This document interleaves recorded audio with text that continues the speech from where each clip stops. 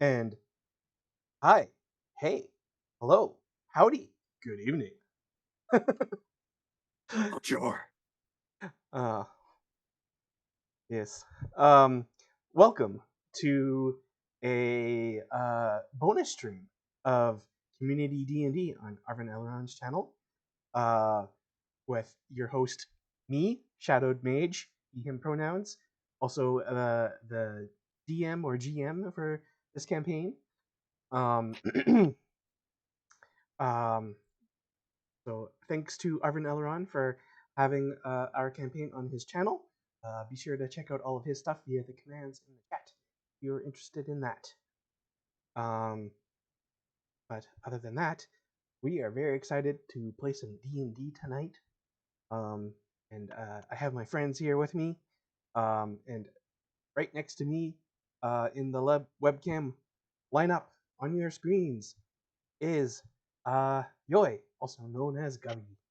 Hello. Please tell everyone a little bit about yourself and remind everyone or tell anyone who might be new about who your character is.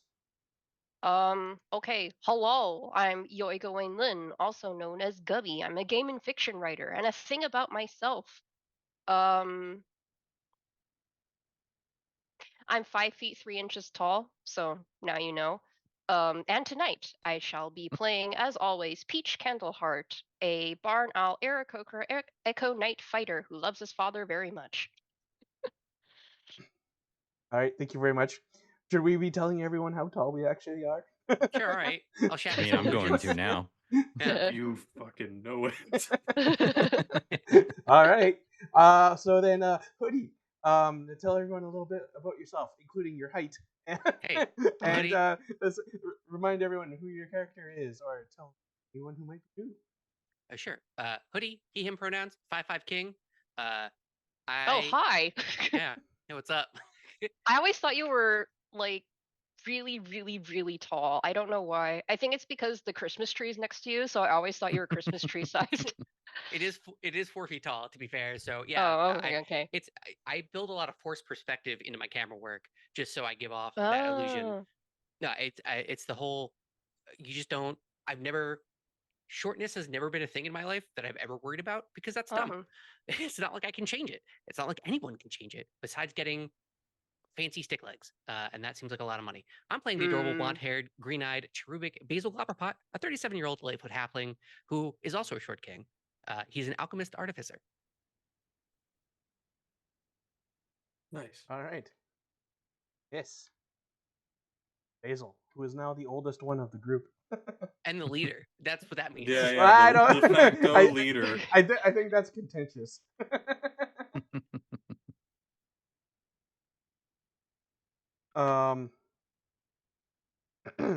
Yes. So we will go next to Tilted Gaming.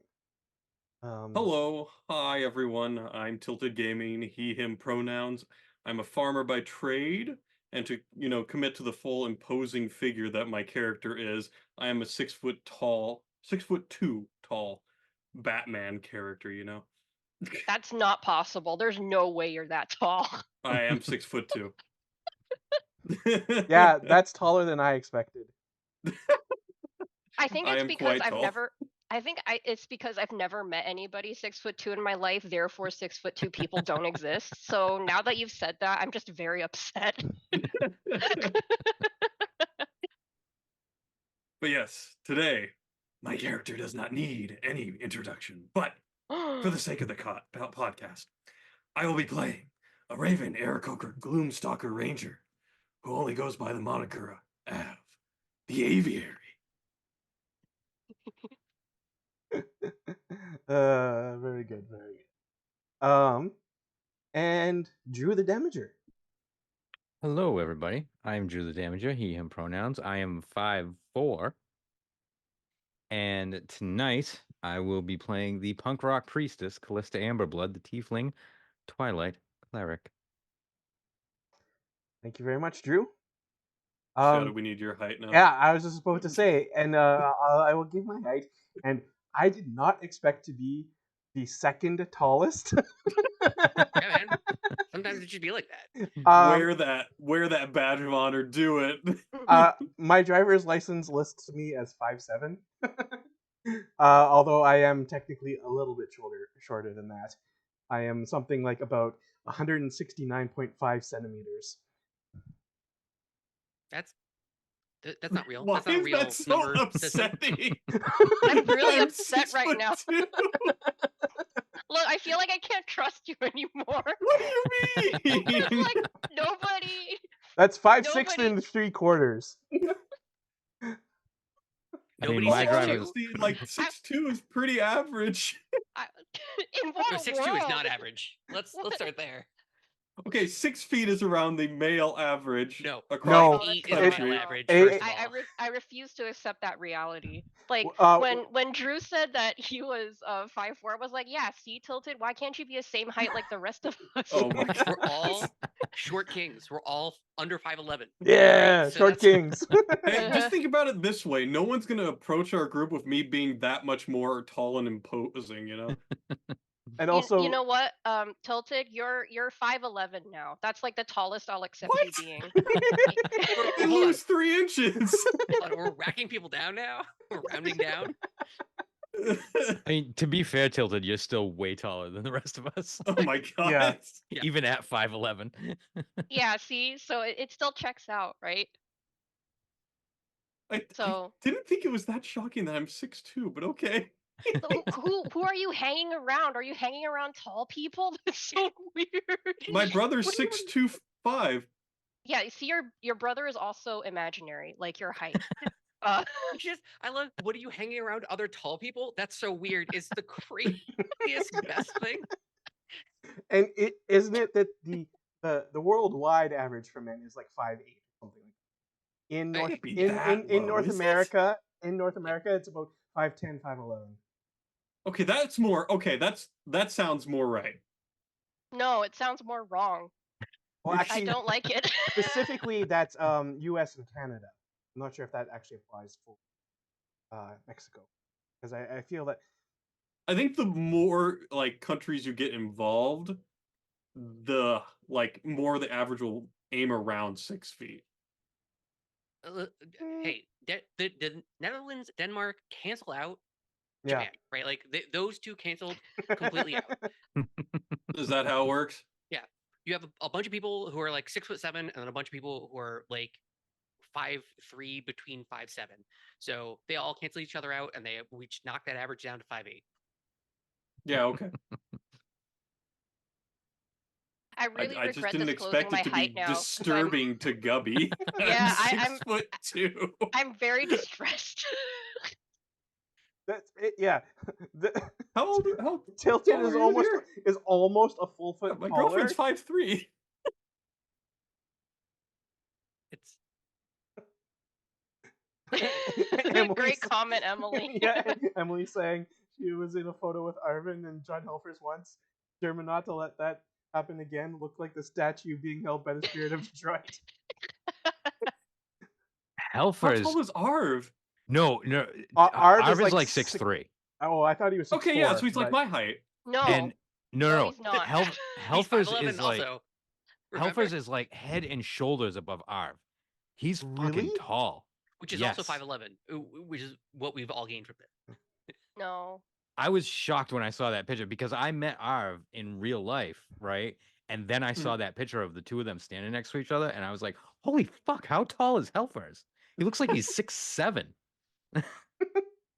Maybe we should start D&D because I don't want to think about tall people existing. I just don't Even know though where I would there's be one comfortable. playing with you. No, you're nope. well, yeah. If it's any consolation, I think Peach is probably the tallest of the party. Yeah. This is why it's easy for me to roleplay tall people because I'm like they're imaginary, so I can have fun. But then once tall people exist in real life, I'm like, no, I hate that. No, we can't have this. It's not possible. Okay, I don't know why I think like I have a very strong lizard brain in the back of my skull because like very large objects scare me. If I don't like if there's a very large object and I wasn't expecting it there, like a statue or something, I get really freaked out. So I think it's the same thing with me and tall people. As a kid, my Oh. mom was best friends with the CEO of a company that's just made comically large objects. So my childhood had nothing but comically large objects in it. And I'm just thinking about you in those situations, walking around and seeing a spoon that is 3 times the size of me and going, I would I'm hate in that. hell. I would See, hate that. No, I love that absolutely we've not. taken the first 20 minutes to talk about strictly tall people. We're Well- that good of a group that we can just sit here and talk about the most random nonsense for 20 minutes straight without a problem. I mean, it is the best reaction to tall people I've ever heard, which is no, you don't actually. No.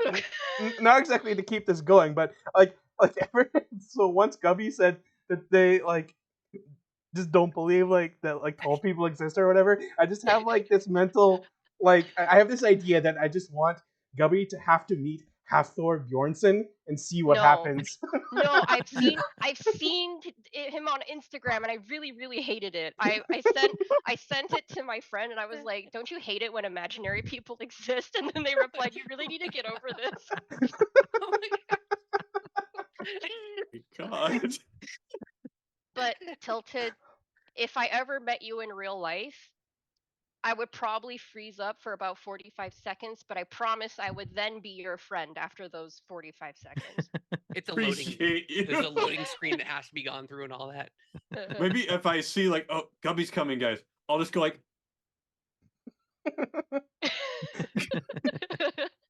It's the brain power of having to load in all tall people that they've ignored since being alive. They all have to load in at once, so it's 45 seconds of just reimagining all the people in the life. Yeah, I once met a friend from the internet, and this friend never told me that they were tall. And by tall, I think I mean like 5'7" ish. So I walked into this store to meet them, and I was waiting, and then they said, "Oh, hey, Gubby," and I was like, "Oh, obviously that's my name." I turn around and I see this person who looks like my friend, who has hair like my friend, maybe the even face smells like a little my like my friend. yeah, but they're this horrendous, stretched out Slender Man creature. What's even worse, to continue that imagery, most of my height comes from my legs. Like I'd say like 60% of my height is my legs. Well, that is anatomically normal. I mean, I would be more I'm like freaked out. more so though. It's Okay. I mean, I would be more freaked out if 60% of your height came from your neck, for instance. Like, okay. Well, I'm not a giraffe. That's Thank you not for noticing. Possible. That's humanly not possible. You would die. I don't know, because this all we led into this so serenely, and then Debbie was like, "Oh, I thought you were taller." Now I don't know if that was supposed to be an insult or not, because tall people don't exist. Like I'm. yeah, It's I been a think crazy journey. I've never actually done the scientific study of what does tall mean for me, because clearly above 6 feet you stop existing. So Well, I mean, if you go with the logic you went with earlier, then Shadow doesn't even exist because he's 5'7". 5'7" is like approaching the limits of reality for me. It's below median. Listen, I don't tell you how to do your job. Fair. You mean the genetics that are making my body taller?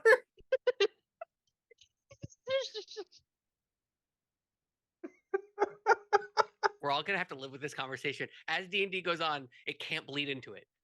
You know, Yeah, this could it be has to come the fully out sticking now. point where you guys just like enough's enough. Tilted, you need to leave this group now.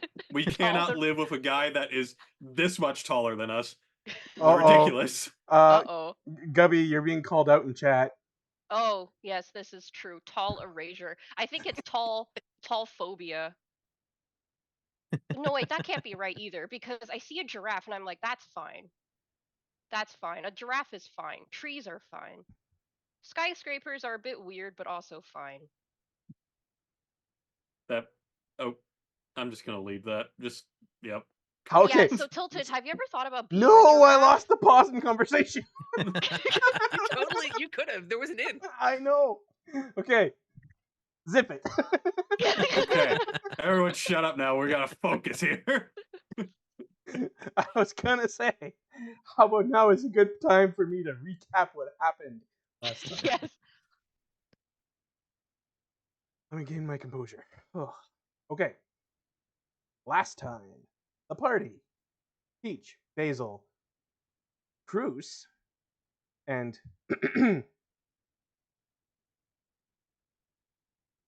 Callista. Callista. How tall is Oh Callista? my god! No, stop it.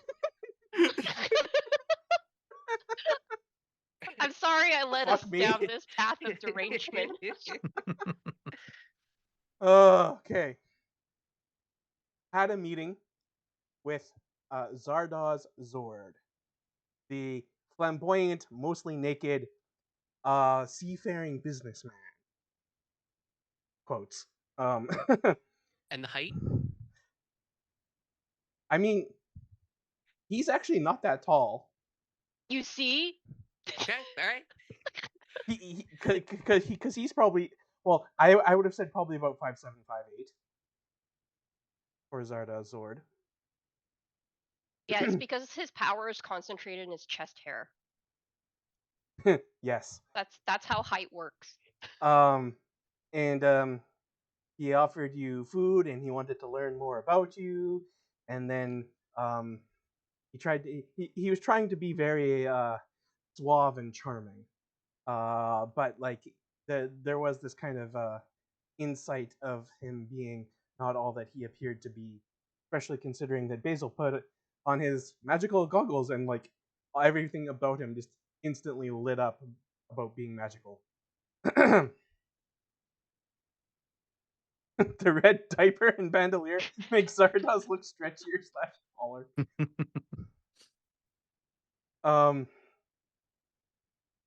And then let's see. Basil shoved all of the food into the bag of holding. And the party left. And then let's see. They conducted some other business, and then the next morning they were going to head to the City of the Dead to handle whatever it was that the Emerald Enclave had sent a message to Cruz / the Aviary about, and that they had briefly talked with Sir Ambrose Everdon before. And Sir Ambrose Everdon led them to a big monument in the City of the Dead, under which was a hole in the ground with magical darkness. And the party descended down into the hole of magical darkness. Sounds like a euphemism. Anyway. I like how you brought it up yourself just to keep us from Yeah. going into like further Yeah, we didn't even tangents. do it. You're the one. Jeez, Shadow. That's just not how my mind operates.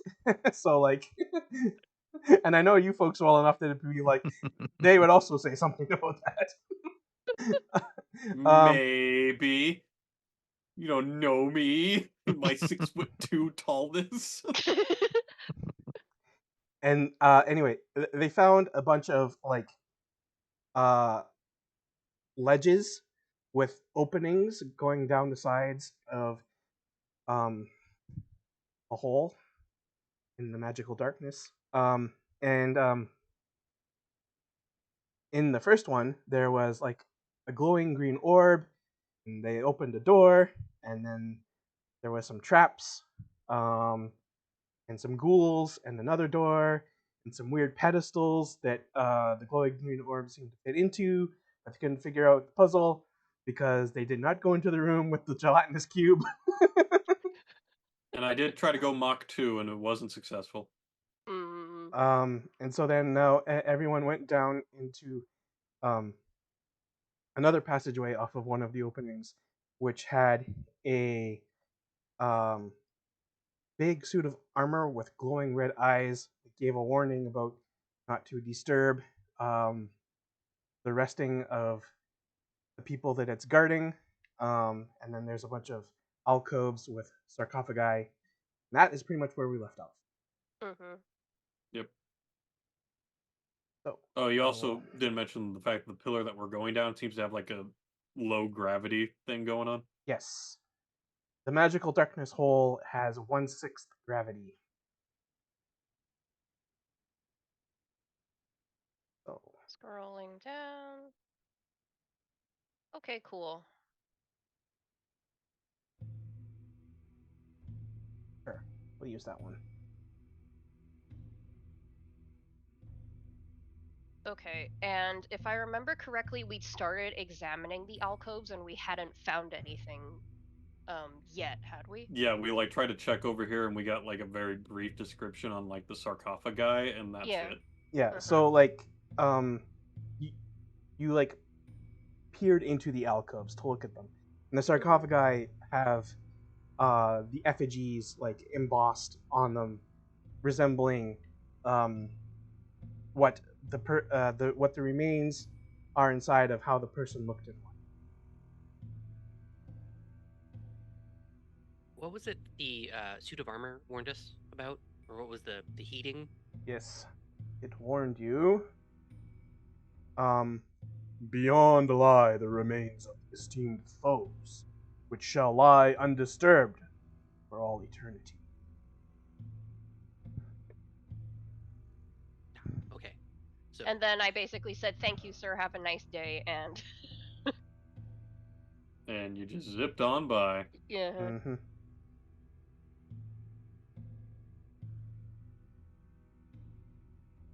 All right. So, what would you like to do? Did we explore the deeper alcoves yet? No, we didn't. Nope. Okay. Then I think that is what I would do, keeping my echo popped up and just bringing everybody there.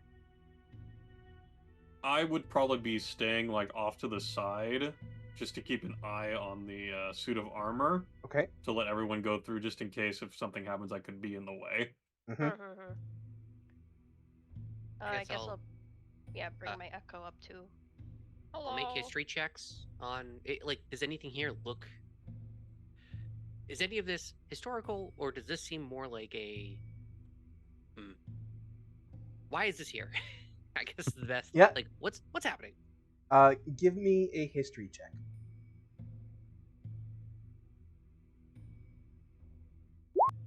The 21 for history. Dang. All right. Good Yes. roll to start the night.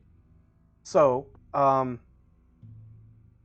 since the monument was in honor of the Seven, which were the acolytes of Alastair Blackcloak, one of the most powerful wizards Faerun has ever seen, and who is now the Mad Mage of the Undermountain. So the Seven were his acolytes. The monument is dedicated to the Seven, and now these were the greatest foes that the Seven ever faced. Are interred here. So it's not the seven, but the foes of the The seven? foes of the Seven. The 8 foes of the 7. Yes. Is this a Not 789 confusing. joke? Is this a very elaborate 789 joke that you've been setting up? No. Okay. I don't think gotta so. check. Yeah, you're the guy that went ahead and set up Gnome Depot on the side, so we had to go and check. Is there anything of note on these? Like, does one represent a sword and another a shield, or are they just like random dudes that these 7 people fought? It does. I mean, it is mostly kind of seems to be random people. It does seem that the deeper you go, the more intimidating the figures on the effigies look. Oh, so this is like the boss tier tomb. Mm-hmm. And so in this passageway, after it makes this zigzag pattern, it then it ends in a cave-in. Oh. So yeah, it ends in a pile of rubble, suggesting that the passageway should have gone further, but it is impassable. Oh. And I'm assuming there's no way for us to clear that out because it'd be way too impacted. Mm-hmm. Like, yeah, to the point where like you could try digging for hours and hours and not get anywhere. Mhm. Okay. If the enemies get more intimidating the deeper we go in, what's the last one that we see? Um, strangely enough, this one is the smallest of the figures. Oh. But has like very sharp, angular features on its face with a scowl, and it holds, and the effigy has um, a hand that seems to be wielding magic with another hand with a book open. Oh. Too bad Listen. Tam's not here. Ballista. Yes.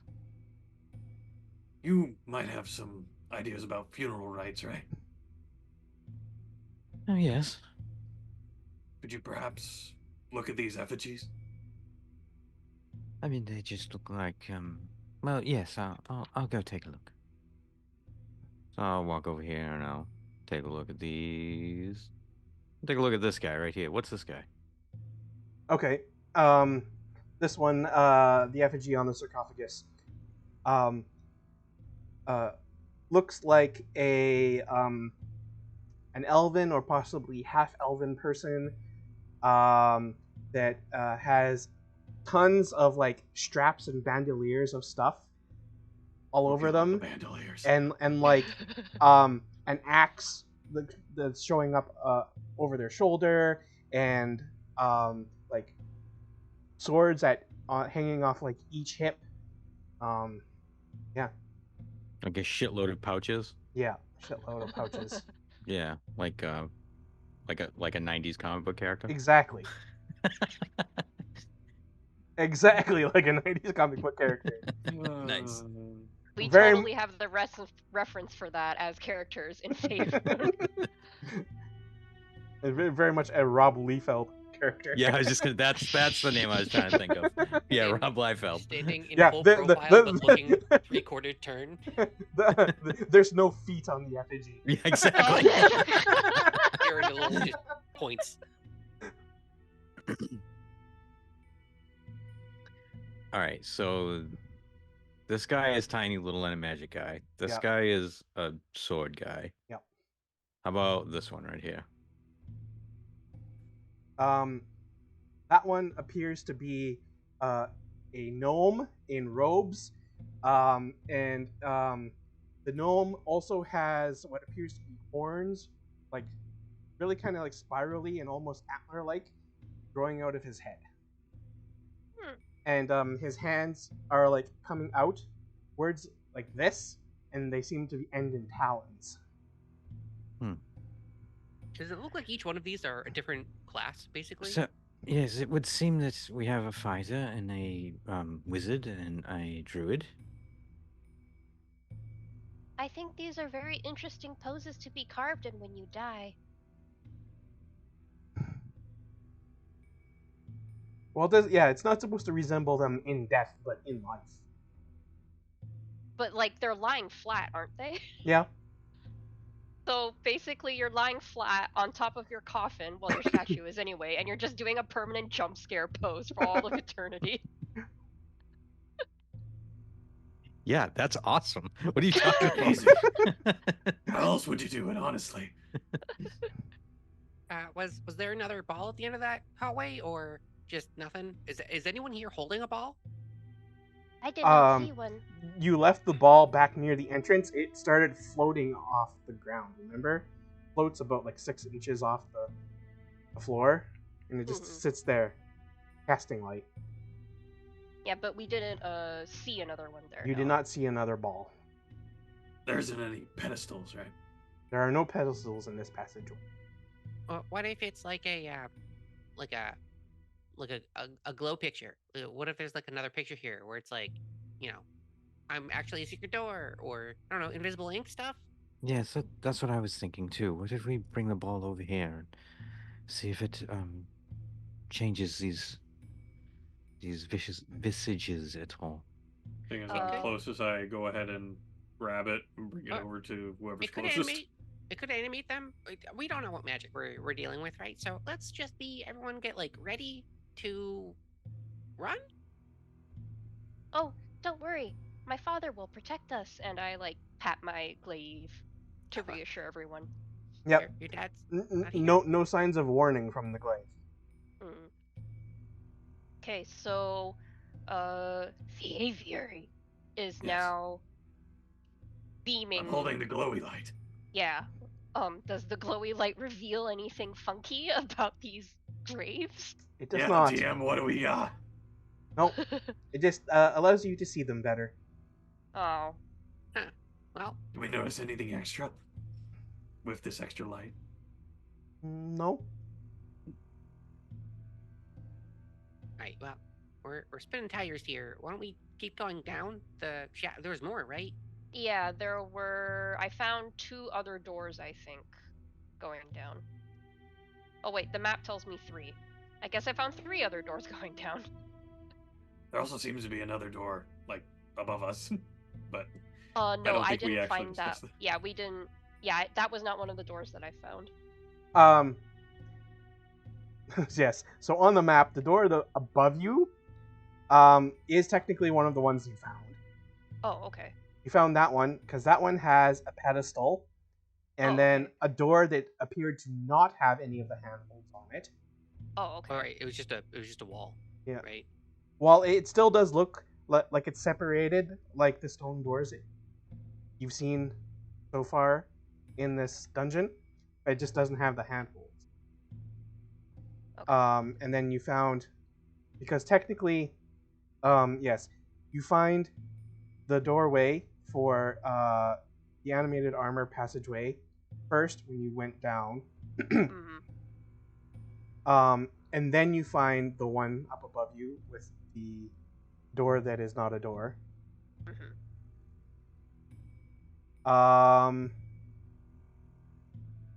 And then a good question as to how far you went down.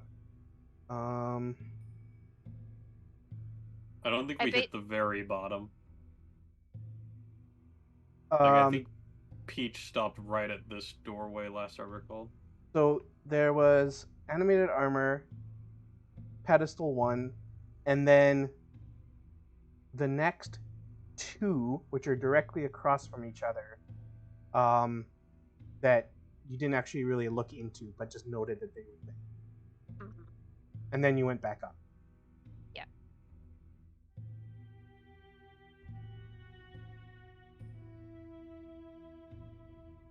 So, where would you like to go next, or what would you like to do?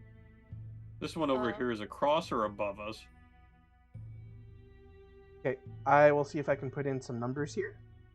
That would actually be fantastic. Yeah. The Mhm. fact that it's isometric, but it doesn't conform to the initial shaft. There is- is a reason, I'll tell you that much. Ah, boy. Weird little Rubik's Cube nonsense. Mhm. Oops. Stupid magic shafts. Okay, let's make that bigger. Hold. Yeah. 1. Oops. 3. 3. Wait, what?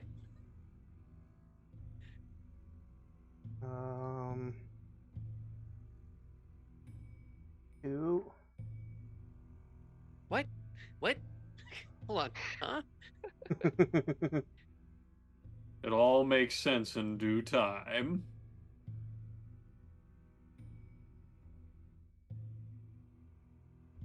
It's like that 3-forked optical illusion where you can only look at one half of it. Mm. You know the one I'm talking about? Yeah.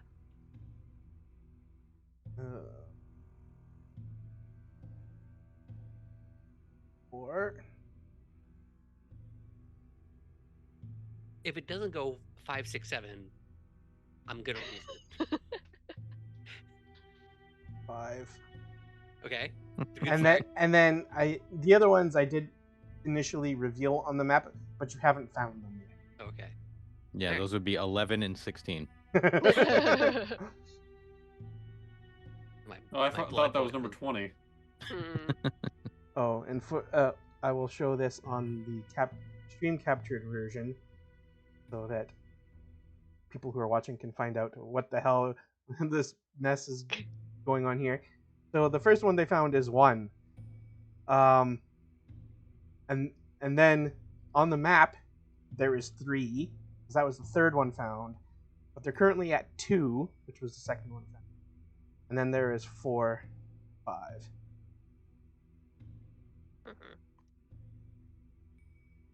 Well, Currently on 2. should we keep going? There's Yeah, I no don't ball think here. we're gonna get anything else out of here. Yeah. I will take the ball since I'm the one who can fly, Mhm. and I will go down to door 4 and basically stand by the edge so again people can see the light and like kind of shimmy down. Oh, door 4. And this is behind door number 4. We all just kind of The somersault truly into the messed air. up Monty Hall problem.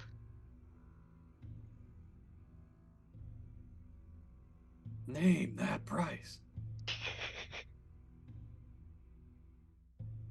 Okay, so I will reveal the first part of this area that you come down to by door 4. Let me fix the stream captured, go down here. Okay, reveal.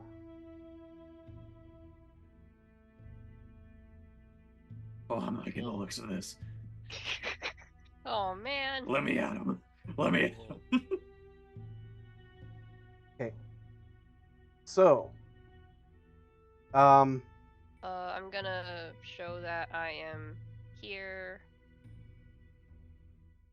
the 3. holding the. Oh, yeah. Yeah. Holding the ball. So and I guess I put my echo a little bit in beside me. Okay. All right. I'll drag that in. Hang on. The I'm lost in darkness. Hello. And like as people file in, I'll push my echo ahead okay. further. Yep. That's fine. Yeah. The 3 alcoves along this hallway each contain an unusual skeleton standing rigidly upright. 2 extra sets of skeletal arms have been grafted on, each of its 4 hands clenching a rusted scimitar. Gleaming amethyst gemstones are set into the eye sockets, which seem to stare blankly ahead.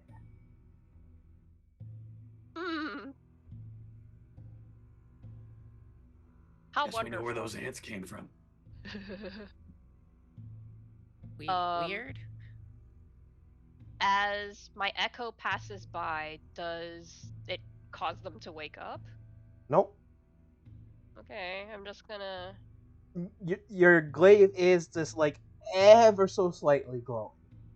Not as if it's like imminent danger, but like the slightest hint that there might be. Okay. Can I peer around a corner and do an Arcana check on one of these skeleton boys? Skeleton boys.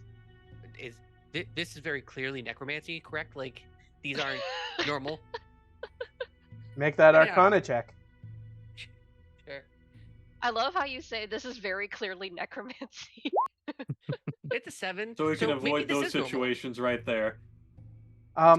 Yeah, there does seem to be something magically unusual about these skeletons, but you're not exactly sure what the hell's going on with them. I just turn around with a grimace. Magically unusual. Weird. Yes, very weird. I do like the amethyst though. It looks very nice. I would love a second set of arms. Honestly, I might build some. That would be great. Don't you already have like those floating hands you use? Oh, they're on the neck. I hold up the necklace. That's like kind of drippy. They're on the necklace. Um, Right, so The aviary. Yes. You said that the amethysts look rather nice. Is that what you said? Oh I no. said they look pretty. Give me a wisdom saving throw. You had no. to. All simply right, had you to be know that's greedy about fair. it. No, that's fair. Oh god. Boom, 20. Ooh. Okay. You do not feel any compulsion to try and take an amethyst out of an eye socket. Ah, I see. I see what we're doing here. But I don't get any. I don't have to make a check about stealing their arms at all. That's crazy. No. I would probably go and let them know that, because I would have felt something, right? Yeah. Like an urge to. Yeah. You would have felt yourself kind of pulled, like as your gaze narrowed in and focused on the amethyst eyes. You felt a compulsion to go towards them to try and take one. Do not look at but the you- amethyst eyes. But Wait, you, what? I immediately not start looking at succumb. their eyes and go, "What?" Does he look at him? No, he does not. If he says he doesn't, he doesn't. I'll turn around to you where your voice is coming from with my hands over my face. You can't do that. If I'm staring at something and you go, "Don't look," like up at the thing that I just looked at, I'm gonna look because I'm curious. And so, it's gonna be real scary when you. I Yeah. literally almost felt an uncontrollable urge to grab the amethyst. Oh, okay. So if I said like for the next half an hour, don't itch your. I can't do nose. Dang. But Yeah, it's kind of a beak. for the next half an hour, don't itch your butt. Your butt isn't itchy. That's the first thing you want to do, right? No. Okay. Well, then I'm lost here. You and I are I'll, not the same. I'll turn around and start walking and bump into a wall. Okay. Peach is going to guide the Echo ahead as he comes in. I guess we're going single file because it's only like 5 by 5 squares. That's correct. Okay, so I guess this is our order. Okay, so at the end of this short hallway, there is another one of those stone doors with handholds at about knee height. Oh, okay. Well, I switch places with my Echo, and then I hand the globe off to somebody. And I say, well, I guess I know what to do. And I'm gonna open the door. Is that an athletics check? Yep, athletics. Wow, I suck. 8. Okay, Maybe it's a slippy door. Shall I try again? Sure, go ahead. guidance. I'll slap the wall before slapping you. There you go, 22. 22. The first time you kind of like lost the handhold at first, but this time you were able to open the door with ease. Literally just yeet it up. It's like, ah! Yeah. And so I'm holding it up for you guys, and I kind of peek around my own arm to see in. I was like, well, does it look dangerous? You turn around and you see me with my hands over my eyes. I don't Oh, know. I probably would have handed you the globe if you're right behind me. I'm holding the globe with the hands over my eyes. I don't know. Are the skeletons around with the amethysts or like? I do not see any skeletons. I think I see a pedestal. Oh, that's good news. I furiously motion towards the people in the back. Yes. So in this room beyond, there is another stone door and 2 pedestals that it appears that the light globe, could fit into. Well,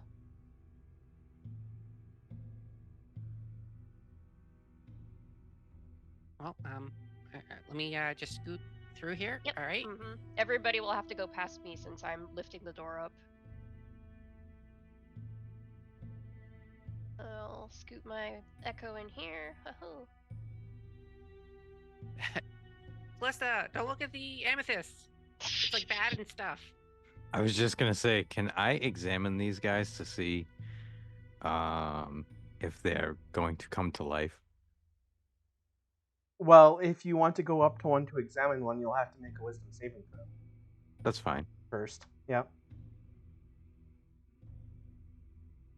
How's a 1 do? Oh, no. No, Pretty much the the hunter cleric. finding the trap and then getting stuck in the trap. I- The cleric falls I with have- the wisdom saving. I have a +7 to my Yep, wisdom. you sure do. You sure Welcome do. to my world, bud. I was So- like, yeah, obviously I'm gonna get this. So Callista, feeling intrigued by the very unnatural skeletons, moves up to one to try and examine it a bit more closely, but then her eye is caught by the glimmer of the amethysts in its eye socket, and feels tantalized and must know what it looks like up close. And she gets close, right up to next to the skeleton, reaches out and touches the amethyst in the eye socket. And all It's so three pretty. skeletons' bones start to creak and move, and all three come to life, ready to Wonderful. What did I fight. just say? I Roll look back. for initiative. I look back at the aviary. Was that you creaking? What is that? Not good news. Turn around. We weren't supposed to. Huh? Yes, I am well aware. Am I? Do I have any effect on it? Bam. You do not get the amethyst, but Mhm. they just all come to life. That's basically Okay. all that happens.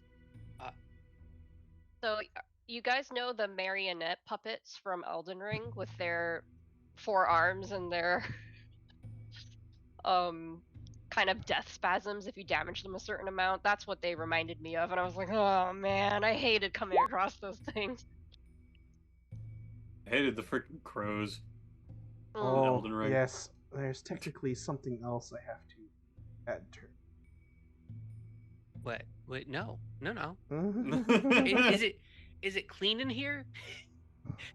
Maybe I should ask this now when we enter every room. Is it real Is it clean in here? clean? Is it really, really clean? First- Way too clean to be Yeah. obvious. First, how tall are the skeletons? And second, how clean is it here? Those are the questions. Oh my god.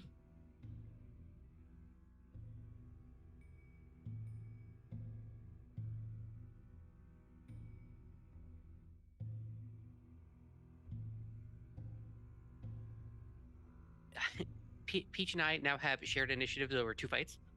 Yeah, we have. I always see the blue go off immediately, and I'm there with Peach.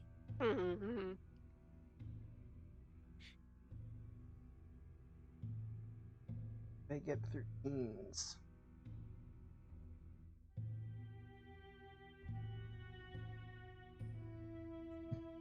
But it's okay, guys. We have a cleric on our side now for an undead fight, unlike the last time. You mean the one that just triggered the fight? It's called a redemption arc. And the other thing, 7.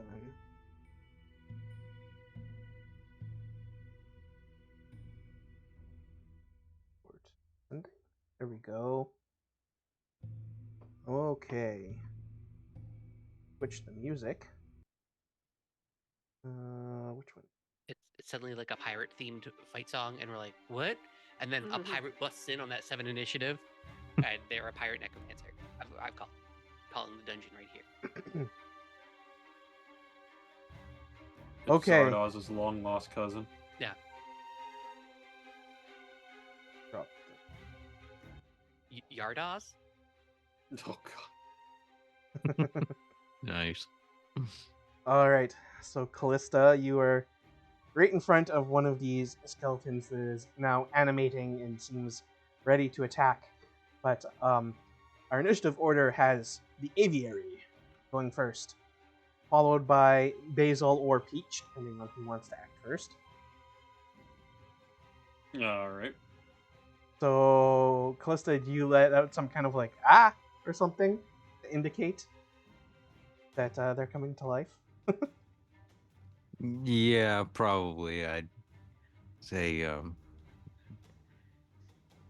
we've got patties back here. What do you mean? Okay, the I just aviary. immediately just zoom right back through the corner. So I'm going to, I guess, I'm able to, like, get moving here, or no? How's this working? Because, like, I know I'm able to get by Peach, but what about Callista? I will let you move through their squares once per turn, as long as you don't end in the same space. Okay. Because my idea was to kind of, like, move up over to here, pull Callista back, and then get in front.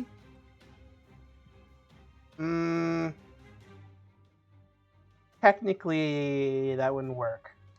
You Okay. could, like, I mean, you move could just go Callista right here. over to the side, or you could go in to that next one. I think I'll just go into the next one, because I'm not really going to be able to get into that spot there. Okay.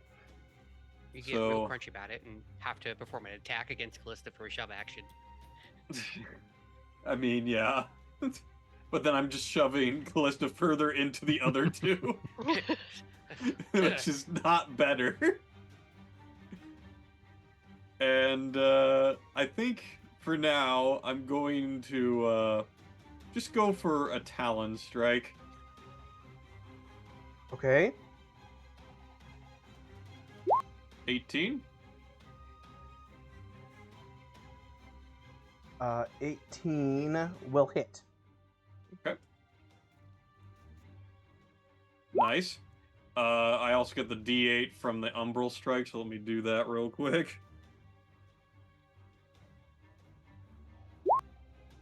So that'd be 7 total damage.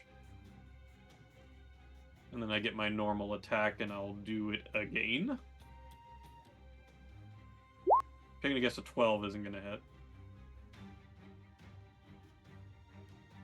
A 12 does not hit. Okay.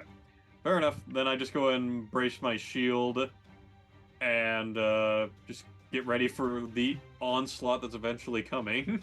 Okay. All right. Then we will move to who wants to go first between Basil and Peach? I guess since technically we're moving at the same time, could I move through these squares? By these squares, I mean Callista and the aviary. Well, aren't you currently holding up the door? Yes, but I'm going to first switch places with Wait, I can't switch places yet. Because they're all the way over there. Yeah, they're all way over there. I can occupy the space, so if you like just motion towards me, I can run in, and then you can continue your action. Yeah. Let me see. Yeah, Well, what I can do is that I have 30 feet of movement for the Echo, so I can get the Echo to physically come over and take my place, and then I will move over here, Okay. and then And because Basil is small, it can occupy the same space as the Echo. yes, Yeah. and I'm going to say let's Great Sword bonk, Okay. because I don't really need a 10-foot reach right now. Yep. So bonk. Please bonk. Oh, I guess weapons bonks are not working for me, so That happened last time too. yeah, Yeah, it did. roll 1d20. 1d20. Oh, Nice. natural Oh. 20. Critical hit. Yeah, Nice. okay. So how do we treat that now? So you get the max roll for the first roll, and then you roll again. Okay, so that's 2d6 plus 4, so that's 12 plus 4, 16 for the first. Yep. And then, 2d6 plus 4. yeah, so roll 2d6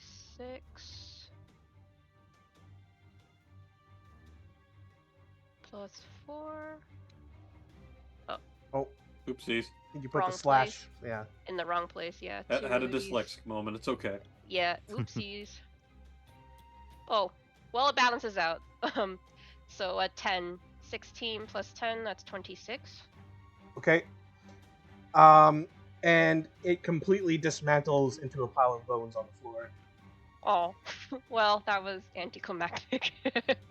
No, it's perfect. You just knocked it straight out. Okay, cool. Basil, since we were acting together. Yeah, I don't really know. I don't really know what Basil does here. In 5-foot range, Basil is not like he's not a combatant, right? Like he's not here to throw down with anyone, and he doesn't have enough room to take out the crossbow and shoot it. So I think what he does, he ducks behind Callista's legs because he can do that, and just like between her legs, just throws out an acid bomb onto the skeleton. Yeah, that's really what I got. I'll acid splash the skeleton. Okay. Dex 15 saving throw. Dex 15 saving.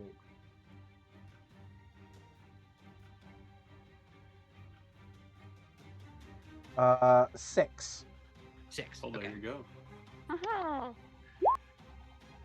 That's 4 acid damage that I just throwing. I quickly just fumble with the vial and just toss it in between Callista's legs up to the skeleton as I am huddled back there. Right, go get him! And then I will bonus action. No one needs healing. I don't really have anything to bonus action, so that's it. Is it for my turn? Okay. My echo is holding up the door, by the way. I'm just having that. Yeah. Perfect. And where is the glow orb? Glow ball? Oh, I have it in one hand. Okay. That's why I was fumbling with vials and stuff. Okay. I realized I lost track of where it was. Okay. So, the one in front of the aviary Yeah, it's me. starts winding up its 4 arms Oh Bring it no. on. with the scimitars, and it will multi-attack one Do with it. each scimitar. Do what you want. I make a melee weapon attack against it. When a creature within 5 feet of me makes an attack against a target other than me, I can use my reaction to make a melee weapon attack against the attacking creature. Ooh. Damn. Yep. Okay. Roll 1d20. Why do I keep typing S? 18 plus it- 6. Yep. So that hits. And then roll 2d6 plus 4. 11. Okay. So is this supposed to proc before or after it makes the attack? The wording as written is when a creature within 5 feet of me makes an attack. So That would imply that the attack goes through Well, first. this is so we're talking magic rolls because Wizards of the Coast. So this is reaction speed, which beats normal attack speed. This So- is in reaction to the start of an attack. Okay. So Yeah. so it takes effect first. Okay. mhm. Alrighty. Okay. So 11 damage. Yeah. Yep. Okay. All right, and then it will still get off with the multi-attack. Interesting choice of words. Uh, Shafts and getting off. We're carrying around a golden. Sorry, that's done. We're very mature in here. We're looking for 2 balls. Uh-huh. A skeleton. Thank you, Ballsteg. so first hit will be a 22 critical hit. Well, I can't Dang. really do anything about crits. That just happens. Second hit is another will- critical hit. All right. Well. All right. Oh lordy. So after the second one, I will put my hand up, and time around the 2 of them will reverse for like a half a second, What? and you have to make that again. Oh, he wouldn't put. What? Freaking. I know what he's doing. Okay. It's silvery barbs. Silvery Oh, barbs. silvery barbs. So you have to reroll one of those. You definitely got one of the crits off, but you have to Okay. reroll one of them. Okay, so then the second crit will then become a 17, or no, sorry, a 19. That will miss. And then the other two are a 4 and a 6. Yep, that'll definitely miss. So the So only take a one. crit. What's the damage so, we're dealing with So here? you take just the one critical hit. Yep. Which will be 1d6 plus 2. So that's 8 plus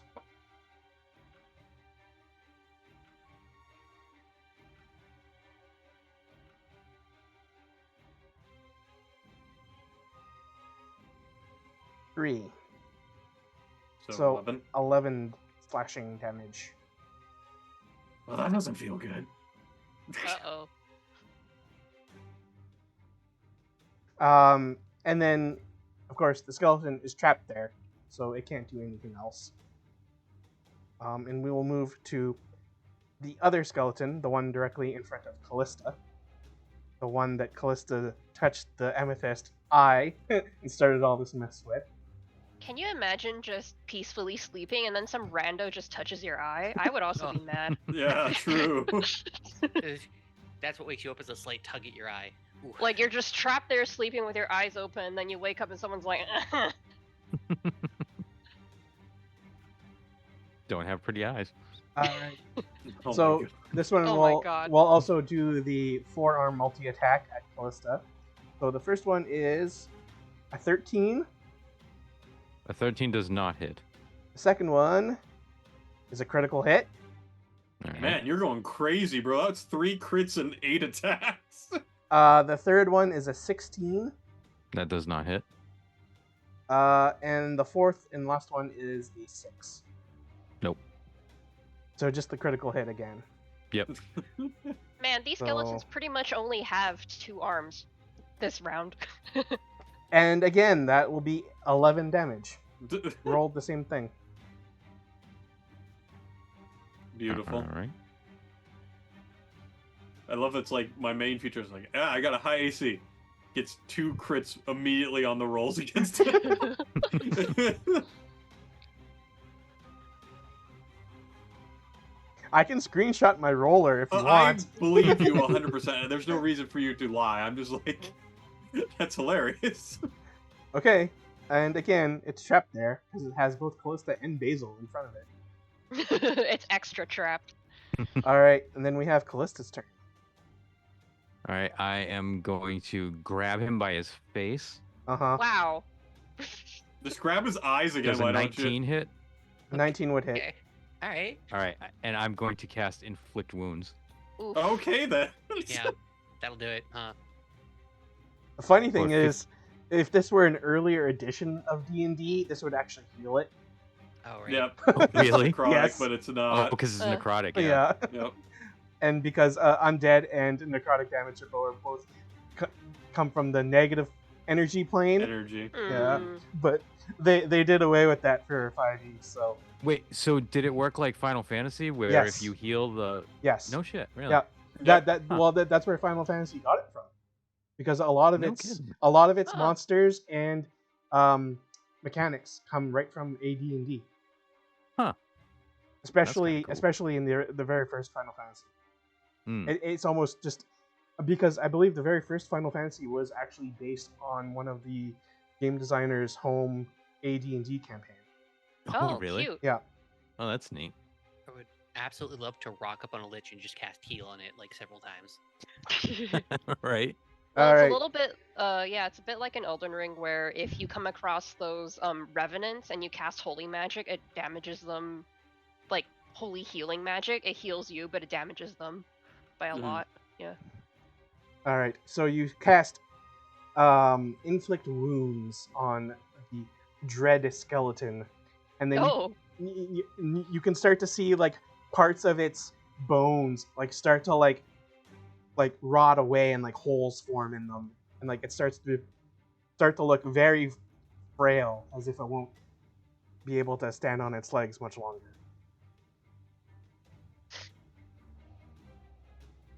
And I guess as a oh no, I can't do that. I saw that highlight. I know where it's coming. I saw it there, Shadow. Um, You hear a noise. yeah, I think that's That's it for me. Okay. You know what? I just realized all of us are in a hallway again, and I'm getting terrible, terrible flashbacks. Yeah, let's not think about that. Uh, I don't know if you've Okay. noticed, but like 60% of our fights have been in hallways. Yep. So from down the other room, you can start to hear kind of like an odd groaning sound and a shuffling, as if like bandages rubbing on the floor. Oh, No. fuck. no, why would you do this? I can't believe you've done this. The aviary, it's your turn. Alright, I go ahead and brandish my blade. And I'm going to cast Green Flame Blade using my longsword. First Okay. to see if it even hits. Oh, Yep, that'll hit.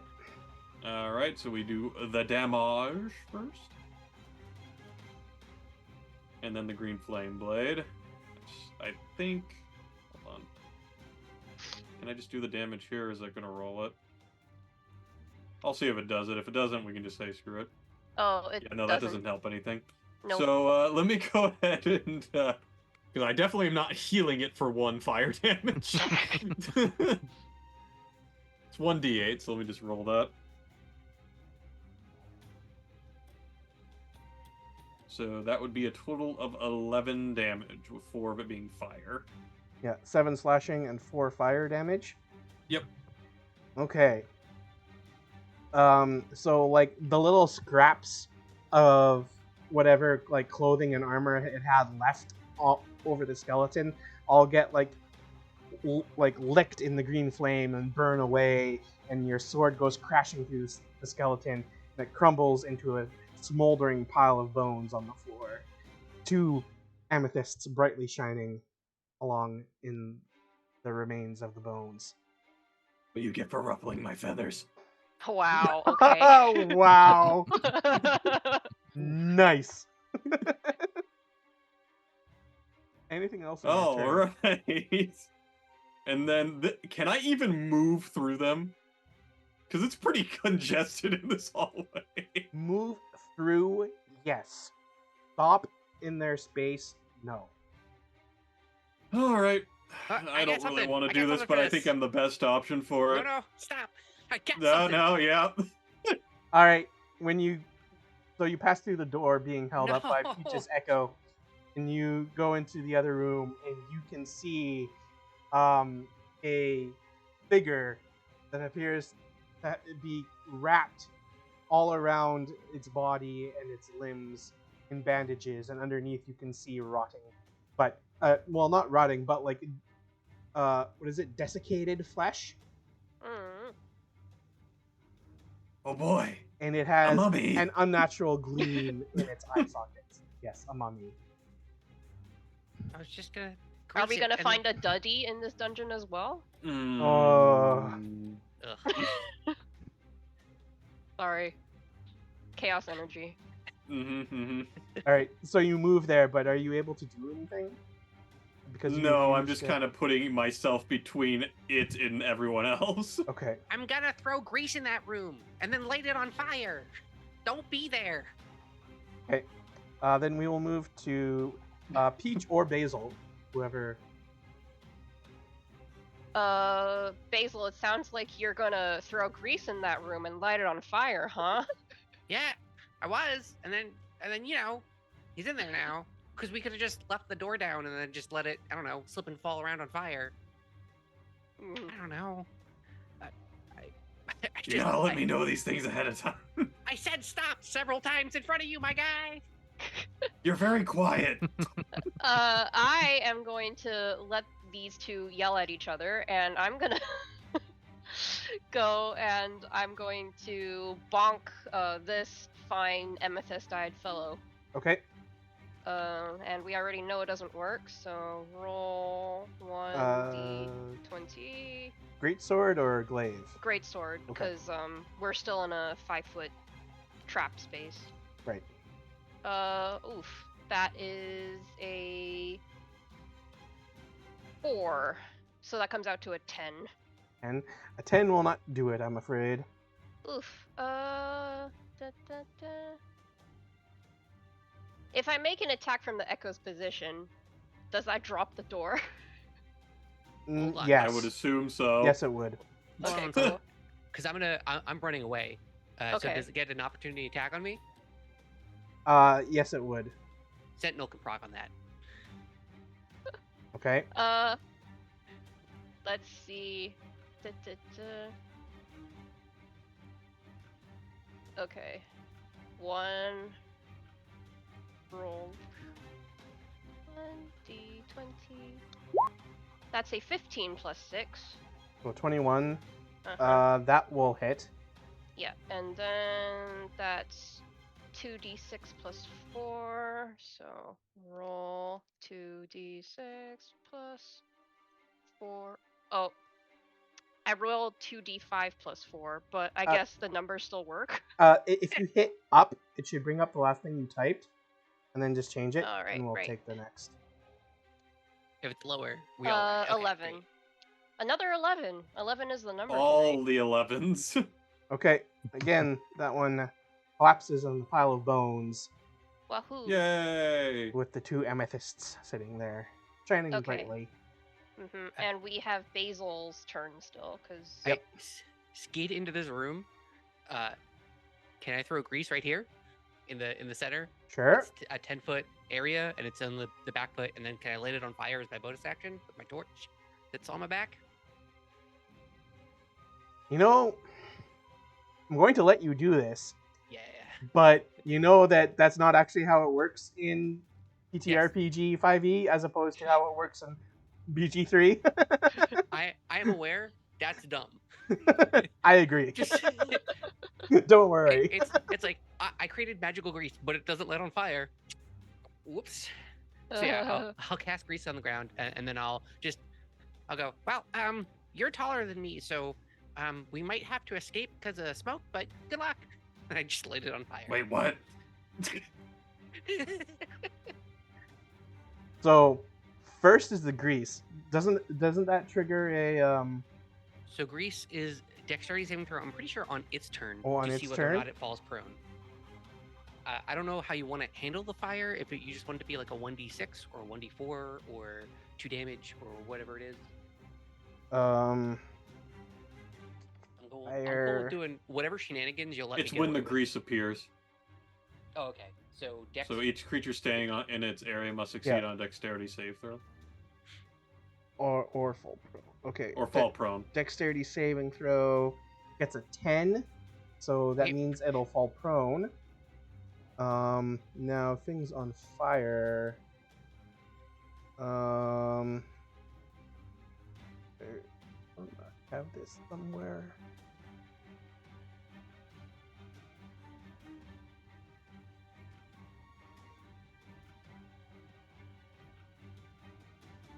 Whoops. If this game did work more like BG3, I would just carry around explosive kegs wherever I went. Don't worry, guys, I got this, and then just empty out a whole bunch of them. Yeah, sorry, we're not BG3, unfortunately. Where you can just have free object interactions on everything. Mhm. It's truly wild.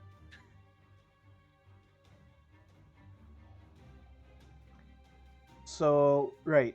Yeah, I had this written down here somewhere. So, the way I wanted to handle things, like if you were to put grease on fire, it's anything in that space that's affected by the fire grease will take 1d4 fire damage at the start of each of its turns, and Awesome. it that the grease fire will burn for 3 rounds. Absolutely amazing outcome for me. Yeah, 100% for it.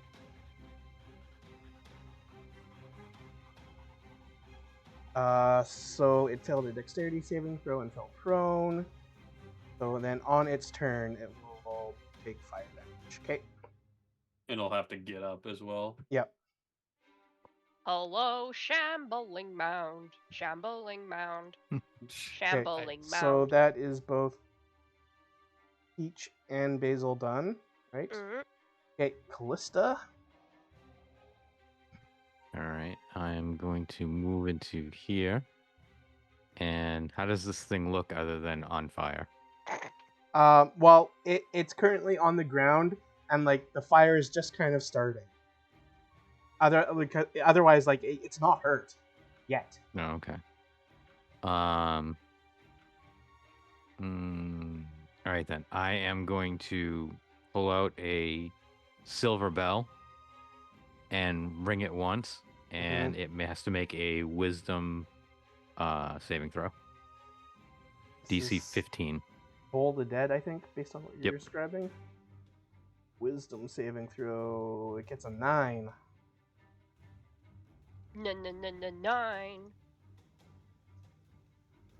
Hold on a second. It's asking me questions. It's asking you questions? What? Mr. Fairies over there? No, D&D Beyond. Oh, okay. So it takes Nice. 1 point of I damage. love that.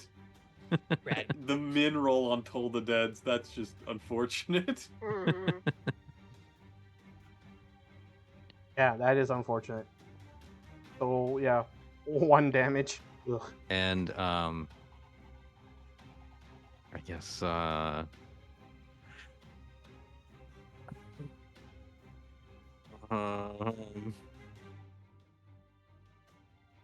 yeah, I guess that's it for me.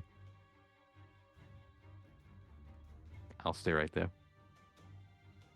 Yeah, because with my one. it could have taken potentially more if it was already damaged. It was already damaged, yeah. Toll the Dead's Okay. really good, but they have to be damaged. That's what D&D Beyond was asking me. Mm-hmm. Oh. Okay. So sorry, what did you say at the end there? I think he's just saying he's gonna stay there. You're staying Yeah, there? I'm Okay. just gonna stay right there. Okay.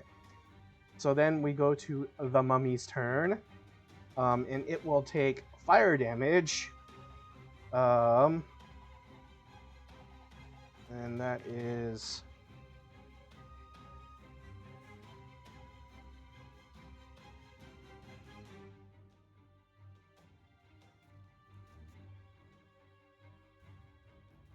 Okay. Is vulnerable to fire. Yeah. Mhm.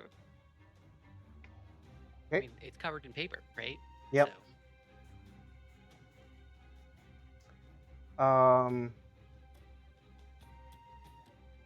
Okay. So it will use half of its movement to stand back up. Now, which 10 squares, or sorry, 4 squares is it that you... So, okay, Each so square, the two yeah. right in front of you, and then the one the mummy's One to in. the left and on top of it. yeah. Okay.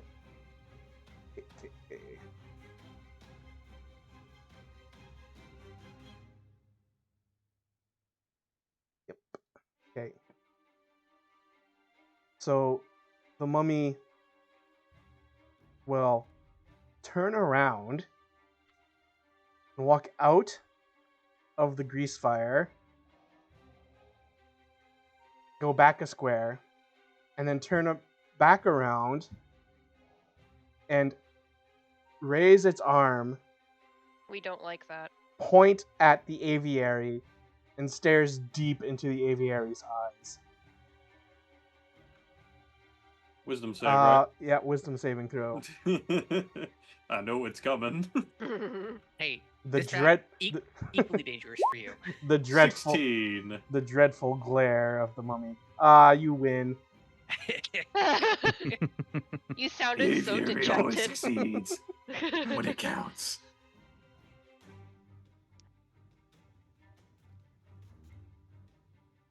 You are now immune to the dreadful glare of all mummies for the next day. Oh, how wonderful.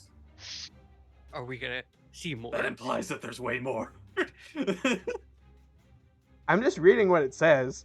Yep. All right, Yep. the aviary, you're up. Positively swarming with Nice. mummies. Well, I definitely do not want to cross through the grease fire. That sounds like a bad idea.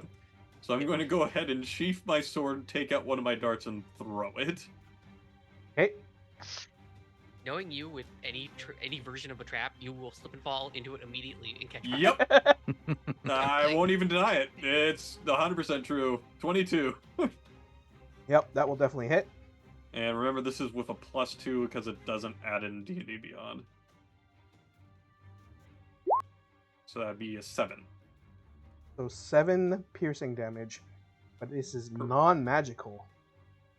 Correct. So you notice that your dart does not seem to affect it as much as you hoped it would. Naturally. Okay. Well, that's fair. I then go ahead and briefly just stand there because it's not really much I can do. And like, Basil, We can just leave the might room. not want to look it in the eye. We can just leave. I mean, we do want to figure out what's in here, though. Yeah. No, all right. I see the glowing pedestals to put the ball in. I'm like, right. The puzzle, right? Yeah. Okay, all right. Don't worry, I have a hard time looking anyone in the eyes, so this should be fine. Yeah. Just like if you're gonna go anywhere, just like go behind me and just don't look at him. All right, it is Peach/Basil's turn. Hello. Well, I'm out here and everyone's in there. I guess. Oh, is the fire starting here and Yes. here? Okay, so these 2 squares. I'm Yeah. gonna just squiggle. Yeah, sorry. Here. Hello, fire.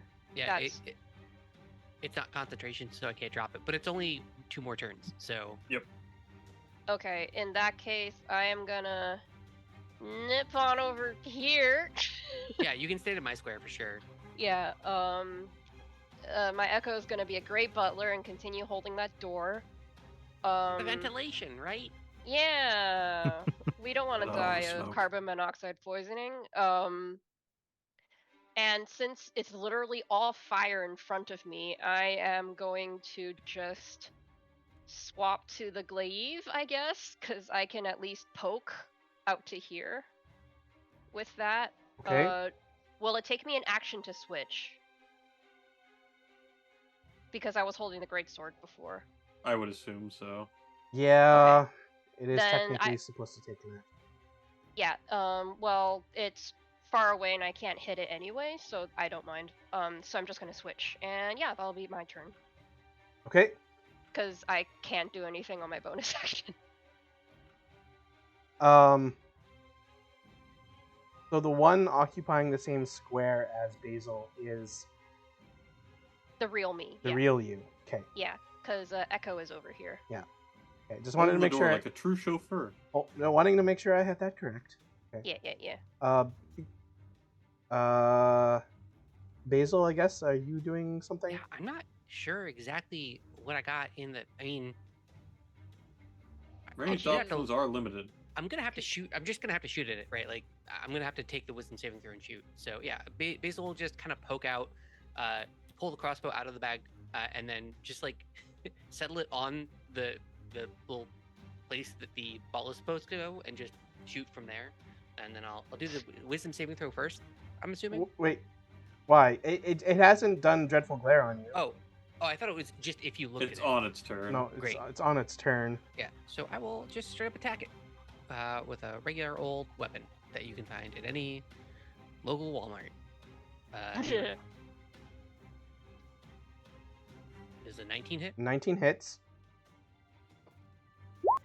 and then good old fashioned regular 5 damage. Okay. So round down, that's 2 damage. And then I guess as a bonus action, how super worth it is yet. Yeah, I'll hold on to it. Yeah, that'll just be my turn for now. Well, how bad the aviary?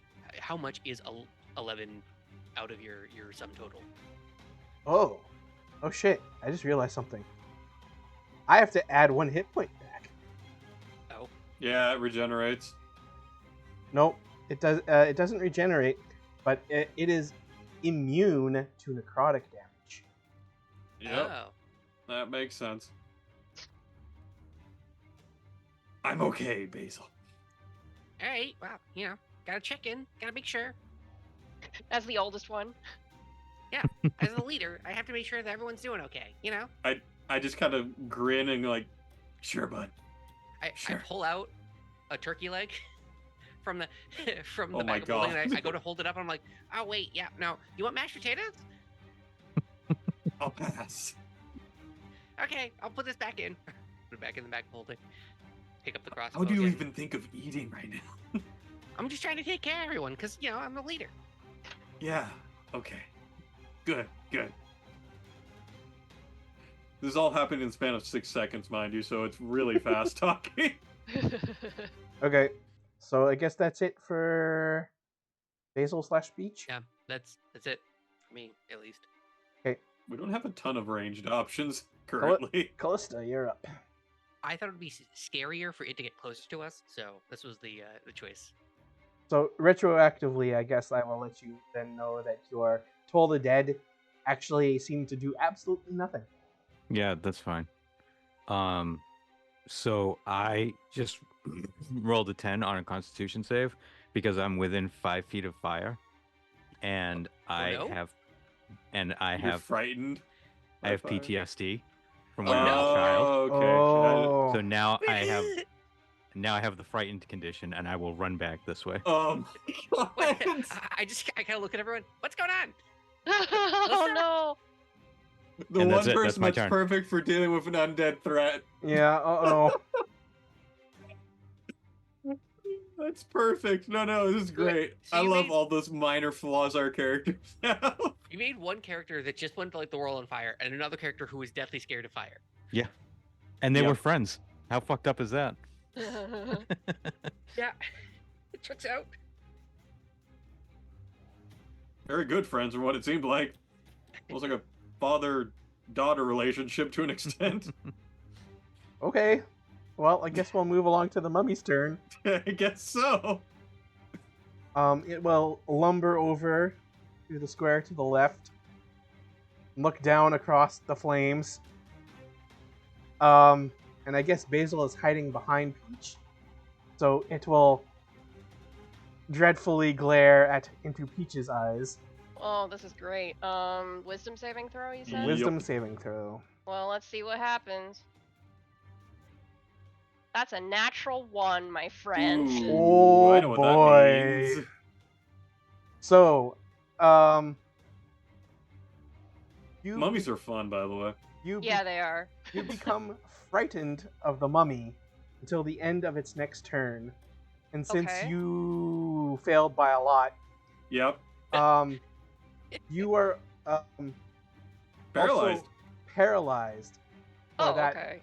I'm- Yeah. for that That- I same mean- duration. Is the mummy gonna come over here then?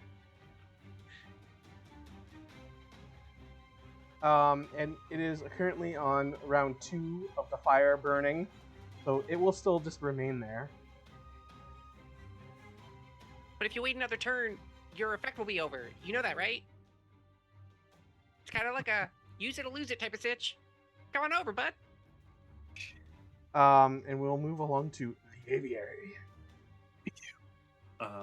Let me see here. I'm just looking at something real quick on my spell sheet to see if I'm right in assuming this or not.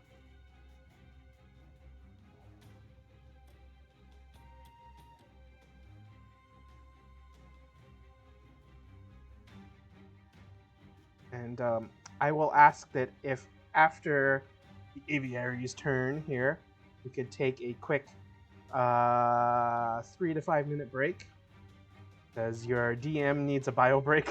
That is more than fair. Works for me.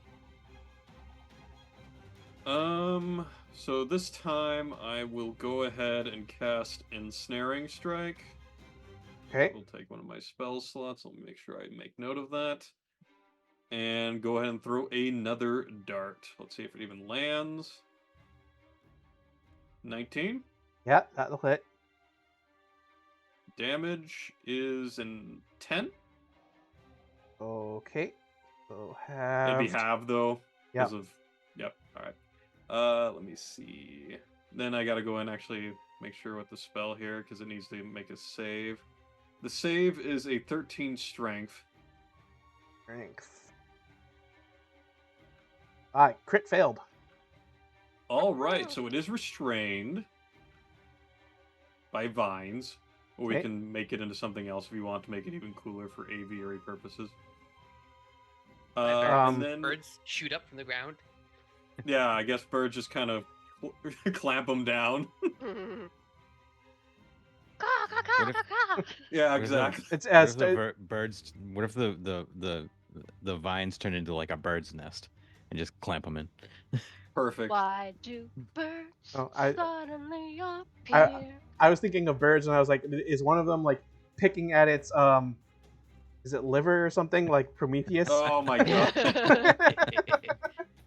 We're going to old Greek tales now, huh? All because Prometheus had a hot take. Hey. Hey! And just so you know, Shadowed, Yeah. the target takes 1d6 piercing damage at the start of each of its turns. Okay, you will probably And have it to can remind remake me. the save each turn to get rid of it. Okay. All right. Is that your turn then? That would be my turn because there's really not much else I can do. I'm not going to run through the fire. Okay. So when we will return after a very brief break, it will be Peach/Basil. And we will be back in about 3 to 5 minutes, I hope. And remember, Yeah. a break for us is a break for you, everyone. So get a snack, get a stretch, and yeah, we'll see you soon. Peace out. Be back soon. Peace. We'll be back. Your pants.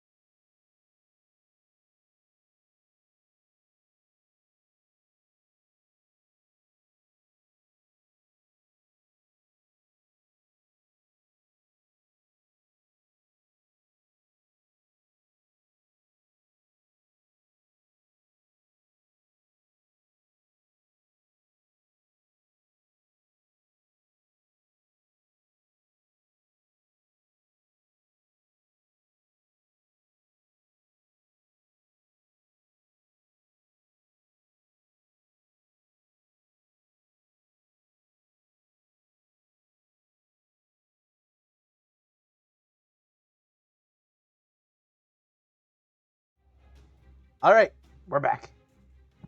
All right. We're back. Sue's back. Back again. Hello, tall and short friends. Listen, I'm trying to come up with alternatives to ladies and gentlemen, so tall and short friend seems like a great replacement, especially given the conversation that we just had. Yeah. I'm forever going to be ostracized for my height now at this No, point. we love you for your height. It's not your choice to be tall? Question mark. Why is that a question mark? Well, I don't know. We don't know if you are 6'2" because you got, I don't know, the long bones surgery thing. So maybe it Really was your sat choice to that- be tall. Really sat in that character generator in birth and was really just tinkering away to get 6'2". Yeah. Yeah, that random freaking generator that we cannot control. No. All right, so it is Peach / Basil's turn. Yes. I'm paralyzed and I'm frightened, right? Correct. Yeah, you literally just cannot move. Okay. But I can, like, I'm conscious, correct? You're conscious. Okay. I am going to. Oh, how high is the flame going in here? Say between 3 and 4 feet. 3 or 4 feet? Could I feasibly fly over that? high is the ceiling in this area? Ceilings are. I did have that here somewhere. Ceilings are 10 feet high. Okay. It'd be a little tight for your 6-foot body, you know. Well, I'm not. When I fly, I'm not T-posing through the air like that. What do you mean? I thought you were just flying like this. Well, you know what? I'm very sorry, Tilted, since you are the one who is like 6 feet tall. But as an imaginary 6-foot tall person, I do not fly T-posing. Gotta show your dominance with a T-pose, though. Yeah, actually, in one of the one-shots that I did with the Strange Friends, my character T-posed to assert dominance, but that character was very small. So yeah, fun fact is that I never said I put my armor back on after flying up here, so I've just been naked this whole time. But this means that my Echo, I guess, can fly. Okay. So I'm going to have my Echo fly over the fire. Wait. It's dropping Yes. the All door. right, see ya, Callista. Thus dropping the thing. And sorry, Callista. And I am going to bonk with the glaive, since that's the weapon that I have out currently. Okay. And by I mean the Echo. Okay, so glaive, that's also a +6, and I have to type this because it still doesn't work. So roll 1d20. That's a 17. Plus whatever. So yeah, that will hit. +6. And 23. that's a 1d10. Roll 1d10 plus 4. That's an 11. And this is magical damage. Yeah, and I can take an additional melee attack from the Echo's position because I have Unleash Incarnation, so I'm going to use that again. Okay. You're probably one of the few characters that can actively do 2 attacks while paralyzed and frightened, but we'll roll with it. Yeah, so that's a 19 total because it's 13 plus 6.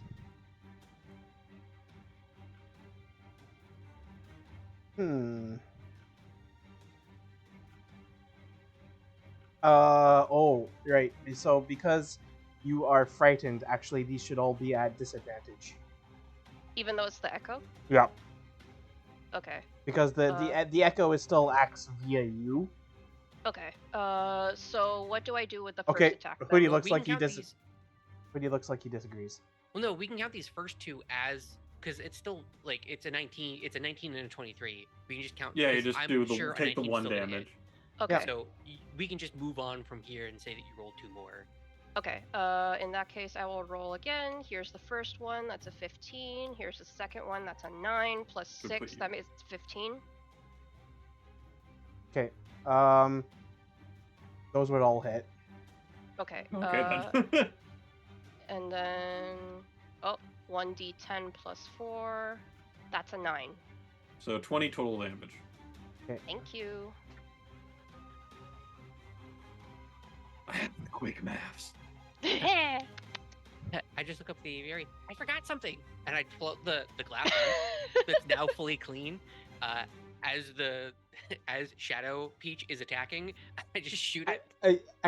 I think that's fair how to rule that, because like I don't think like this was necessarily thought of with Echo Knights. Yeah. Yeah, no, So- there's no way they would have thought of that with Echo Knights. That's way Uh-huh. too ridiculous Well, this is 100% of a like niche case. a Jeremy Yeah. Crawford question of the like. Yeah, does it's this like if a actually work? creature is frightened, does that apply to the Echo also? Because I guess it would make sense because you probably, in order to make use of it, would have to use the eyes Mm-hmm. or what you would perceive from the Echo. And It since does- you're afraid of the oh target, no. My Echo has AC 16, 1 hit point, and immunity to all conditions.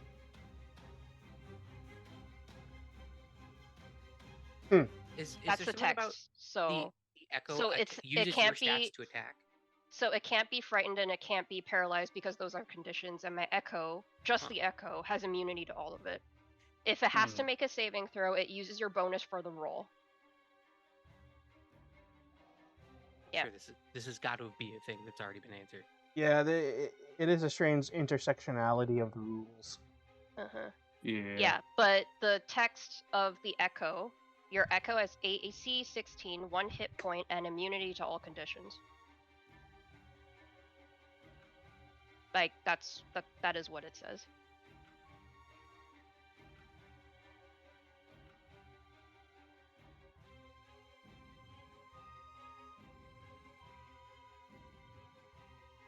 And then for frightened, a frightened creature has disadvantage on ability checks and attack rolls while the source of its fear is within line of sight. The creature cannot move closer to the source of its fear.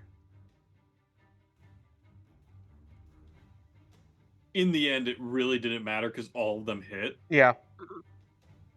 But that's something like we could discuss at a later day because I don't think that should be a problem after this point. Well, I think you can interpret it both ways. I think that's the really interesting thing about this because there's Hmm. Yeah, because you could You- say, okay, well, the senses of the creature itself, the image or the after image, would see the creature and therefore pass that along to the frightened creature. But if the Echo Knight can't get, you're seeing through the Echo Knight's eyes, but the Echo Knight cannot interact with those conditions, which means those conditions will not pass through the Echo to yourself.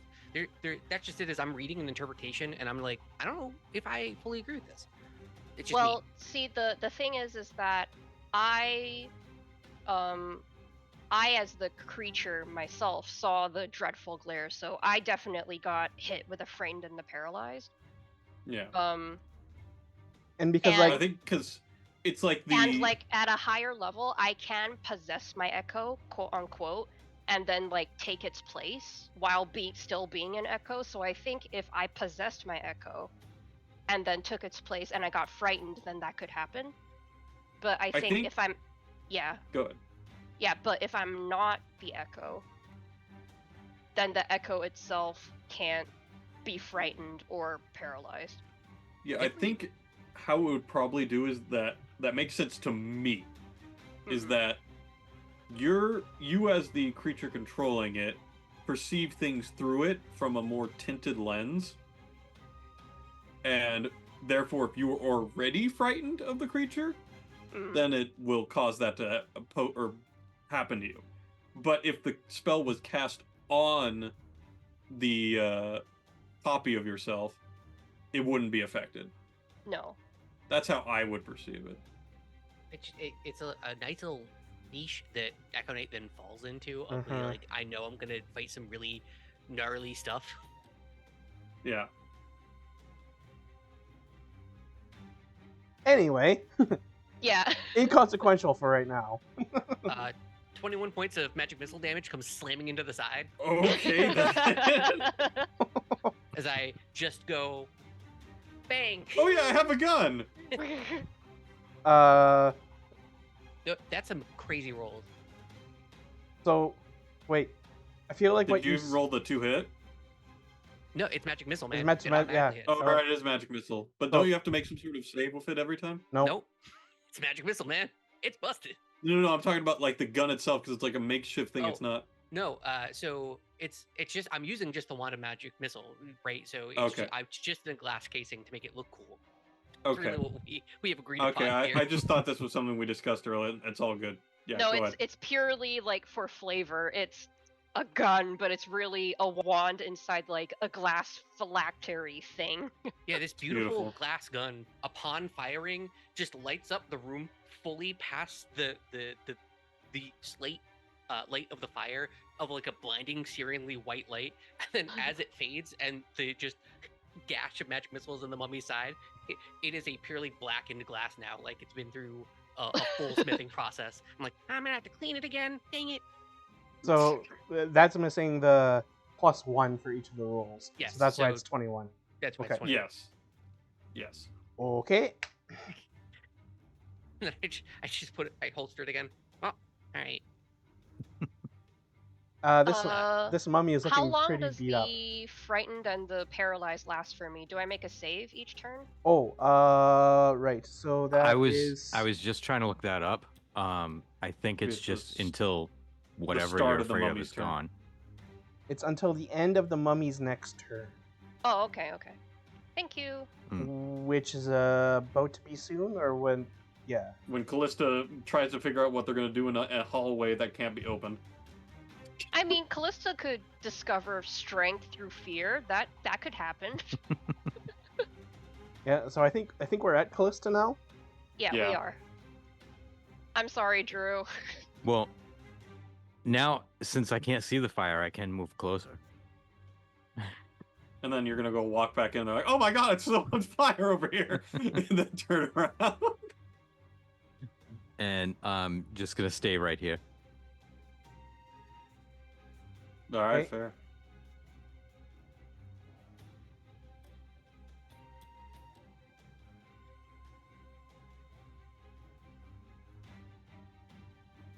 Right, mummy. What you got? Mummy. Is the fire gone, by the way, or is that next turn?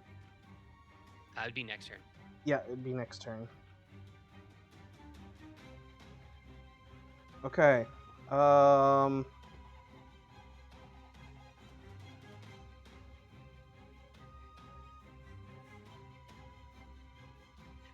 I just realized how boned this mummy actually is. Yeah. Because Sentinel or Grease Fire, so it's like, I don't know. Yeah, what do you want that's to do? why I put my echo there. I was like, oh man. All right. Well, I guess the mummy will try to rotting fist attack. What is this? Peach's Echo down in the corner. Why would you describe it that way? That's It's just a horrible. rotting fist there. What do you gotta? Why you gotta make it sound so weird? You know?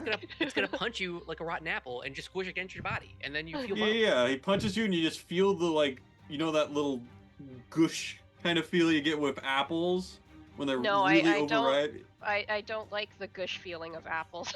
Oh, okay, well, you're gonna find out with your echo at least. A 19 to hit. Well, I have a 16 AC as this echo, so yeah, it definitely hits me. Okay. So that will be 9 bludgeoning damage plus 10 necrotic damage. I mean, that's fine because it just disappears. My Now echo it's free to disappears, move. not the yeah. Okay. And it's 4x4 square. I'm gonna But it's already put used its action. I'm gonna put my echo over here in non-existence land because I'm pretty sure I'm gonna Sure. pop it up again later. Yep. Basil, how Mhm. well are you hiding behind? I believe I get half cover. Okay. Is what it says. I don't know. Let me. How's that double work check. with wisdom saving throws? Yeah. Because it just Can says you be? I think it just if you can make eye contact, it will do it. I don't think it I'm looking down matters. at the belt, trying to put the gun in. So it does that does work? say one creature it can see within 60 feet. Oh, you don't even have to can look see at it. Yeah. Okay. Make a wisdom saving throw for me then, please. I'm staring at the gun. The world just kind of goes like full vertical. I'm like, what is happening? Yeah, it's the amnesia, the dark descent. Does a 5 do it? Oh my Oh god. no! Oh god. You're So- also gonna get the same treatment, buddy. Yeah, you are now also frightened of the mummy and paralyzed. I'm just like, the gun's not in the. Come on. You could have waited. Okay, It's the end of the mummy's turn, so I can make a wisdom save attempt. so I it's think your effect just ends. I think it just ends at the end of its turn. yeah, it just ends. So you are now Okay. no longer frightened and paralyzed, but Basil is. Okay. And at the end of this round is when the grease fire stops. Mm-hmm. All right, perfect. So that means this is like not even greased or anything. I can walk through with no problem, right? Yes. Well, Okay. as of right now, it still is. It's Wait, the- what? Isn't it? There's still this round. Oh, So yeah. so from Cruise to the Mummy, it's still there. There's still the grease fire. But once the Mummy goes, the next time, then it's done. Okay. Unless I've miscounted. Oh wait, he was still restrained. Oh yeah, he has the ensnaring strike thing to do. Shit. What So, was I- that laugh? Okay, so at least it didn't try to It- move. If so, it it was- just is taking damage. Yeah, it's taking 1d6 piercing damage. It has to make the save again afterwards to see if it gets out of it. So it takes the damage first. Yes. Okay, so roll that. It's Yeah. the laugh of knowing that DM position of like, I can make this monster do something. Wait. And then your player's like, hey, so that effect I put on it. And you're like, Yeah. dang it. Yeah, no. It had 5 yeah, hit it's points not left. 5 piercing. Woo! And it's magical because of its spellness. All right, congratulations, you defeated that mummy. Hey! I'm gonna pop my echo back as I was gonna say meat Peach, but I'm not gonna say that. I'm gonna say real Peach Oh my. helps reassure Basil, and Echo Peach is going to lift the door for Callista. So I make a check, I guess, for athletics. Man, does the dead really scare you guys that much? Jeez. 25. Grow some backbone, guys. Yep. So that will open the door. Mhm. So now also you have this other door by where Peach's Echo and Basil were. The space seemingly that from where the mummy came, and also you do have some amethysts you could potentially collect from the skeletons. Yeah, Callista, maybe you should go pick up those amethysts. That I told you guys not to look at. Hey, look. Is this real Peach or Echo Peach? This is Echo Peach. Okay. Then I will walk back here And just collect all the amethysts. and get the amethyst. Okay.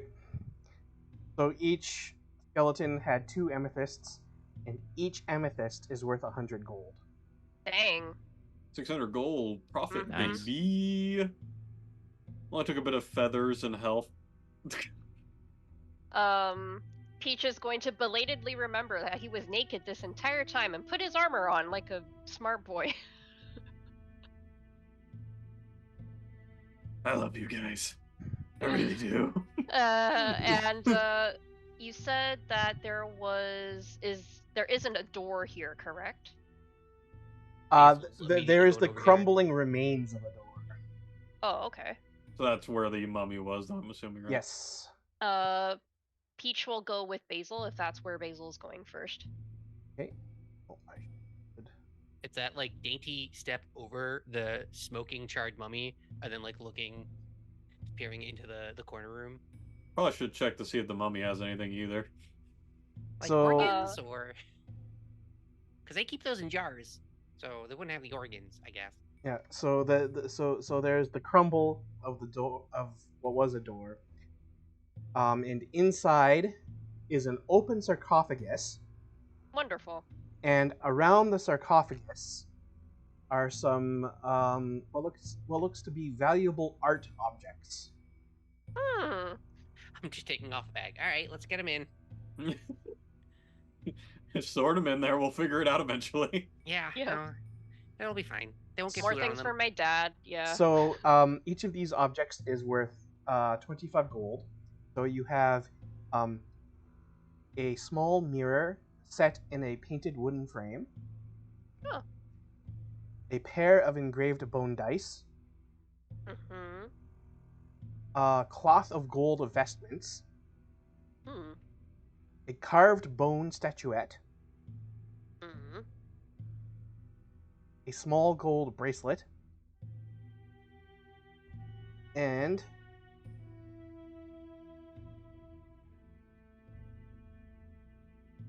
a black velvet mask stitched with silver thread. Are any of these looking magical, friend Basil? Anyone want to play rollies?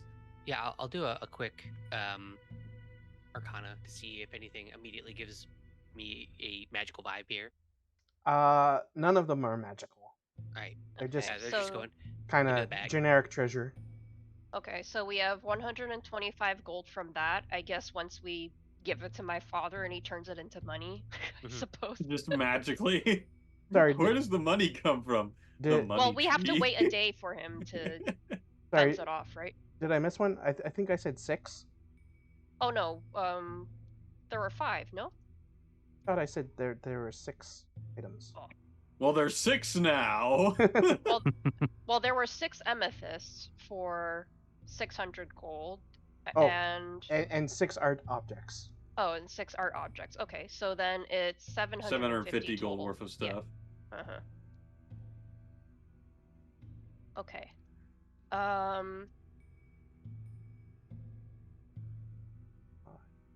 Echo Peach is going to continue holding the door for Callista, and Real Peach is going to athletics check this other door. I will walk back in here. 15 for the door. gonna- Oh,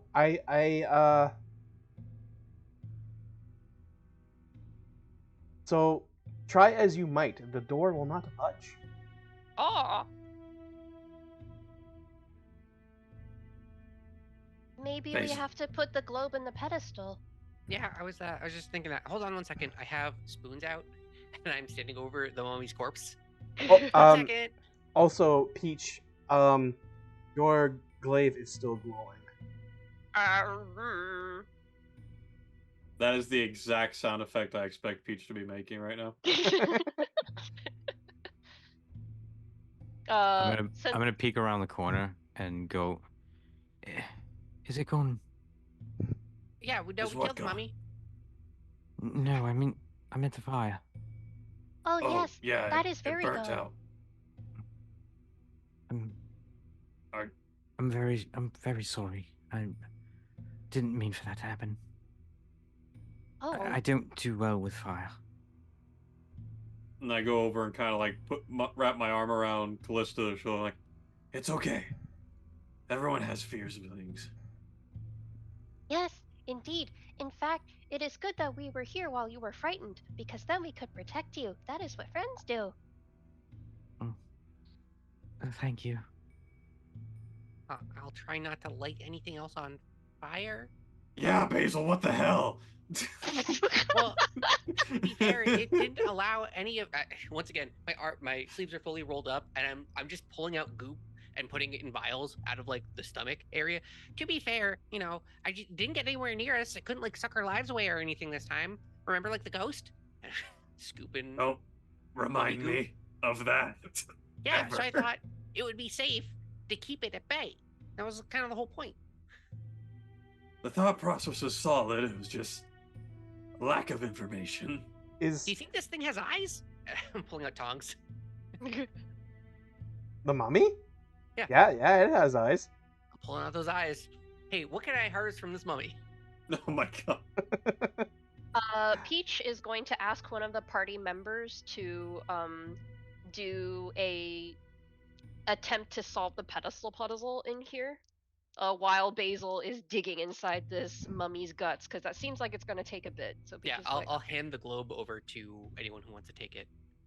Basil, we should kind of just let this body lay to rest at How this point. often do you think you see a mummy? Ever?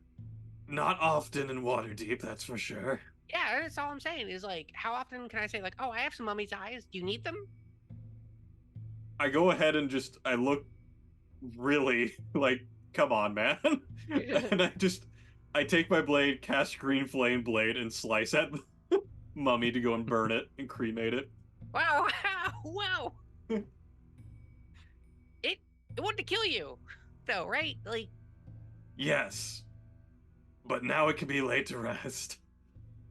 with that, we're already assuming it already was laid to rest and it didn't go well. Yes, now we've given it a proper send-off. I did already scoop a lot out of it. So Can you be I'm cool with it. satisfied with that then, please? Sure. I got the tongue and the 2 eyes. A little bit You of don't brain. need to give me the specifics. Okay. All right, let's go, Basil. You know when oh. when they mummify them, they like drain the entire body of blood and replace it with like Embalming fluid and yeah. stuff. That's why Right. I want to do. I guess Yoi knows this. Sorry. Yeah. I'll stop the ball. I from will this defer guy. to Yoi. So Anyway.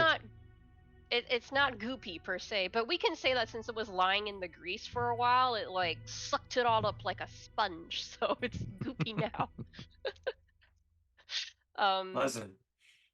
But yeah, I assume somebody, Basil or Cruz, like put the ball on one pedestal and then shift it to the other really Yeah, quickly. I'll slap Yep. it here and then I'll just run over and slap it here. And then I'm going to try the door. So you put the glowing globe on the one pedestal, Mhm. and then you move it over to the other pedestal. And the light remains on the first pedestal, and then both pedestals are lit. And then there is kind of like a green light around the frame of the stone door once both pedestals are lit. Okay, and I rolled a 16 for that door check. Yep, so the door will lift open. Mm-hmm. Roll for initiative. I knew it. Yeah. Just so I can keep track, what is everybody's hit points at? I'm still full. Are we talking like from a meta perspective, or are we talking like from a person that's, feeling like pain? No, I mean like mechanical. I'm at 2/3 roughly. So what out of what? I'm feeling kind of like a 20 out of 31. Are you kidding me? And what about you, Basil? Full. I'm a full Which is 27 out of 27. and Peach. Hey, Shadow. I'm full. No damage. So how I much? fucking called it. 44 out of 44. Oh shit. Yeah. Okay. I'm a beefy lad.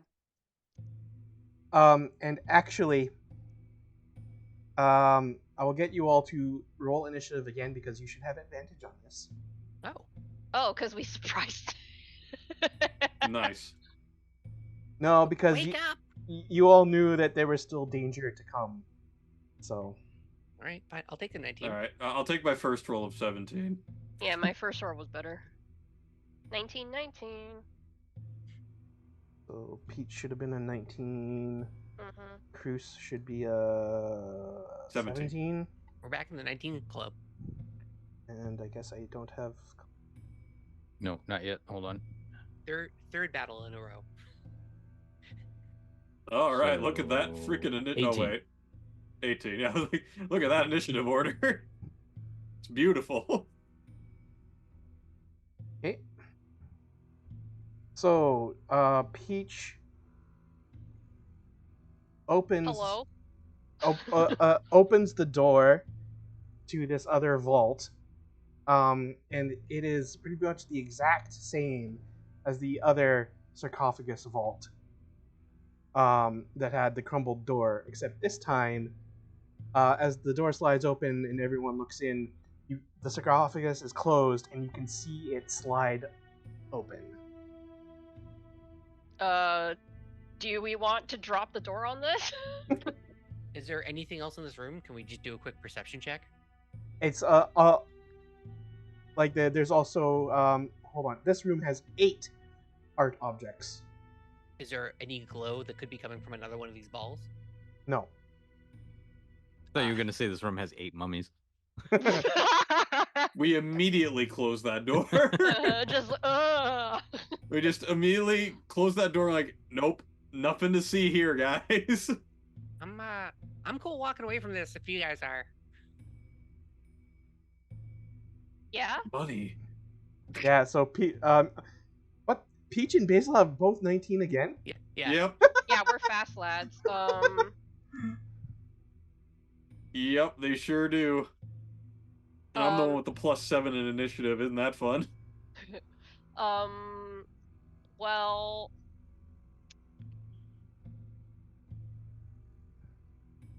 since I'm holding up the door, can my echo attack from this square, even if I'm technically in that space? Or no? Or I guess my first question is, when I am lifting this thing up, Yeah. and I'm open? guessing, yeah, does it stay open or do I feel it starting to like sag? No, like you will have to remain holding it open. Okay. It would close on its own, and Okay. there's like basically the sarcophagus is only like opening. It's not. Okay. The mummy isn't out yet. Peach is going to look at Basil and say, I would have to hold this door open, but I think if you ran in and grabbed everything you wanted, we could just leave. Alright, I'm cool with that. Okay, so Just literally rushes in, scoops it, and goes. yeah. I would let you be able to grab 2 things out of the 8.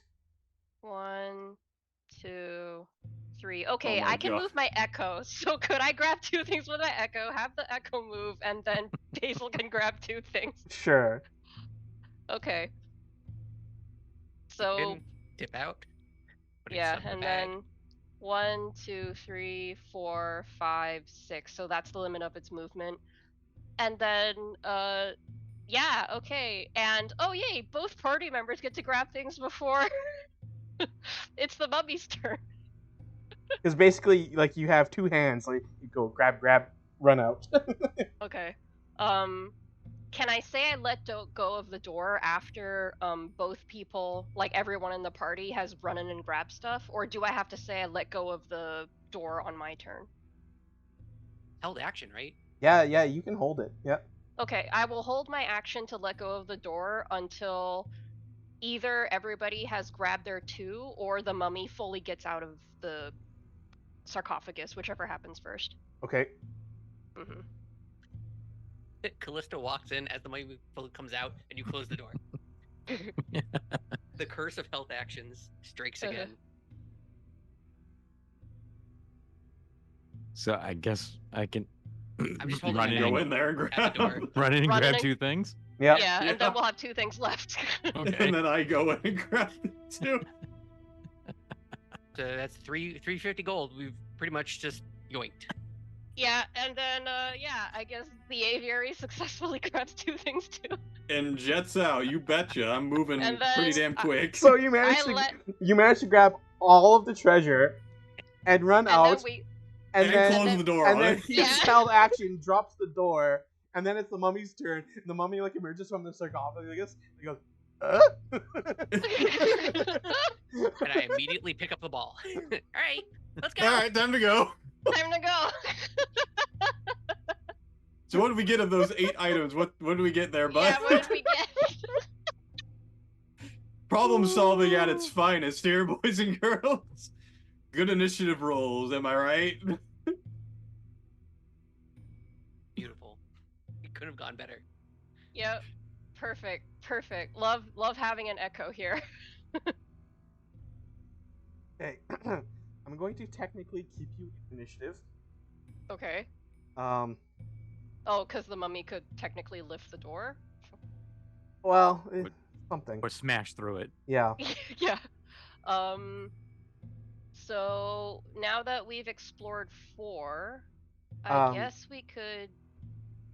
Yeah, so basically, so everyone managed to grab an item. Mhm. 2 items, in fact. Yep. Yeah. So, you have,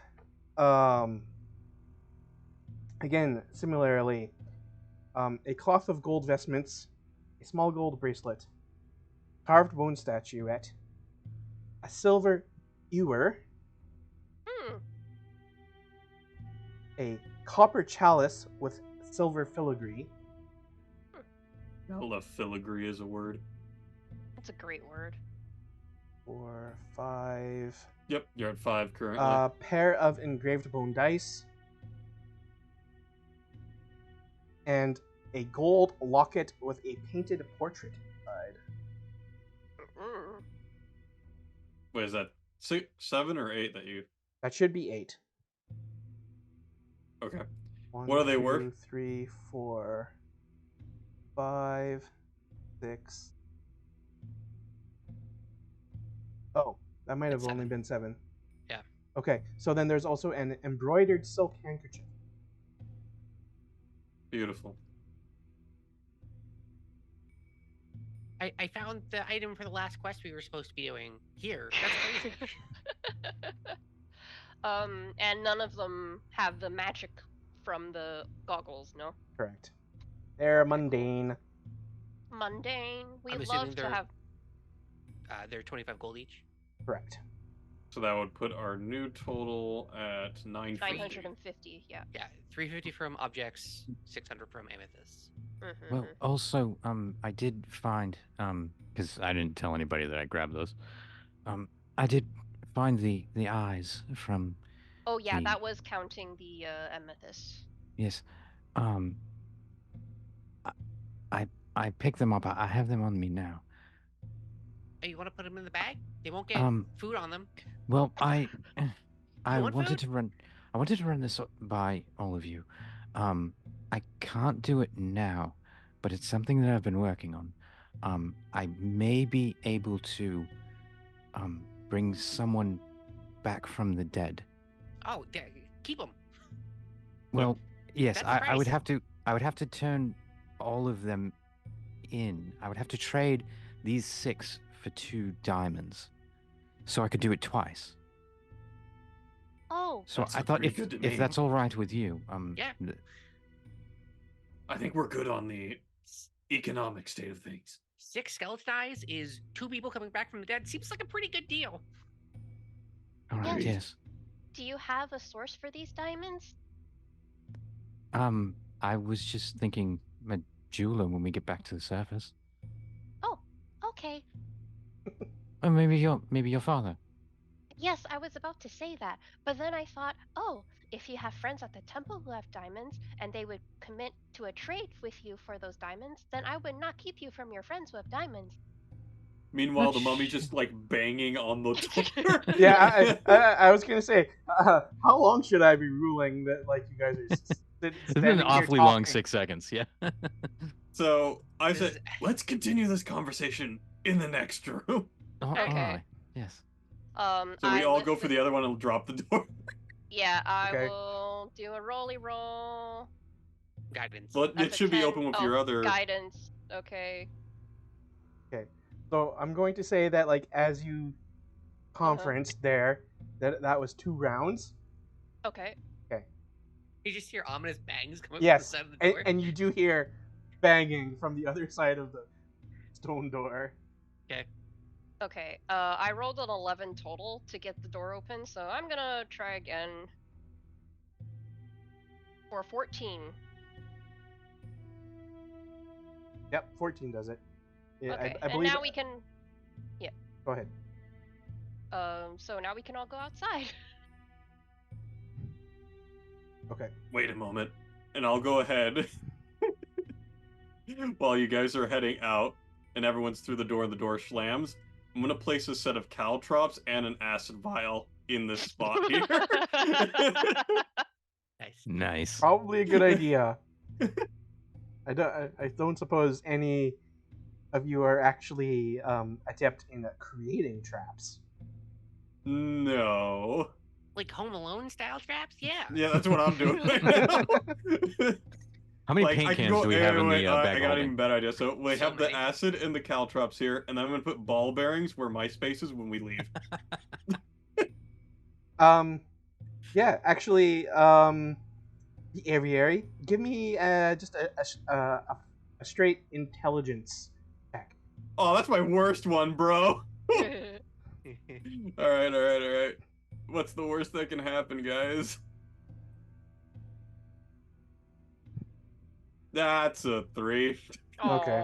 Aw. If you rolled well, I was gonna like let you have like come up with like some really like kind of like involved contraption of a trap that would do more damage than just the individual things, but it will just be the individual things. Yep. So that's exactly what I'm doing. I'm gonna have a layer of crow's feet here, acid, and then I'm gonna go ahead and place ball bearings where my place is currently when we leave. Okay. Mhm. And you can still hear in the distance, bang, bang, bang, bang, Yep. bang, bang, bang, bang, bang. And I'm just Did like, let's go. Should I sprinkle broken glass on the ground too? Do you think that does anything here? Just have a whole line of things. Or... There's so much broken glass on me.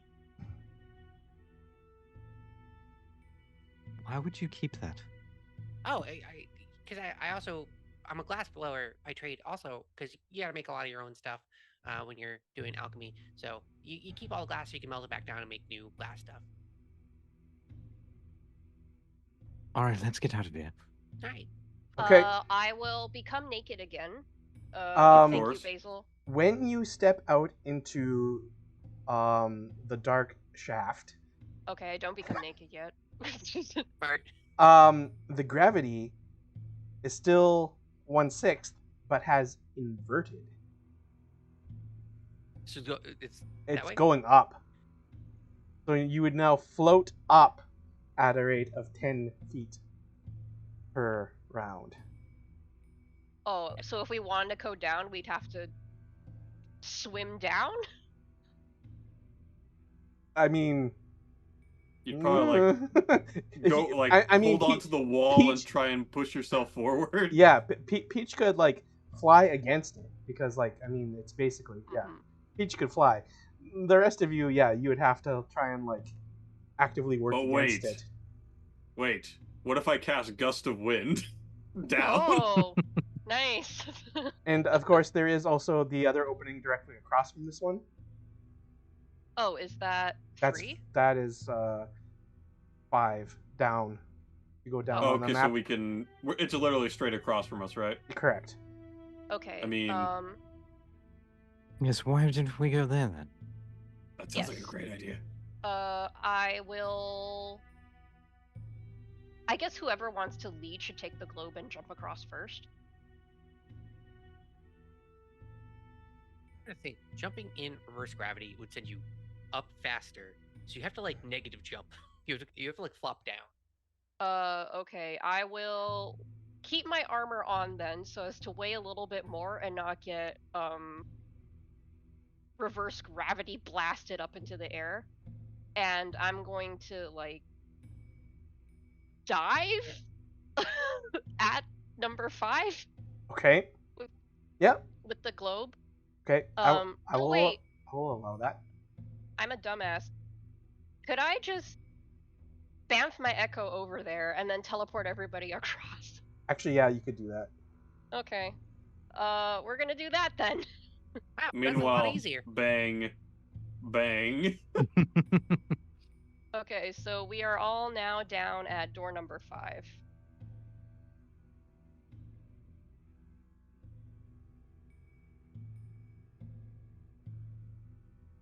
Okay.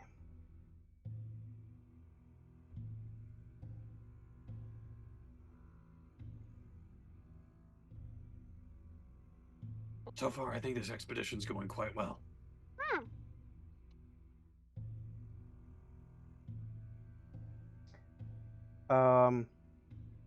So let me just make sure I have this.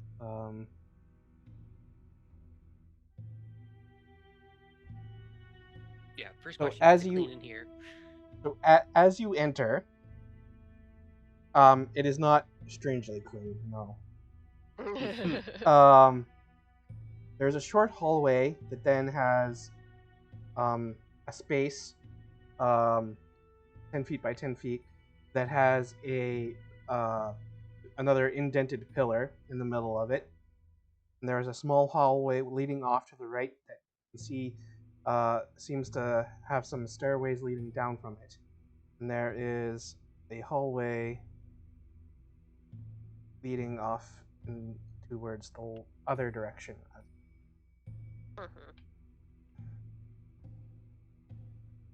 I am still holding the orb, so I'm going to send my echo ahead of me, and I'm going to walk, I guess, down the hallway. Echo 15 feet in front of me. Okay, so you walk down the hallway, Yeah. still holding onto the orb.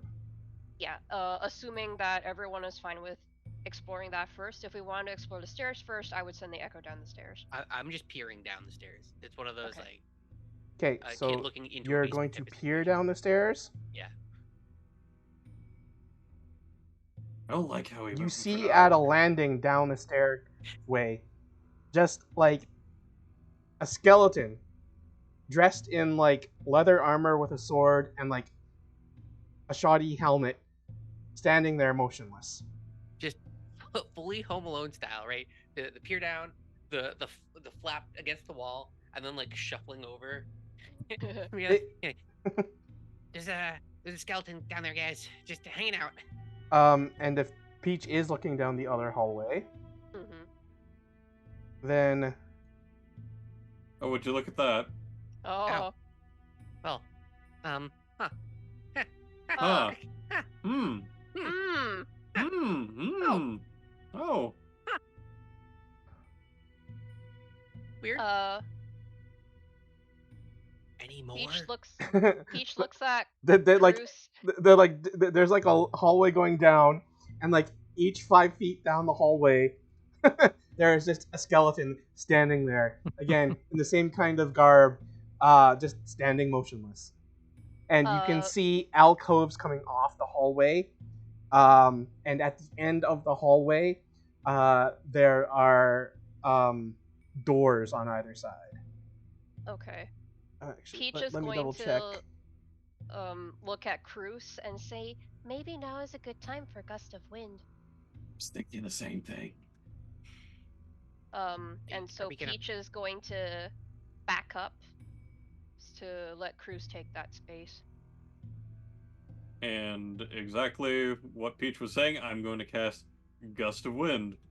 Or in this case, a Murderous Crows.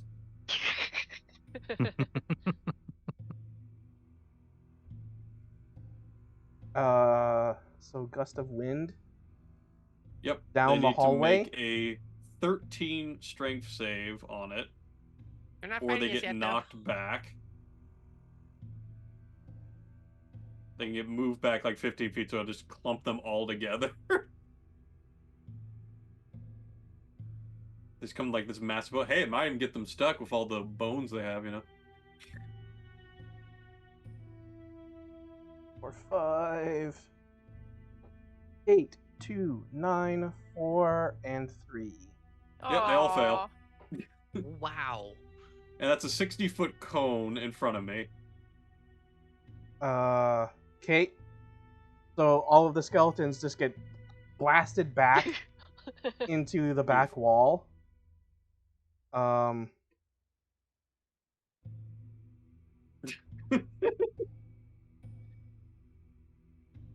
And I think that one would be like in this, yeah.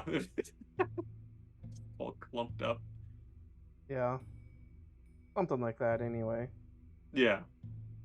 And if they try to move against it, it takes 2 feet of movement.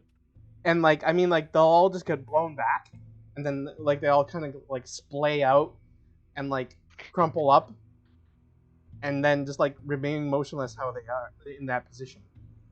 They're not doing anything. Hmm. We gotta get a little bit more of a reaction for that, but okay.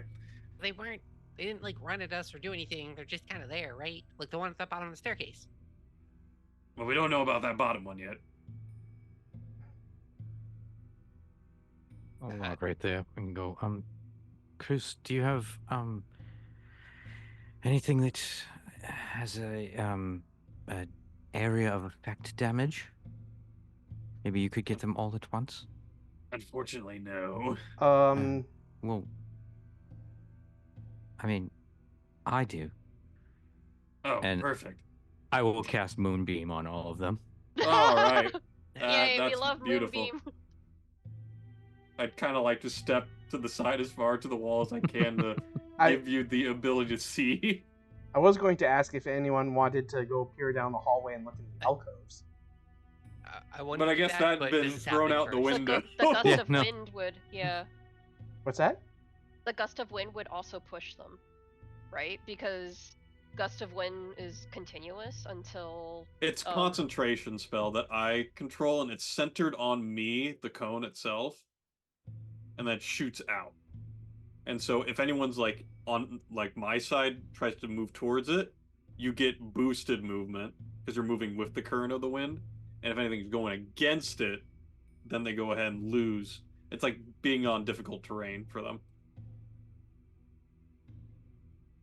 Yeah. Okay.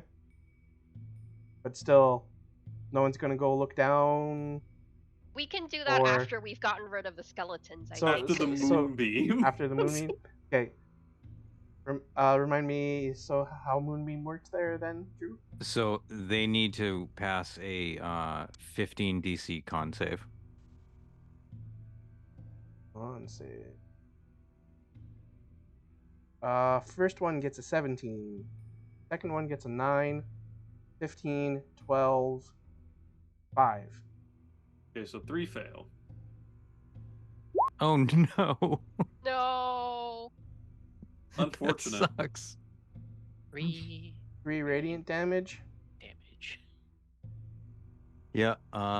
You're still shaken from the fire. It's okay.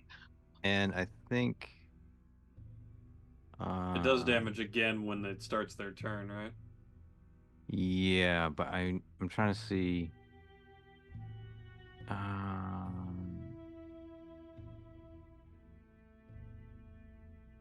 Okay, so it takes half on a failed save. Okay. So 1? 1. Yeah. Yep. Perfect for Toll the Okay. Dead. So It's radiant. first So- one saved. So It is that's- radiant, yeah.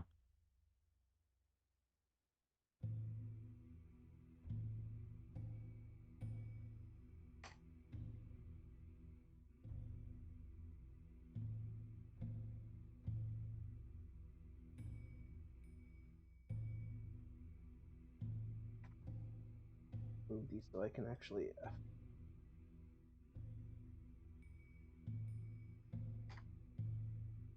And I can concentrate on that for a minute, and as long as they don't move out of it, I can just keep hitting them with it. It just stays. Okay.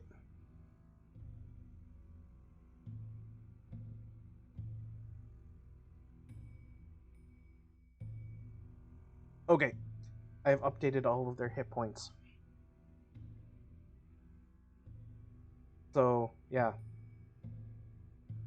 They've been blown back, and you've hit them with Moonbeam. And they're all, again, just kind of sitting there splayed and taking radiant damage. I'm peering down the staircase still to make sure that no one's coming up that way. Okay. Are you still just glancing around the corner, or have you moved to actually kind of? Oh no, fully I'm look just down? I'm doing the full like peer around the corner. This is the Home Alone episode.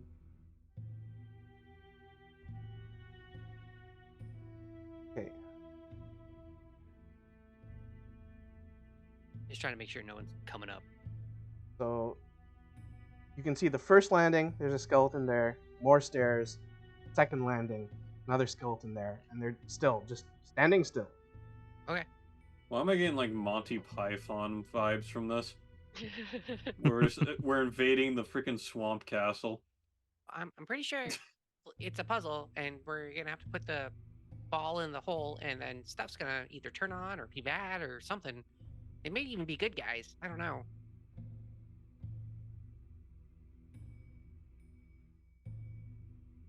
So should we keep doing what we're doing? I Okay. think Yeah. maybe that Has it- would be a good idea. I was just about to say, do you want to have it be triggered then another instance of moonbeam damage? I think that would be I was- appropriate now. Yeah, I was gonna say, has it been 6 seconds? Yeah. 13. 13 damage means how big is moonbeam? It's a 5-foot radius. So it'd be Yeah. 10 feet diameter, Yeah. which you can just center it here and it'd hit everything. Yeah. Up. I'm curious as to how.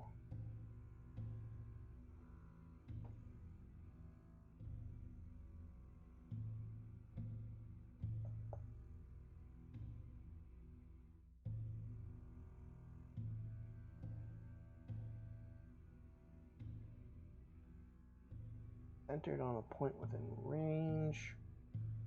5-foot radius.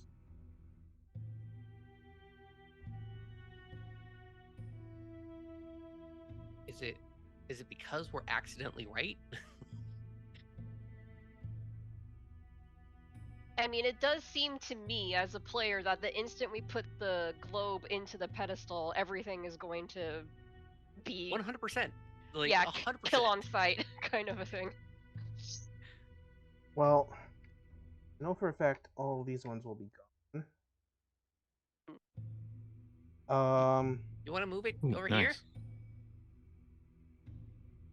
And 5-foot radius. So, going to rule. Okay. Do you want to sweep it up and down the hallway a few times? Yeah. Literally, I just start like sidestepping over and like going over to here, and then just more wind starts pouring down that way. Hold on. So, How much so, can I move it? yeah. So, like, all of the skeletons that you could see down that hallway that clustered up against the back, wall and whatever, burn up in holy fire. Mhm. And what about our skeleton friends in this area? Do they also get blown into this little corner here? So, yeah, if Cruz comes over here and uses gust of wind, are you able to use that more than once per day? Are you still No, that is a concentrating on it? once a day for me. But How long if is you the never concentration? switched it off, yeah. I never turned it off, and I have concentration up to a minute. Oh, okay. In which case, yes. Then you can blow that. The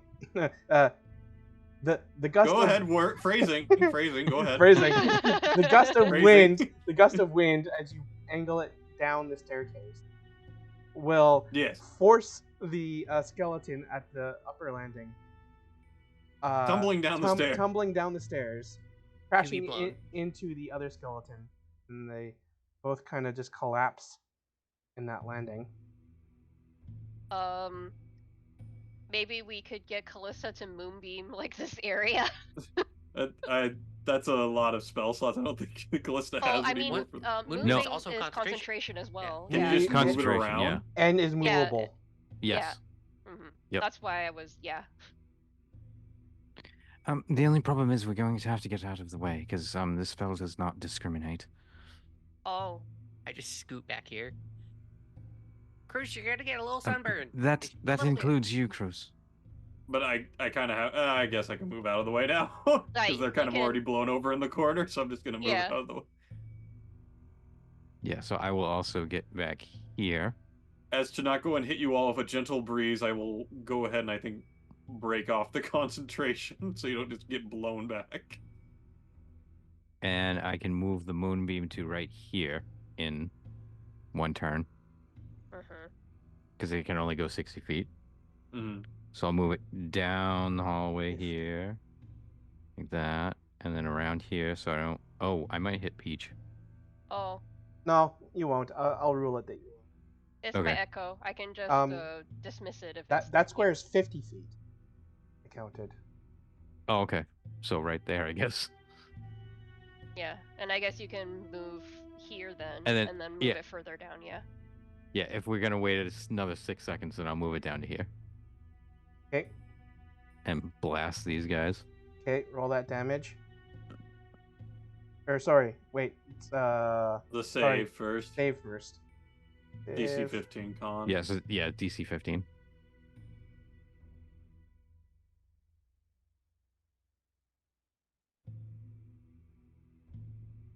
Yeah, roll that damage. Got it. There's a 3 and a 10.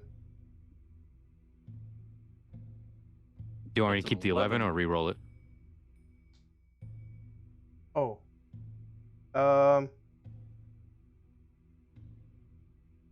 We'll keep. That's what I the- rolled before you did the Kong save. Like just now. Up to you. I'll let it be your choice. Yeah, we'll keep the 11. Okay. Because that's a pretty good roll, all things considered. Mm-hmm. Okay. Just let them roast there for a bit. I'll start checking out these alcoves, peering around. I will send my echo with you. Okay. Make sure And that I will everything's- stay right in the middle of both areas, so that way, if I need to go down one way or the other, I can do it very easily. So you can see those skeletons start to like their leather armor and their bones just start to like sizzle up in holy fire as they like go whoosh up into the air and start to like pieces like chunks of bone just kind of like go break off and fizzle up. Good. Vile creatures. So if you go and you peek down into the alcoves, Yep. Shit. Tiptoeing ever so gently. again, skeletons standing there, facing out towards the hallway, but just standing still. And then around this corner at the end would be my final destination here. So there is a door to the left, and just an empty alcove to the right. Okay. I am going to give that a lift with the echo. Okay. Da, da, da, da. Uh-oh. It says you disconnected. Yeah. Cause I hit a funky button, but I rolled a The 19. funky button. Yeah. A The 19? funky button just switches everything on your computer around. Yeah. Okay. A 19 opens the door, and there is a larger room with a skeleton in there, in the like scattered bone fragments of a previous skeleton in front of it. Oh. There's also the scattered bone fragments of a previous skeleton in that empty alcove. Mm-hmm. Well, it doesn't seem like we need to keep this door open, so Yeah, is there Um, anything in here besides just the skeleton? Oh, hold on. Actually, Heads on a swivel for a second ball. We simply must have one. We're looking to complete a whole sack tonight. Yes. There's again not another glowing globe, Mm-hmm. but yes, Um, Nothing of note, right? Yeah. You were able to open the door and put it back down. Okay. No, I'm not gonna close it yet. I'm Okay. gonna put my hand on the skeleton and kind of pick it up. Can I do that? Yep. Okay. Can I put all the skeletons in this room and then close the door? I will allow you to do that. Well, actually, I will allow you to fit 1, 2, 3. I think 4 Oh. is pretty feasible. I was going to say 6. All right. Oh, well, That's that is 6. So I'm Yeah. gonna Well, put all of them in that. Well, 6 in total, because Oh. there's So there is one that you would not be able to fit. That's fine. Um.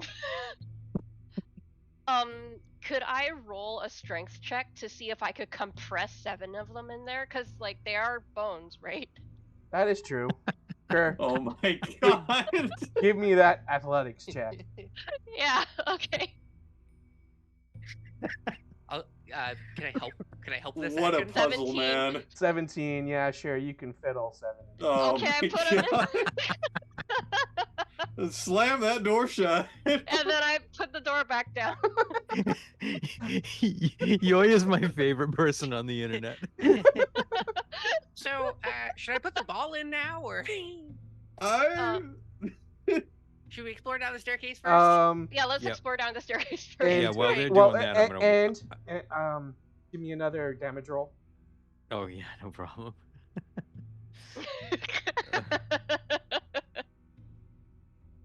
It's a good thing we just decided not to put that orb on, isn't it, guys? 9. Okay. I'm gonna send my echo 15 feet ahead of us, and I will join you on the stairs. Yeah, that sounds about right. Well, this is where the moonbeam currently is, so I don't think you want your echo Oh, directly okay. inside of it yet. Oh. You can, I guess. you guys can all back up, scoot the moonbeam in there, and then check at the bottom. Yeah. Let's do that. Or I An guess we could. absolutely brutal use Yeah, of we. moonbeam. Do you have to have line of sight, continuous line of sight on the moonbeam, Drew? I think so. I think it has to move somewhere you can see, and Yeah. then you can leave it there. Yeah. Okay, in that case, I will have my echo here holding the door open while you move the moonbeam in there, I guess.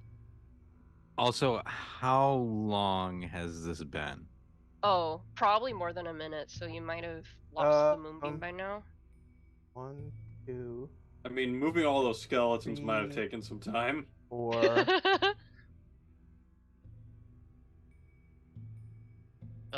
Did 2 actions, right?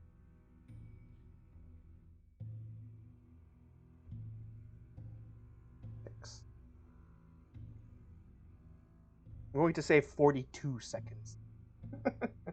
Yeah, you got it. 42 seconds. Okay. You got 12 You left. still got 3 rounds.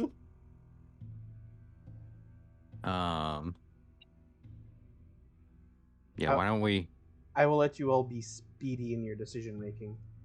Well, it I'll seems just back like up so that way you guys can get room.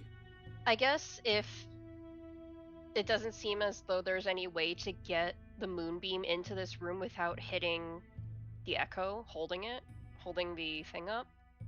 So maybe we can just leave this room closed. And yeah. But we Yeah. can keep it in mind for stuffing more skeletons in there. So Oh my gosh. Yeah, I'll Yeah, walk down so- here a little bit and try to see what is down in this area. So those again are doors that require strength checks. okay. Is there any conceivable place to move the moonbeam? I guess just in here with these two. Yeah, but then if the echo is holding up the door, then the moonbeam's gonna hit. Well, no, I'm saying you two back up, and then you put the moonbeam in here, But the door and has then to be you go open for that down to because work. you can have it centered right here, and you can just walk right by it. Unless Callista lifts open the door and puts them. Oh no, it would still work. I guess we But- just have to wait for the moonbeam to disappear. Yeah, whoever is opening the door will get hit. 100%. Yeah, Yeah. we'll get hit. Yeah. Okay, so I'm gonna open these doors then. Doot. Let's go. Yeah, I'll drop moonbeam Mhm. because there's no way that we can do it without getting hit. I'll just reveal Okay. all of this for you. Yeah. Aw. Since I'm pretty sure that I know what your course of actions will be. So, yes, behind each door is another skeleton, and again, in front of it is the remnants of what looks to be a burned away skeleton. So, the Oh, moonbeam was hitting ones that did not see. Okay. Well, it seems like Peach is gonna come back up and report the emptiness to everybody and say, well, I think we don't really need to put the globe in the pedestal. Do you think it just opens the doors? Should we even try? Like, I think what it does is it wakes up the skeletons. okay. Entirely possible. Seems like a super confusing way to store your skeletons. Like, why not just keep them in one big room instead of like a staircase and like a few little alcoves and behind heavy wooden or heavy stone doors? Like, what are they doing? There's reverse Well- gravity in here, Basil. You think anything makes sense here? Yeah, a little bit. Sometimes. No, not Maybe really. the gravity has reversed again now that we have handled this place. I'm going to go check. So Peach is gonna dart over here and stick his hand out into the tunnel Mm-hmm. and try and feel which way gravity is going. Yes, Like, it does is. his arm get pulled up or pulled down? It is still going up. Okay. Should I maybe putting it in here will reverse it again or change something else somewhere else? Oh, I think yes. that yes, I think if you put the ball in there, it will reverse the gravity. But I'm not sure if that will also open the doors and make the skeletons come to life. What if Well- we do it just real quick? Yes, and we must then just remember that leave. when we put the globe in the pedestal earlier, I still had to lift the door. All right. So maybe Okay. it will just reverse the gravity, and all of these skeletons are trapped in rooms. So So if Did he we has- already assume that we placed the other two skeletons that are over in this alcove into the ear? Oh, they're already behind the door. But Yeah. yeah, they were already there. Mm-hmm. Well, is this a door or is it an alcove? That's That's a door. that's Yeah. supposed to be a door. Oh, okay. All right. So I'm gonna put the ball in real quick. Yes. Yeah, and see Right. if it reverses gravity. yes, Here we go. I'll put the ball in. I'll keep my arm out into the tunnel. Okay, Does it feel reversed? so Basil sets the glowing globe into the indentation on the pedestal. And then do you leave it there or do you take it away? Well, we didn't see another place for it, right? No. I leave it there for the moment I hear something bad. It's leaving Okay. the Well, hole. okay. So you place the glowing globe in the indentation, and then you can hear the creak of stone doors Yep. start to open, and also the clanking of bones and metal as the skeletons start to animate, and the doors continue to open, and then the skeletons continue to unjumble themselves, and then we'll start walking very slowly at what would be about a pace of 1 square per turn, if that would be relevant, down the hallway. We're leaving. Okay, The moment the doors start moving, the ball's up. I'm jumping out. We're gone. Did the Okay. gravity switch? And then once the light on the pedestal disappears after 12 seconds, then the gravity switches. The 2 rounds. yeah. So Peach says, "Oh, it is going down now," and so I think will. it's time to go. Yeah, I will take the globe from Basil and I will basically guide the way. Oh, I guess we don't know if there are any further ways down, so I'm going to get We just naked gotta and jump. fly. Yeah. We just gotta jump. Yeah, get naked and fly. So I'm going to fly and try and find another threshold for us to land in. Okay. So I'm actively flying as fast as I can, like circling the tunnel, so that as the others are jumping and falling down, they can see something, hopefully. downwards or upwards? Downwards. Downwards. Okay.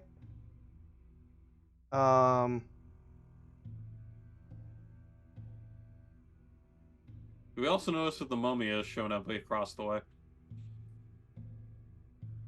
The mommy's just shaking a fist at us as we jump out. You don't notice anything just like kind of like from across the way.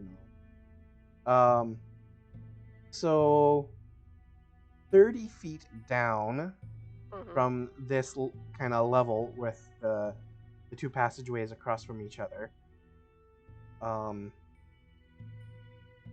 you will find another threshold ledge. This one, I'm assuming? Yes. Okay. That is where I go with my echo. Peach, are we dropping down? We're Yeah. already out. Oh, Yeah. Well, I'd probably be waiting at the end just to make sure that everyone got through. Yes, I'm going to land on the ledge and call for my friends to join me.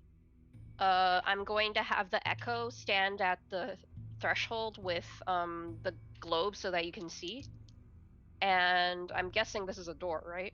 Yep, that is a door. I Come on, will Callisto, strength let's go. check it. Okay. This... It's a 21 for that door.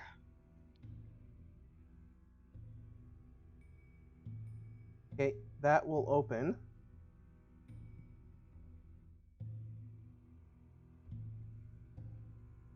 Okay. In that last room, we really could have just gotten every single skeleton, put them all in a pile, and moonbeamed them, and then that just would have been it. Yep, pretty much. That's wild. That's absolutely wild. Yeah. I have the door open for everybody, and everybody can file in as, yeah. Okay. As everybody starts to file in, you can, like, hear, like, the soft kind of, like, clanking and rustling of skeletons going shoop, shoop, that's, like, falling down the shaft. Huh.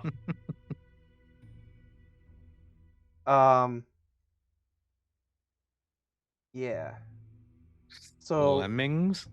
Is it like Ave Maria and they're falling very slowly and it's just like they keep bouncing off of walls and breaking arms? So as you go through the door and you enter the new area, 2 stone pedestals are illuminated on either side of a staircase that descends in a small room where what appears to be a halfling is working at a bench strewn with books, parchments, and odd baubles of glass and metal. Hello, sir?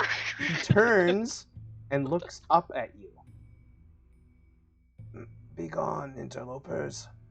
I have no quarrel with you, unless you desire one. I wish I had my gun still. I literally go and look at everyone like, I think this is the guy.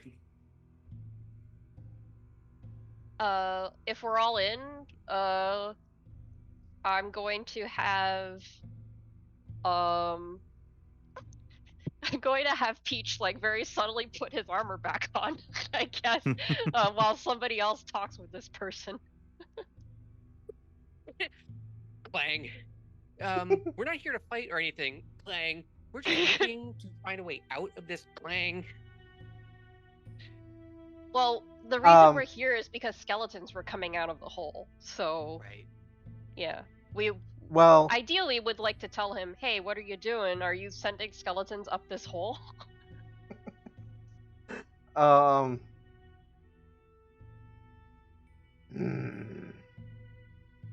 plans seem to have been discovered. You shall not disrupt the designs. As he's monologuing, I throw a dart at him.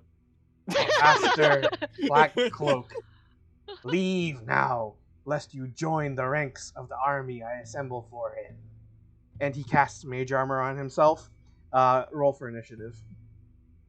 Although, I'm looking at the time. do you wish to continue or end here for the night? I think we can do one boss battle, but that is completely up to you guys. Yeah, how tired is everyone feeling? I'm up for another I fight. can do one more battle. I- Sure. Personally, I'm up for going however long you guys wish to go. Drew, how do you feel? No, I want to fight this guy. Okay. Okay. Alright, we okay. kill him. We Let's fuck him do up. it. Excellent. Yeah, let's go. 20. 19. And I didn't make it onto the 19 train this time. My bad. That's okay. Oh, my bad. I didn't click on my icon, so we're gonna have to roll that in manually. Tisk tisk.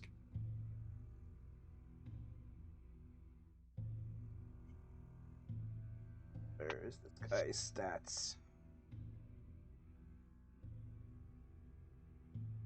But this looks very much like a person who is alive. Yeah. It looks that way. Well, I mean, yeah. like, if I make them full of poison, they won't like it. Well, He cannot say with any certainty. Yeah, are, alright. are you looking with your normal eyes? Yeah, that's fair. Can I say that as he was monologuing, I cast Vigilant Blessing on myself?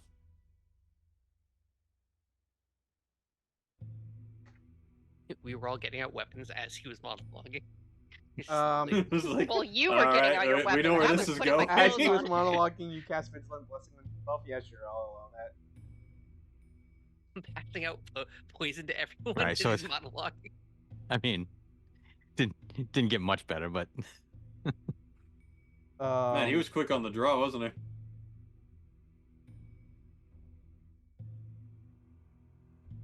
Yep. That 19. Is it bigger in here? What's Yeah, it going is on? bigger in here. It's much bigger. Well, those squares are still only supposed to be 5 feet. So. Yeah, I yeah. figured as much. Oh, okay. Oh wait, hold on. Yes, sorry, I forgot to update map on the stream. Thank you, Crit Twitch. Roll it down there.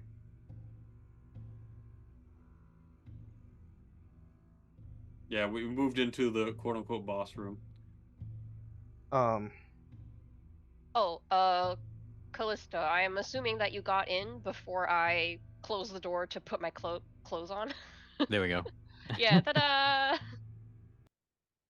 Are there balls in these guys? No, they have indentations for globes, but they're just glowing as if a globe had been set in them. Oh. Ooh. I don't know what that means. Mysterious. Okay, so,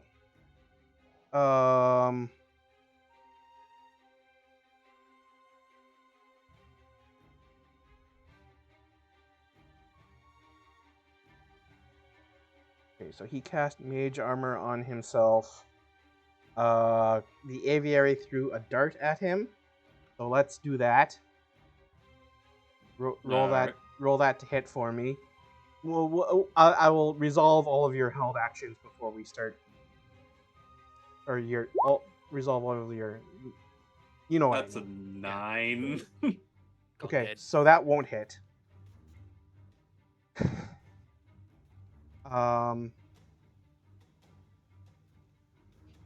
Start. Did anybody else have? What was Basil doing something? I saw that the aviary was going to throw something, and I was like, yeah, sure, here we go. Oh, okay. I cast a thing. Okay. Through And the, Peach was putting crossbow. on the armor. Yeah. Okay. And Callista Hey. wasn't like Just a vigilant blessing. just the, Yeah, right. yeah, right. I Vigilant just blessing. walked in. Okay. Okay. Okay. Good. Okay. So now we will start with a halfling. So let me see here.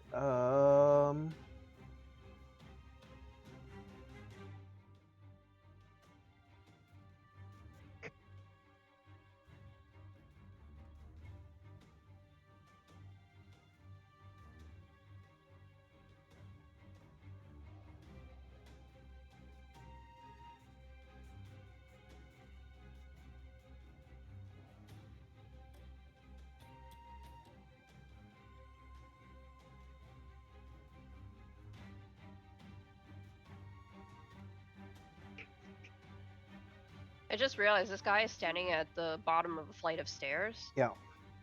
Basil, you and your grease could do something really funny right now. Really is the Home Alone we were wishing for this whole time. I don't know if he's ever gonna climb those stairs though. That's the real Sorry, problem. there is a lot of information I have to make sure I'm. Sounds like he's a caster. Mhm. Okay, so he is going.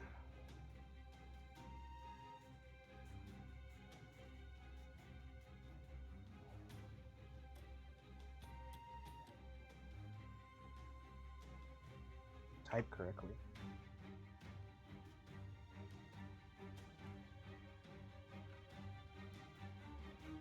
So he starts chanting and waving his hands while holding a spider. No, not web. And then he like leans over onto like all fours and then skitters across the floor and up the wall. He does. Yeah. Okay, Oh, now great. Grease Love will come in that. handy. So where is he now? So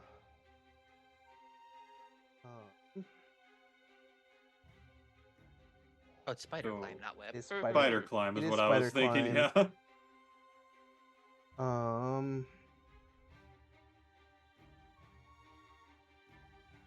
Horrifying image that when you cast spider climb, you have to do the spider motion or it doesn't so work. it's walking speed.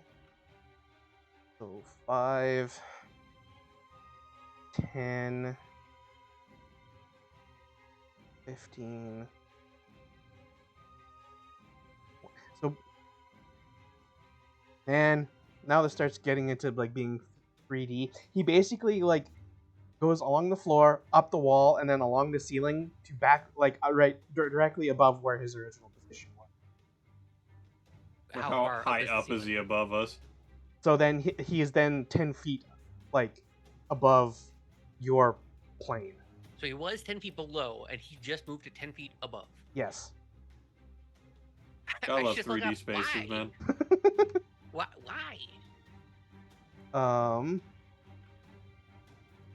What does this accomplish?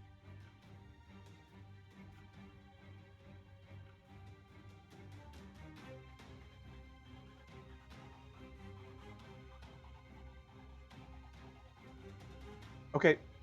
Now, where exactly would he be if he were to drop straight down? Where his token is. Okay.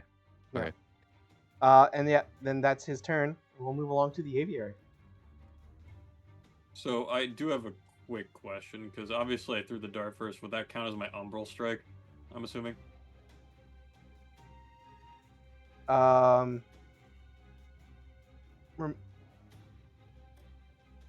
Oh, that because that procs on like your first attack. First attack, yeah.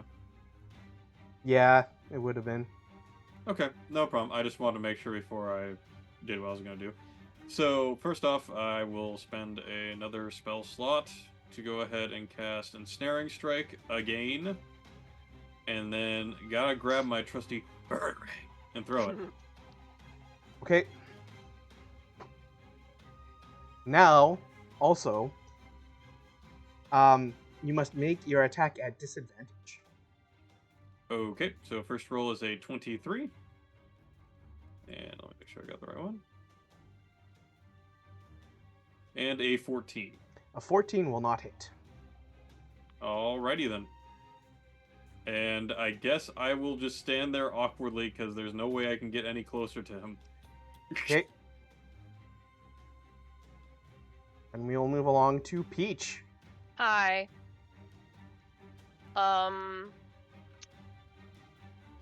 You said he's up there, right? Yeah.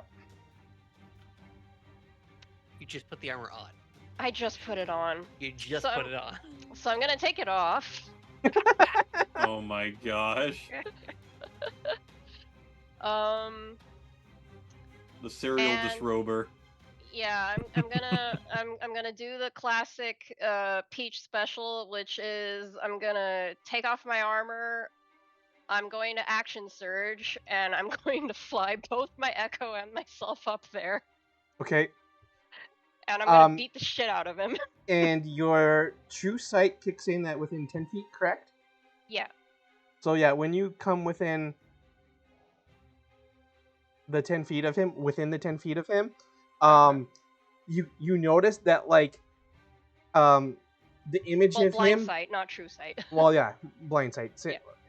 Okay, blind sight. So you notice that the image of him kind of like shifts and then seems to like lock into place where he actually. Oh. So you will be able to attack at Normal. and not at disadvantage. Okay. I am going to greatsword this fellow. Since it's just me, him, and my best friend. So 1d. Oh heck. I have to type this again because a whole bunch of weird stuff came up. Roll 1d20. A 2. That's not good. But I get to roll again if I take an additional attack from my Echo's position. So up 17. That will hit. Okay, and then 1d. Wait, no, it's not 1. It's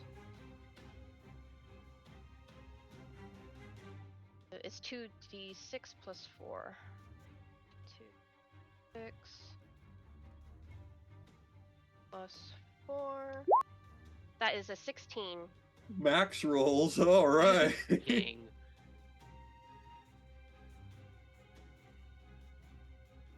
So 16 damage. Uh-huh.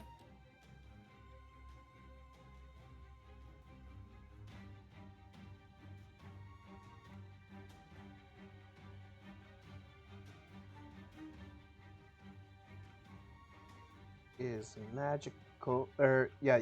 Wait, sorry. Greatsword or glaive? Great sword, so it's non-magical. Non-magical. Okay. You will notice that your attack seems to not do as much damage as you think it should.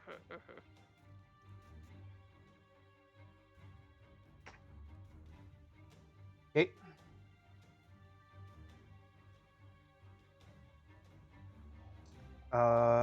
Is that it That's for your me. turn then? Okay. Mhm. All right, Callista, you are up. I am going to reach into my bag. I'm going to pull out an iron rod, Mhm. and I'm going to drop it on the floor. And you know how when like a piece of metal hits the floor, it makes that like really tinny like bang sound? Yep. Tang to tang tang. Yeah, it does that. Only instead of like just reverberating a little bit, it reverberates more and louder and louder and louder and louder. And he has to roll a Wisdom 15 DC saving throw. Okay.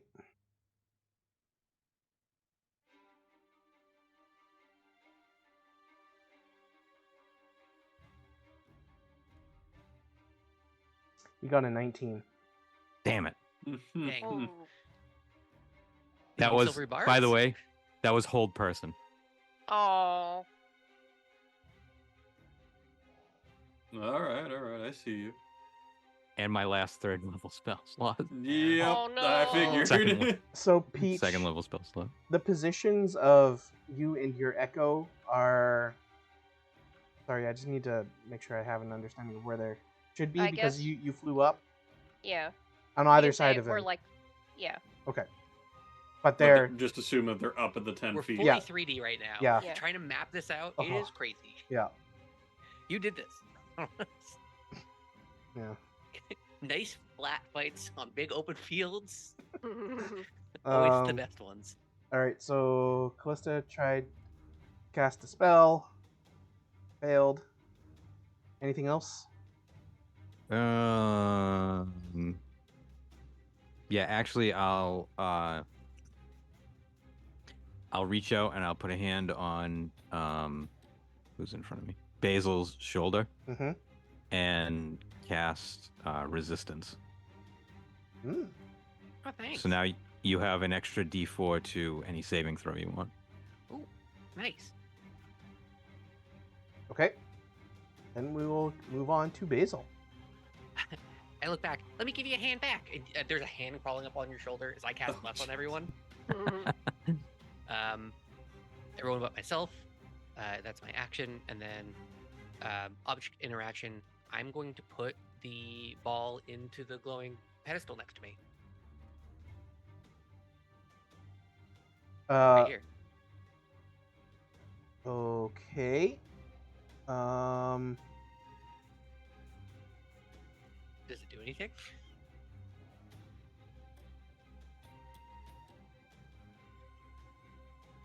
All of a sudden, he comes crashing down because it's now 100 times Earth's gravity.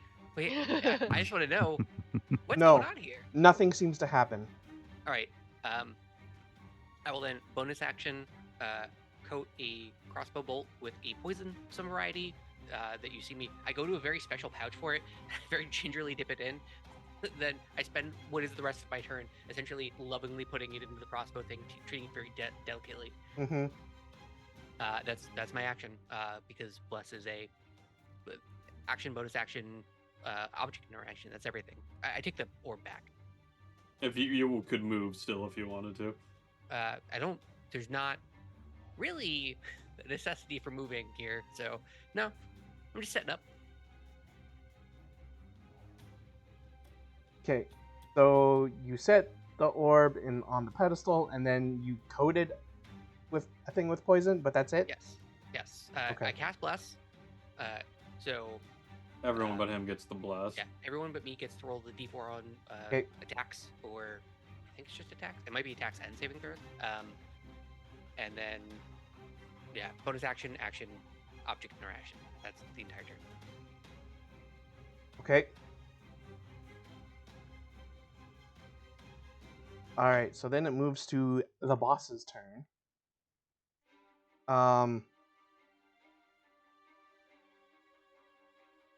So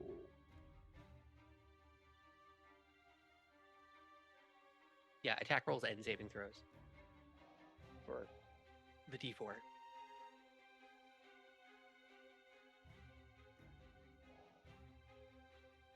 Yes, sir.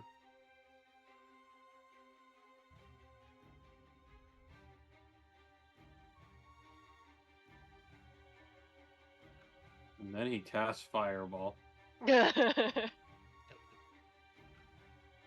We all have the d4 to saving throw at least, so it could be good. It could be Would okay. definitely help.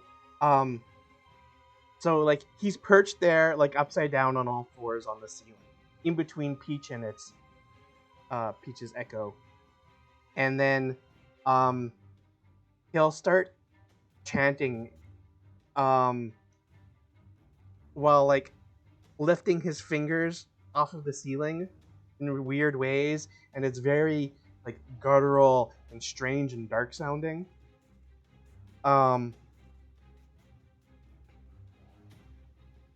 And then emanating out from his hands and feet are lines erupting into more tentacle black shapes.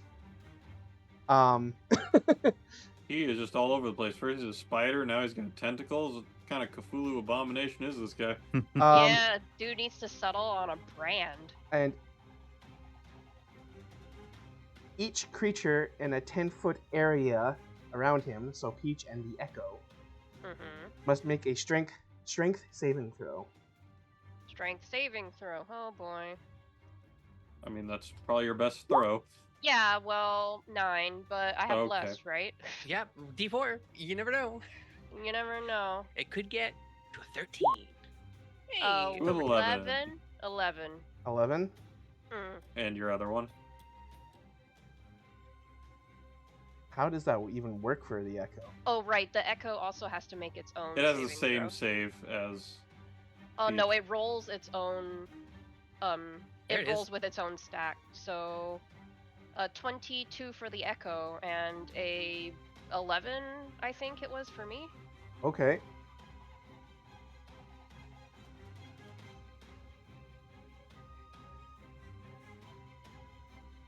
I'm just gonna double check that for everybody. Echo, echo, echo, echo. Yeah, if it has to make a saving throw, it uses your saving throw bonus. So Okay. that sounds like it makes its own roll. Mm-hmm.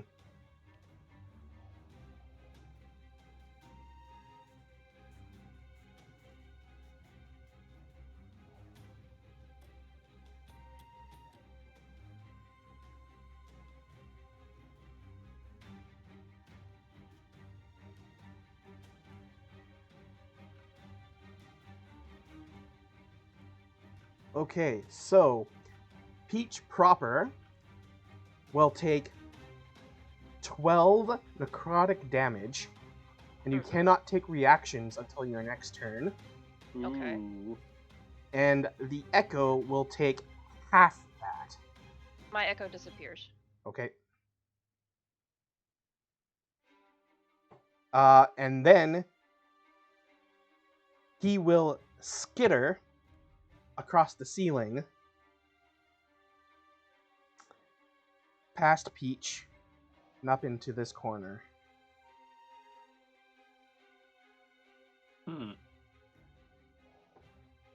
Okay. The aviary. Well, just gotta keep with the same plan as usual. Go Birdarang. Okay, you must make it at disadvantage. Yes, sir, and that's alright. Well, we already know we're failing. Yeah, so 10 is the roll. Okay. Yep, that You is. remember the D4. It does exist, but I don't think it'll make it anyways. So you Yeah, I got a 14 last, so it doesn't matter. So you throw the birdarang, and it looks as if it should like hit him right in the face, but it seems to go through him and hit the stone of the ceiling behind instead. Interesting. And then I guess I will move over to, under him? We all see that happen, right? Yes. Okay.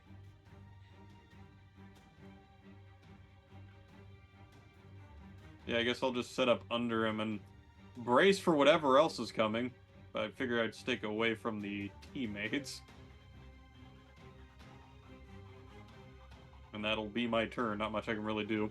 Oh, shit. Hold on.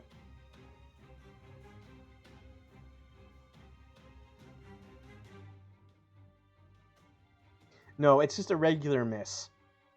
You do not see that happen. And it, because actually, it should not have been at disadvantage. Sorry. This is...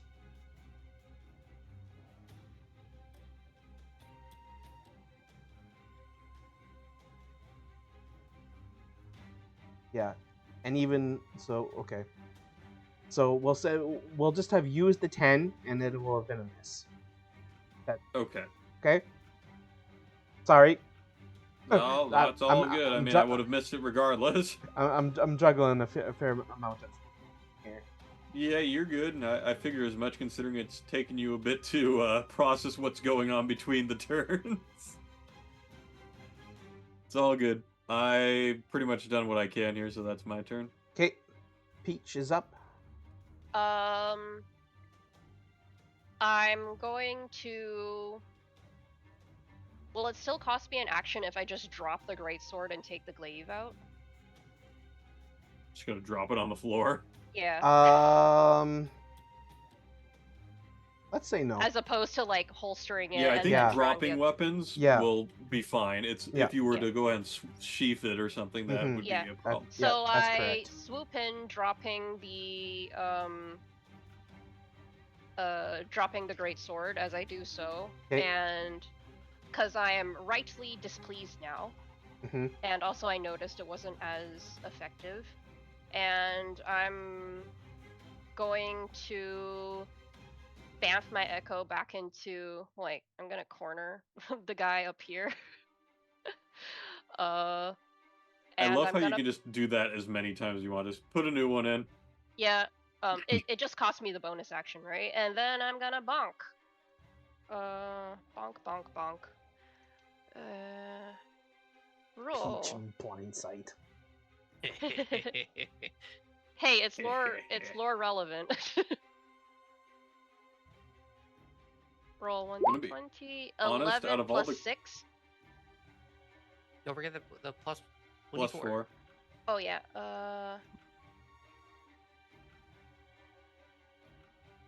So that is plus 9 in total. So 20. Yeah, Unnatural. yeah. Dirty 20, as they say. Okay, that would hit. Okay, and so then 1d10 plus 4. Oh, I can just roll it straight from here. That's interesting. So 7 plus 4, 11 in total. And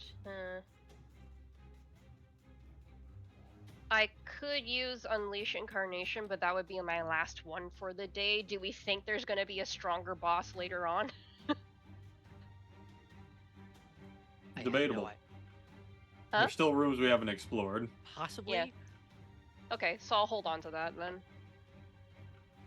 So how much damage was that? That was Your rolls are 7 plus 4, so 11. Oh, okay. Yeah, all flat rolls. You're just rolling from like the dice tray, right? Mm-hmm. Yeah. Okay. Faster than typing, I just realized. Yep, that's that happened to My me bad, too. my bad. All right, so that was Peach's turn. Mm-hmm. Okay. We will then move along to Callista.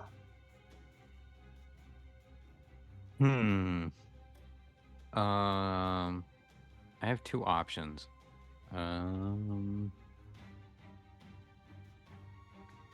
So if I was to he's spider climbed, right? Yes. Okay. So he can't like fall off the ceiling, right? I mean, if you... Well, it depends. My question is, if I cast command and make him fall prone, would he fall off the ceiling?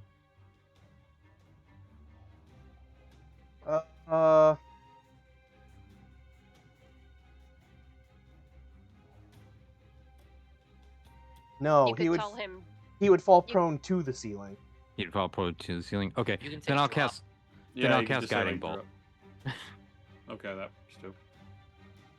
Guiding bolt. No.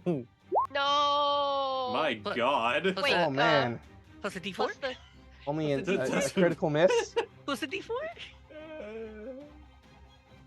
What's a critical miss? This is rough, I mean, buddy. Plus yeah, a it's a- d4. This has Seeing been a that fire- rough night for our boy. Yeah, seeing the fire really rough Callista up. It's okay, it's okay. Woof.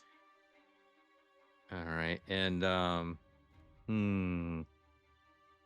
I guess missing that, I will. Oh, is this Echo Peach or Real Peach? That's Echo That's Peach. Echo. And And the I'm arms are technically ceiling. above you because, yeah. You're like Oh, 10 okay. feet above you. Oh shit! All right. Yeah, sorry, I was reading my spells. It's okay, it's okay.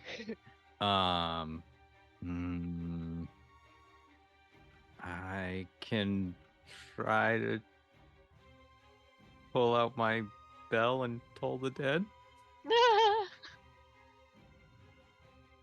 Is that a bonus action? Oh, is it? Oh, it's a full action. Fuck. I Oh. can't do that. All right. Missing guiding bolt really does just feel like your entire life has been stolen from you. Yeah, I get it. Yeah, I guess that's it. I'll stay right there. Oh. Yeah, we don't seem to have these ranged battles down pat yet.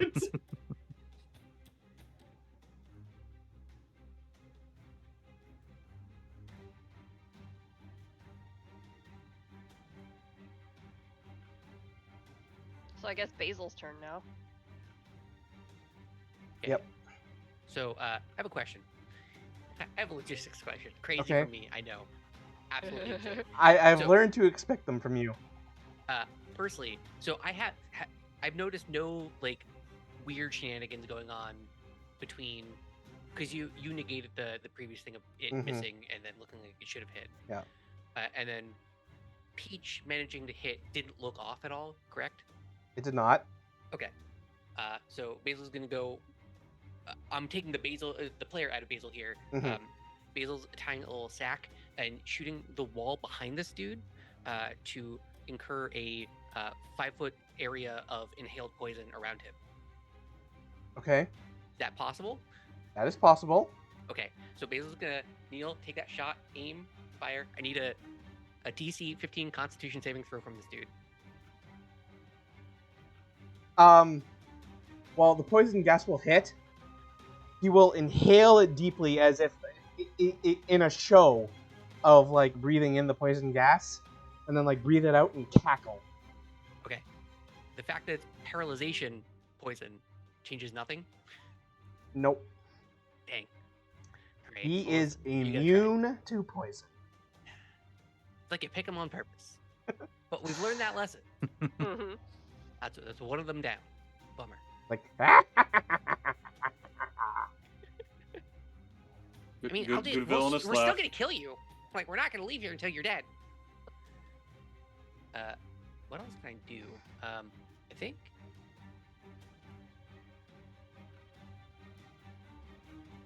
my plans must go forward. I must serve the will of Alistair Blackcloak.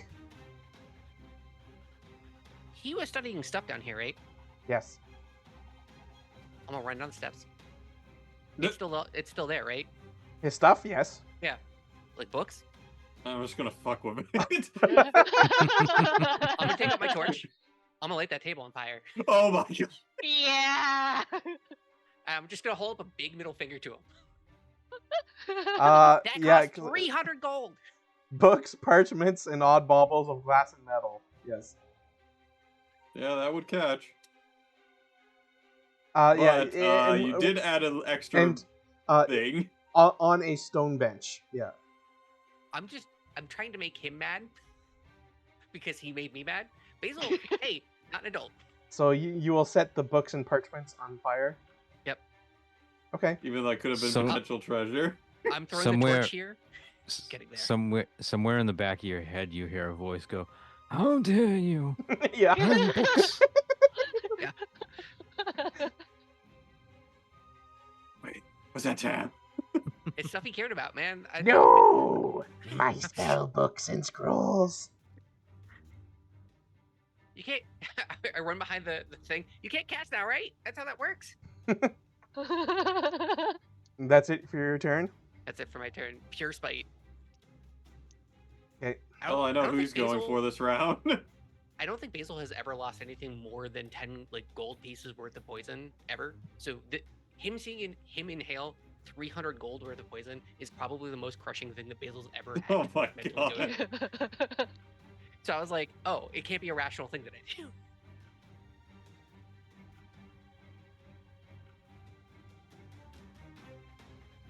And so then, so it's now his turn. And you see him, a point of crackling red magical energy manifests in front of him, and from it, a blast will shoot out down at the aviary and one over across at Real Peach.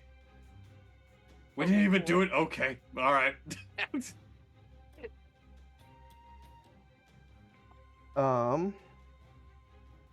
Ranged spell attack. So that'll be a 21 at the aviary. And a I'll critical go with- hit, 23 at Peach. Okay. I'll yeah, use obviously my that hits. magic initiate to go ahead and cast shield, Okay, boosting my AC to 25. okay. And the 23 critical hit at Peach. I mean, obviously, yes. Yeah, we'll hit. Okay.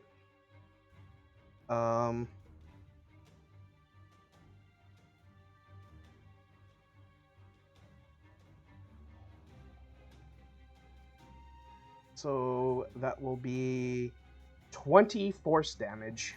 Jesus Christ. Sweet Lord.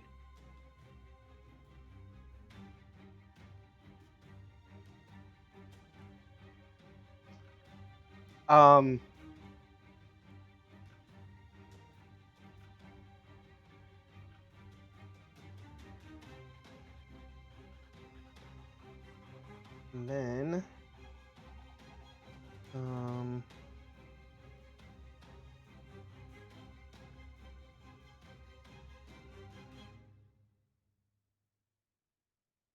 he will skitter across Sentinel.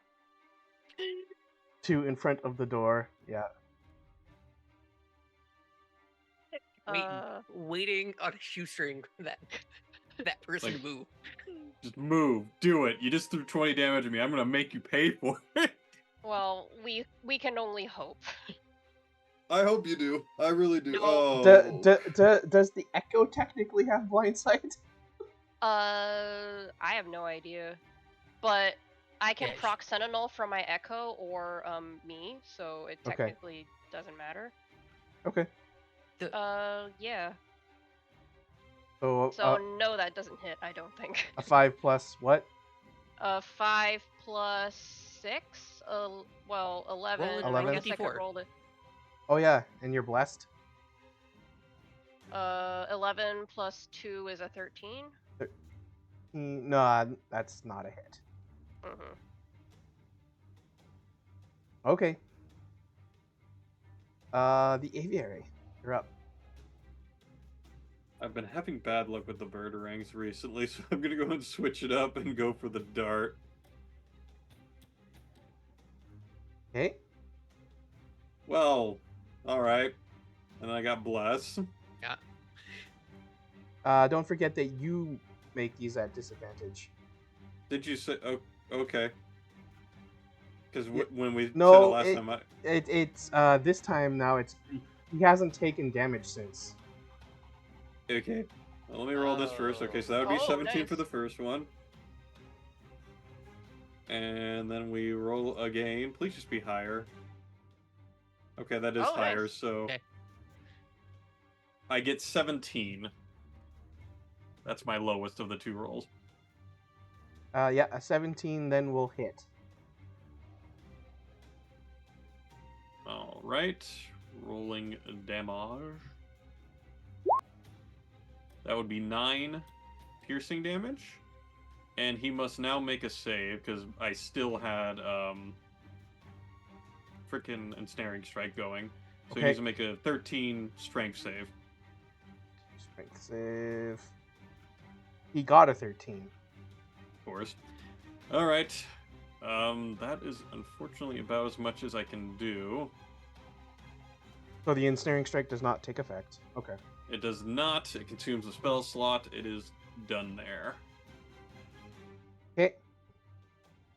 Then we will move along to Peach. I am going to bonus action second wind. Oh, 14. That's nice. Max. Yeah. Needed that, honestly. Yeah. You've taken quite a bit today. Yeah, I'm not doing so great. And I'm gonna bonk the absolute bonk out of this person. Just bonking bonk. Yeah, so there's the d20. Am I disadvantaged? No, you have blind sight. Okay, well, I still So- miss like hell. Holy Uh, crap. It's so brutal. These are some rough rolls, bud. Yeah, I am going to incarnation anyway, just because at this point. You know, fair. Yeah. Hey, let's get this guy dead. Wow, Let's kill him. rolled a natural 1. Holy crap. Hey, does Bless do anything to that? Or like... How you're having some rough rolls. I mean, I did You take. and Callista, jeez. Well, I did take like 20 something force damage immediately, so I'm like a little woozy still. I have to Little gather my loopy. brains. All right. Callista? Cool. I'm gonna move into the middle of the room. Yep. Right here.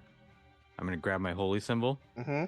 I'll say, Moon Mother, please grant us your sanctuary. And my shadow is going to rise up off of the ground. Oh, It is going to encircle me, right? It is going to suck onto my body and then blow out into a 30 diameter dome. oh, Oh. that's gigantic. Okay. I mean, that's the room. That is the room. That's the room. Yep. So what is this? This is Twilight Sanctuary. So, what does your domain power activate do? What does your curse technique domain Why? do here? I don't know if anyone else knows Jujutsu Kaisen. Yeah. I mean, that's what you just did.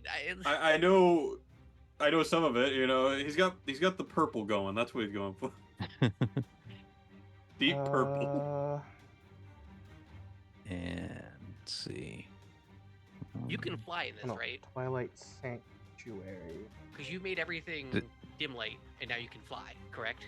No, I'm not that high of a level yet. I'm pretty sure you just get that. No, that's at level Just say you 6. can fly. He's not checking. It's fine. Moves So- with you, lasts for 1 minute. This is the ability that all the DMs hate. Whenever a creature, including you, ends its turn in the sphere, you can grant that creature one of these benefits. Temporary hit points equal to 1d6 plus your cleric level, and one effect on it, causing it to be harmed or frightened. So at the end of everyone's turn, you get 1d6 of healing. 1d6 plus 4 of healing. Oh, Is it healing or is it temporary hit points? Temporary It's- hit points. It's temporary hit points. Okay, that's huge. But Still if you very lose good. any hit points, you get them back. Is that how it works? It just means your max HP goes up by 6, Yeah. and you also get 6, I think. Yeah, so if you Yeah. get hurt, you get healed.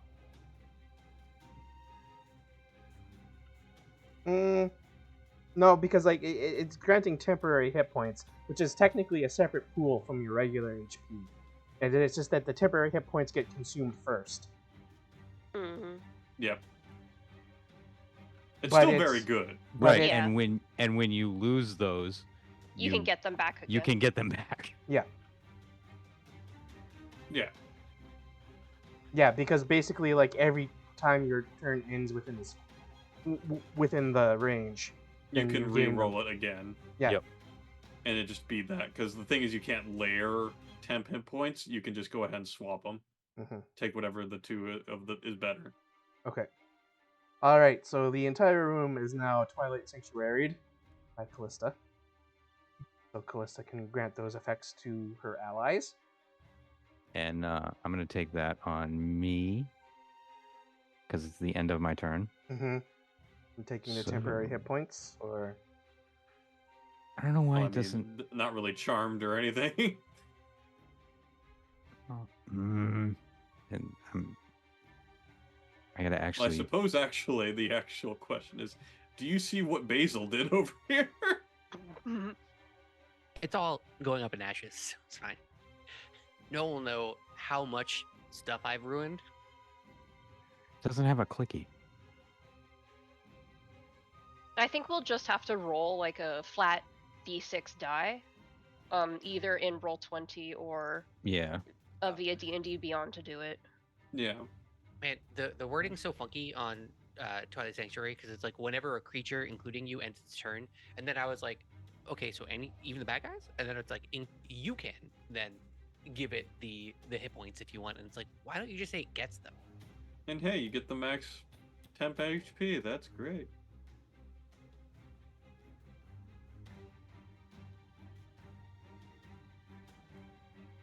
There we go. so that's it for Callista. Yep. All right, Basil. I guess I'm just gonna shoot it a bunch. Since I don't really have a lot of recourse here. You Immune to were poison. setting fire to all of his stuff. Yeah. Is there any more of his stuff down here? You set all of the books and parchment on fire, and the rest is like literally glass, metal, and stone. So Okay. So, I think Basil would at this point come back to his senses. Can I make a quick perception check to see, like, the importance of what I've ruined? Sure.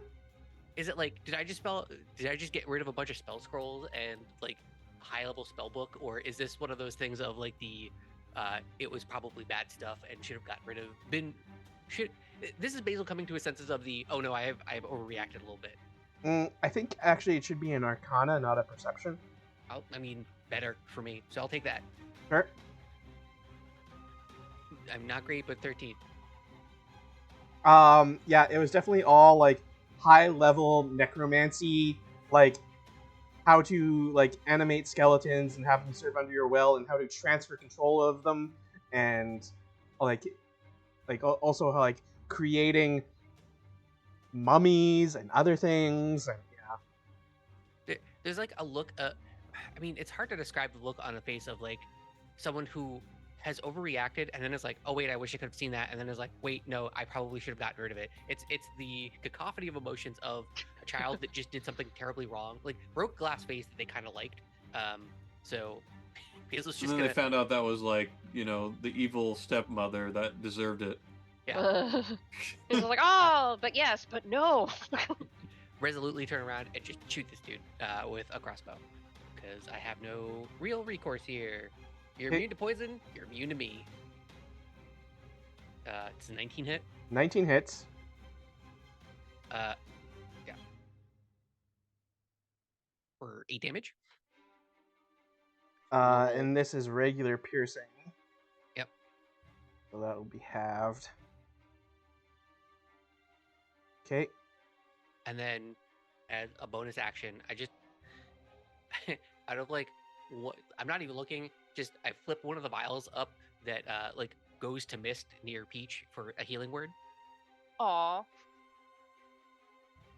Since Peach just got absolutely rocked. Bodied. I roll, right? What Or do do you you roll? mean? Oh, okay. That's 8. Okay, 8. Points of healing. Thank you. Don't forget your temp HP. Oh, and then yeah, I'll take my temp HP here. You get 9. Oh, nice. I'll take it. Hey, I'll take that.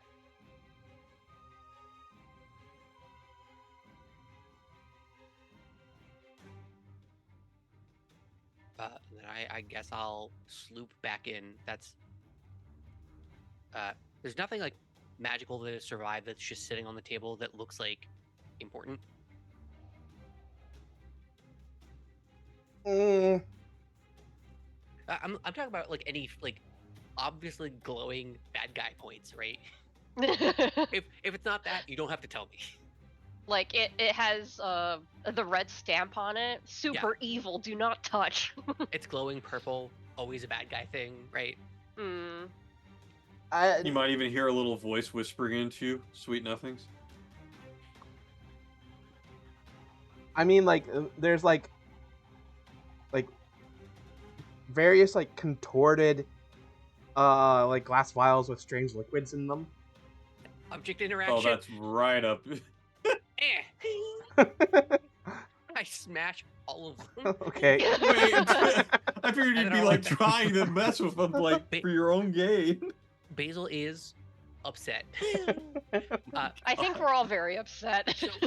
So you know the whole like Basil thinks he's a leader and thinks he's the oldest. This is a little bit of it not actually coming to fruition. It's the This temper is- tantrum bit. Yeah. Yes. Correct. All right. So then that's Basil's turn. Now it's the bad guy's turn. And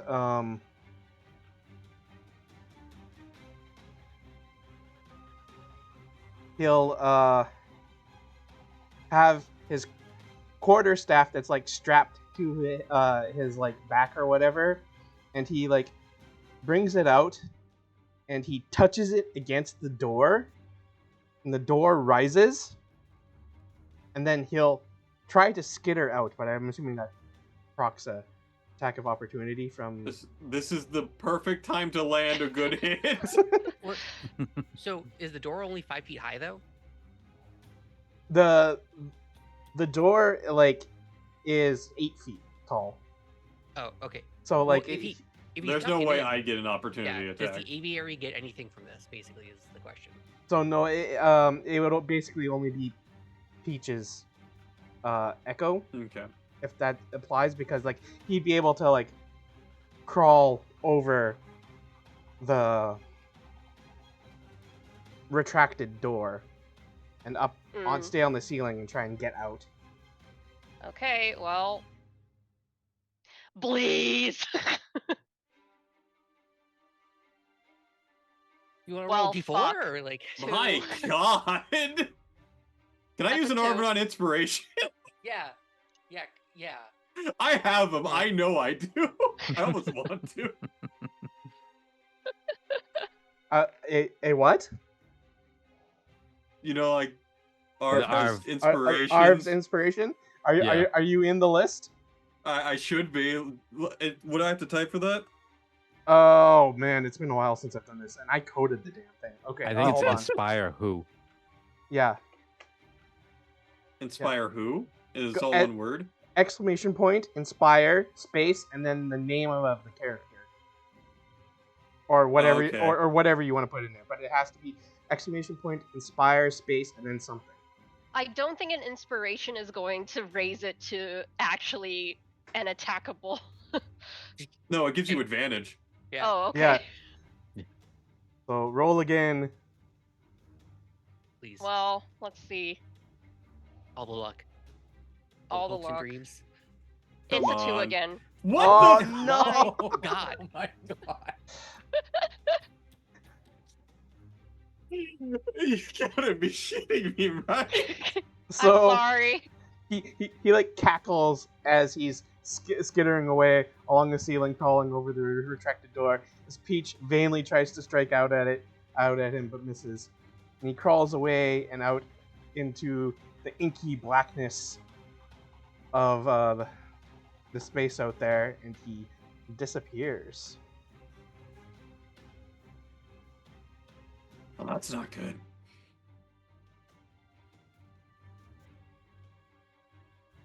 I like how you just flew him off the screen. I know, right?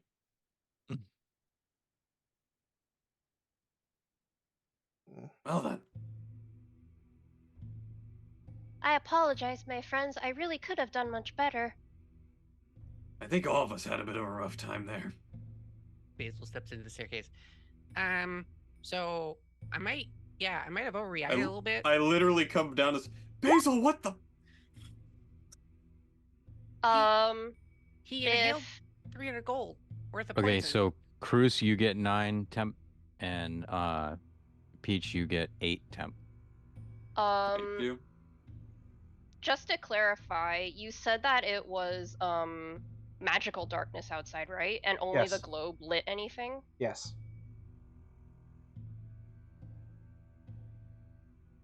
And you still have access to the globe.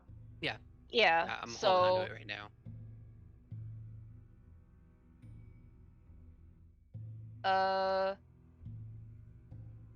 Peach is going to basically super fast Noom in, like, sling Basil onto his shoulders without any comment and, like, Noom back out. Basically to try and find this person. Because he's very, very upset. Did you account for a flying bird and a person riding it with a crossbow? Shadow? Is this something you thought of immediately? So when you exit out into the magical darkness space, the gravity is doing float up. Mm-hmm. So what way do you wish to search?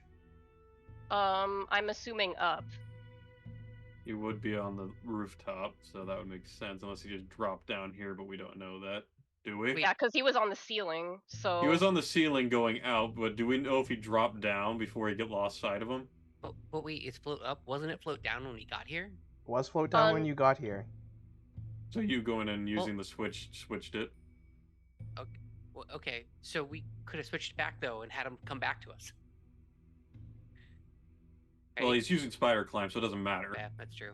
Yeah. How big is the radius of the glow globe? Is it Uh, it- bright light 10 feet, dim light another 10 feet out. There. okay? So we get 20 feet like around Yeah. basically of light, and we don't see like Peach is basically going to do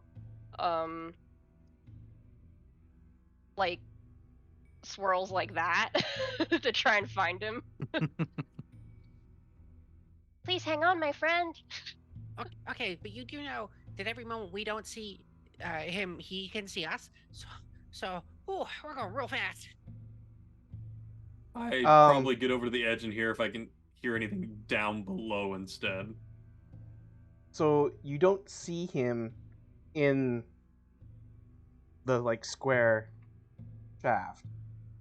Uh-huh. Like at Um, all? No, not at all. There is back up to the two passages direct across from each other. You go down 30 feet from the one that you're at. There is another ledge and threshold. Okay, but we basically don't see him at all whatsoever. No. He's gotta be down then. Okay, so Peach is going to take Basil down and then also call, we're going down. Oh, wait, let's switch the gravity. Okay, let me come back, switch the gravity. Well, you attempt to switch the gravity by using the orb on a pedestal, but it doesn't switch the gravity. Oh, okay. Maybe he changed it himself then. In which case I guess down is the only direction that we can go. And the gravity is currently up. Mm-hmm. And before we leave, did we want to check if there was anything valuable in the room that wasn't destroyed by Basil? I think Basil lit it all on fire. A little I mean, on there fire, was and I some smashed metals it. and stuff that may have not burned. It was all super bad guy stuff, right? Totally makes sense. Yep. Yeah, Basil destroyed it all. If he had not, Okay. it says that the materials could have been sold to an expert in necromancy magic for a total of 300 gold. Oh, that's whatever. Yeah, that's fine. That's what he stole from me, so I stole it back. Oh my god. So I guess in this case, since the gravity is reversed, we can only really go like one at a time with Peach. Yeah, so I will ferry everybody down to here then. Okay. And hopefully we can beat that guy up. Room 7. Standing on like the staircase at a low whisper. Upon passing through the threshold from this ledge, and into this area, you were overwhelmed by the stench of death and decay, rotting bodies. The staircase before you leads down, from where you hear the lone moaning and shuffle of feet dragging on stone. Echo goes first. Do we? I just look around. Do we really need to kill this guy? Can we just go home and take like a bath or something? It's been gross here. It is disgusting, but we do need to deal with this for the sake of Waterdeep. Okay, yeah, all right. That's probably fair. I've just been real worked up today, and I just. Okay, yeah, okay. Okay, so Echo going first. La la la la la. Let's go. Okay. The echo, once it reaches the bottom of the staircase, that will trigger initiative. Oh, I guess. Okay, I guess we're all back up here then, because Okay, the so- Echo is 15 feet ahead. And hold on, let me. And then there's like 40 zombies right here. Well, something like that. Yeah, I had a feeling. Hey, they are zombies. Wow, I'm good at this. 11. Oh, I forgot to change the screen capture. There we go.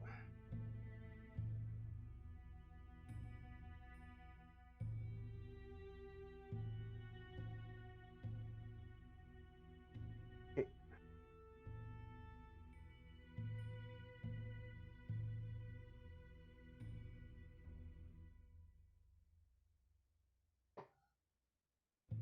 Okay.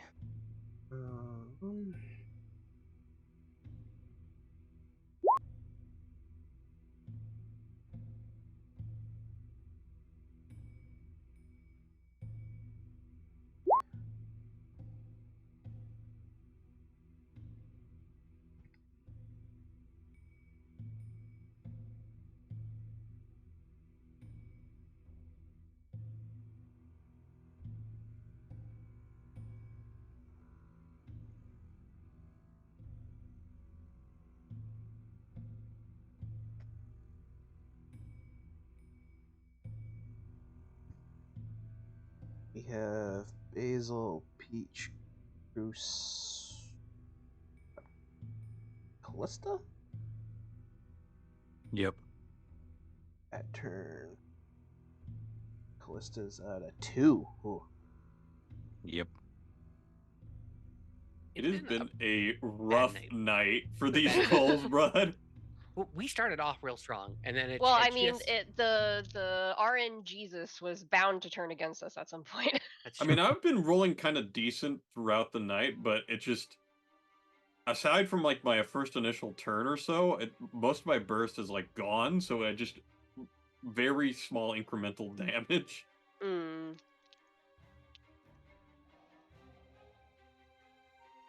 Okay.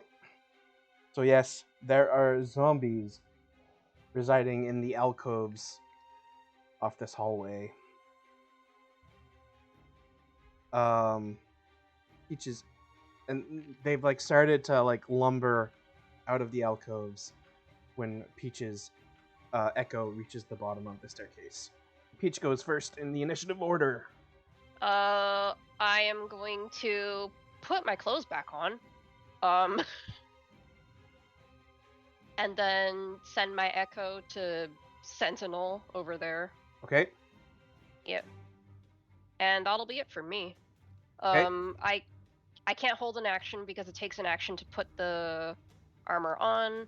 Okay. So I will do. Yep, that's all I can do. Okay. The aviary. Yes, hi.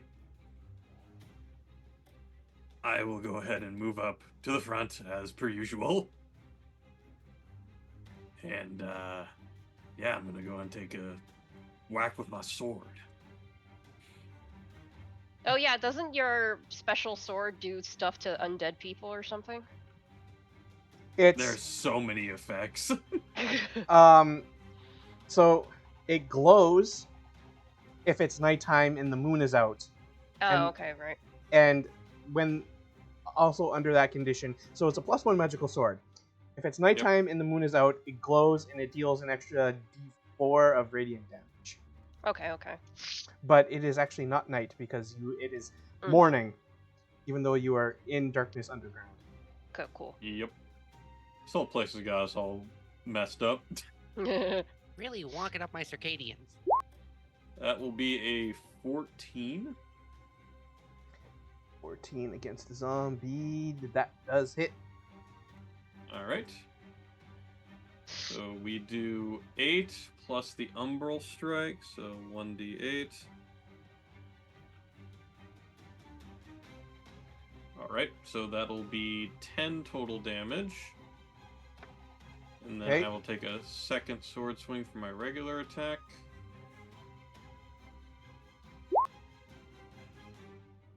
Wow. Alright, that is a 7 to hit.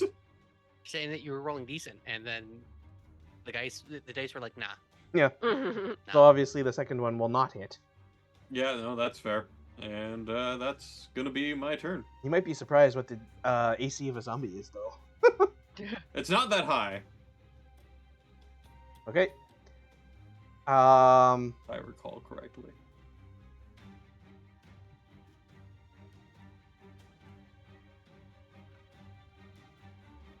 Hmm.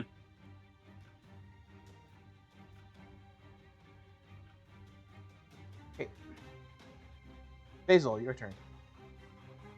Oh boy. I guess I'll scamper down and can I even see any of them from here? Or do they need to come out into the hallway before I could shoot any of them? Yeah, you would have to move farther down or wait for them to come out. Hold they're- action. Whatever zombie comes in the hallway first, I'll just shoot it with my crossbow. Okay. That's Okay. it. Whenever one comes out, which is probably next. Okay. So this one lumbers out. Hey, let's do this. Does a 7 hit? 7 does not hit. Oh yeah, you didn't give yourself. Well, we don't have bless anymore, anyways, because it's been Oh. Yeah, more it's than a minute expired. now. We run out.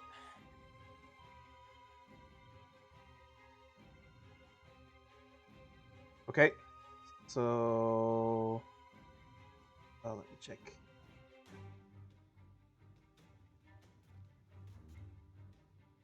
I just go ahead and like with my weapons and all. It's like, come on, come on. So it lumbers out into the hallway and down the hallway, and then it like literally will just like flail its arms back and then like throw itself completely towards the aviary. But a 6 will not hit. No, certainly not.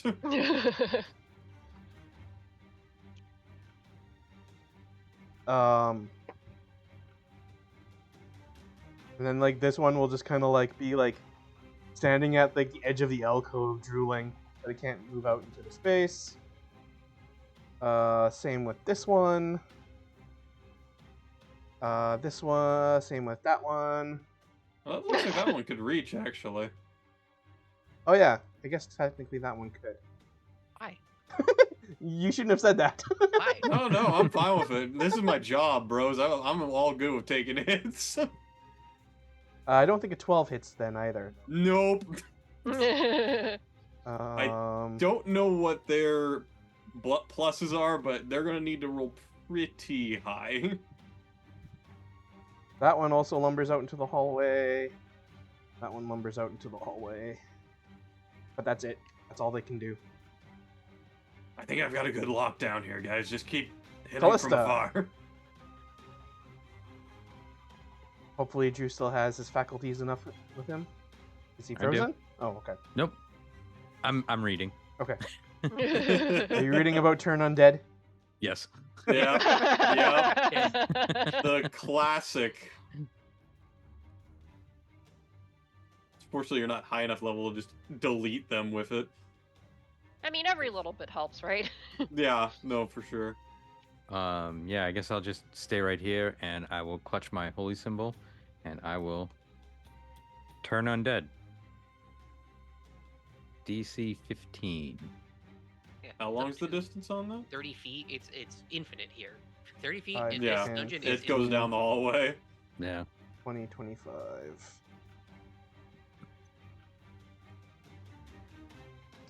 Okay. So you said DC 15? Yep.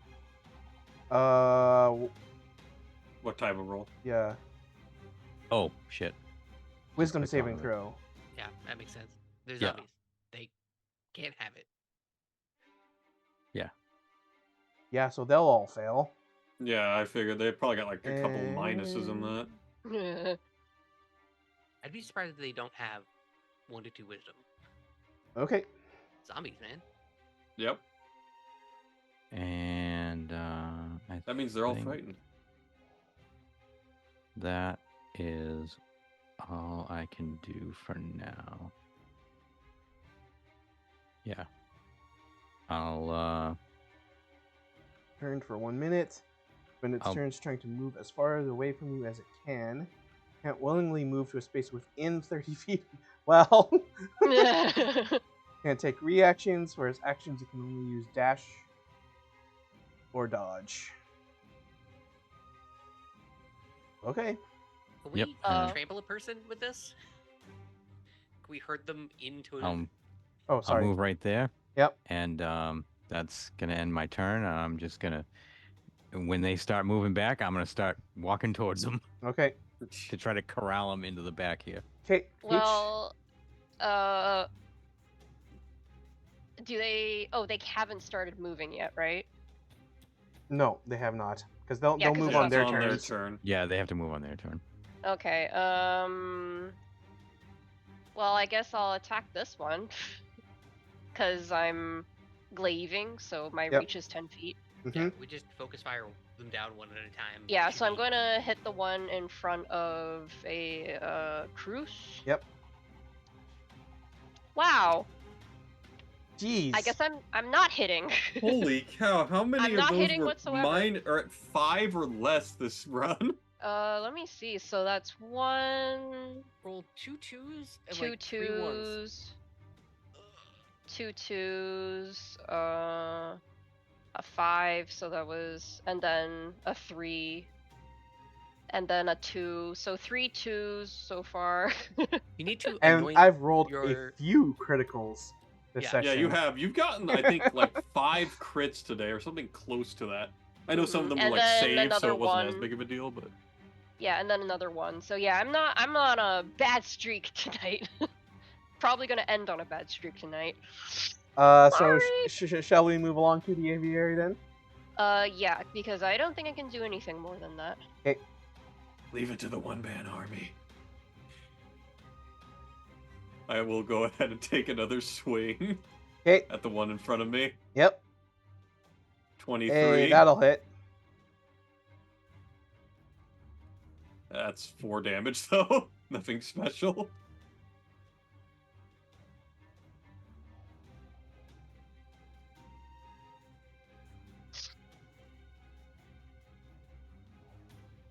Okay, 4 damage. Okay. And that's it?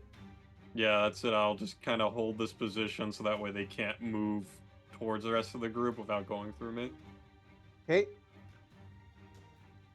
Guys, do you remember the Shambling Mound fight when we absolutely styled on it? I like thinking back to those times a little bit when all the rolls went our way and everything worked out. That was a Everyone's good happy. Let's time. be That was a good happy time. that that happened then, as opposed to this now, because these are way more manageable. I can soak hits from these guys all day. Oh yeah, no. Oh, for sure. I'm just saying this whole dungeon felt like falling down a staircase, both in rolls and like Yeah, yeah. And literally moving up, down, all around. Okay, Basil, you're up. I'm shooting a dude. I'm shooting the same dude that was just hit. So here we go. That one. I rolled forever. 21. Hey. 21 hits. 6 damage. 6 damage. Okay. Yeah, and then that's my turn. For Okay. now. Yeah. Yep. So everything No. else aside from that one is running away. Which means that once again, these 3 can't move. So they're just like, I guess, running to the back of their thing. Yeah, just right Yeah, they're against just the kind of wall. tucked into these little alcoves as tight as they can. And like just smashing their faces into it. Yeah, pretty much. They're doing the Wait, Oh, is that one was supposed to that stay? one? yeah That one one's stays broken. because of the fact that it got hit, it loses the fear. Ah, okay. Yeah, that's how Turn Undead works. If something hits it, it loses that fear. Oh, somehow that one got out, huh? Oh well. Just great. Well, it does. It has to try and move past, but I could provoke an opportunity yes, attack, is what it you're does saying. provoke an opportunity attack. I think I can take 2 hits at once. Yeah, let's go ahead and do it. I can also proc opportunity on the same dude, so if we think Alright. it'll do any help whatsoever. Okay, so a But 20 you- hits. Okay. 3 damage. Listen, Okay. We're gonna chip damage this whole fight. Don't worry about it. I mean, you might as well Peach as well. try. Peach is 13 plus 6, so a 19. Yeah, that That'll hit. hits. And this one, you hit this one, right, Cruz? Yes, that's the only Okay, one I that could. one's speed drops to 0. Okay. And I'm going to roll damage, which I believe is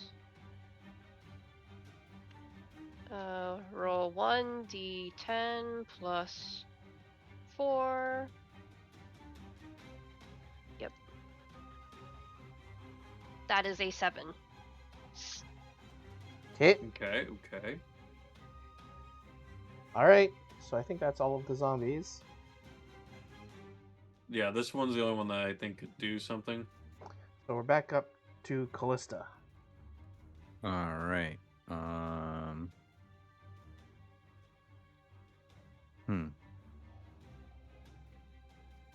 So Cruz is taking up this spot, right? Mm-hmm. Yep. And the zombie is taking up this spot. Yep. Can I move here? Yeah, Okay, you can I'll move into there. that alcove. Yeah. And then I will pull out my scimitar and attack that one. Okay, 17. Woo! that'll hit. 1 damage. 2 damage. Two. Okay. Nice. 2 regular slashing damage. What are these rolls? Okay. At least we're hitting now. Anything else, Callista? I'll take hits at least. No, I don't think so. Let me check real quick.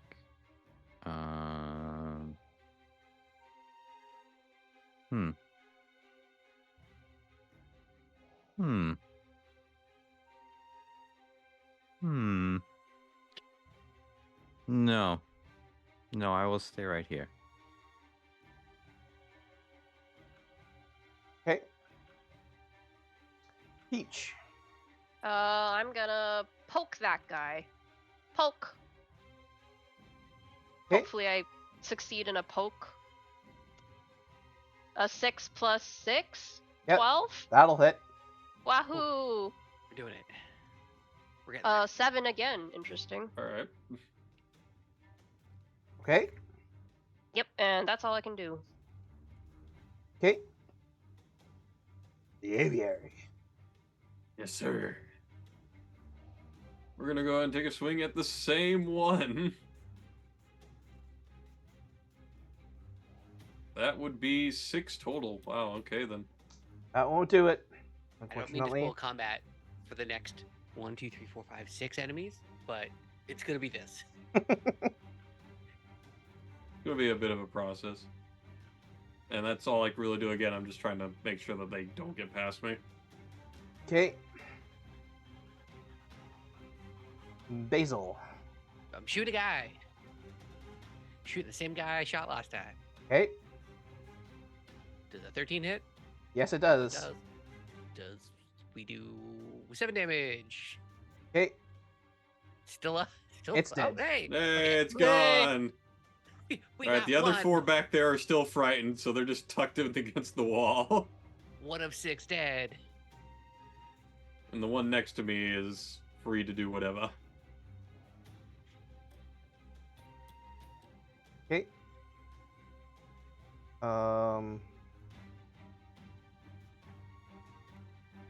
So that one just has to stay there. The one next to you, since it took damage, it's no longer frightened. Yep.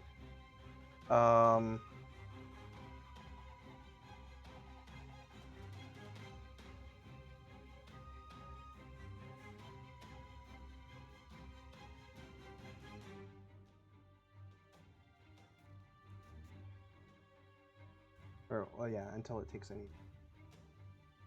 Mhm. So, yeah, it will just try and slam at you with its arms. All right. With a 10. So that won't do anything. Again. The other zombies can't do anything. They just kind of like run into the walls. Callista.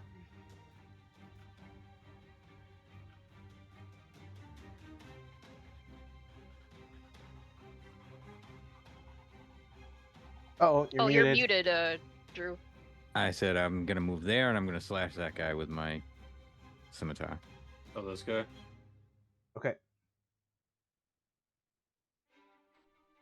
Shoot. 4. Ouch. Dude.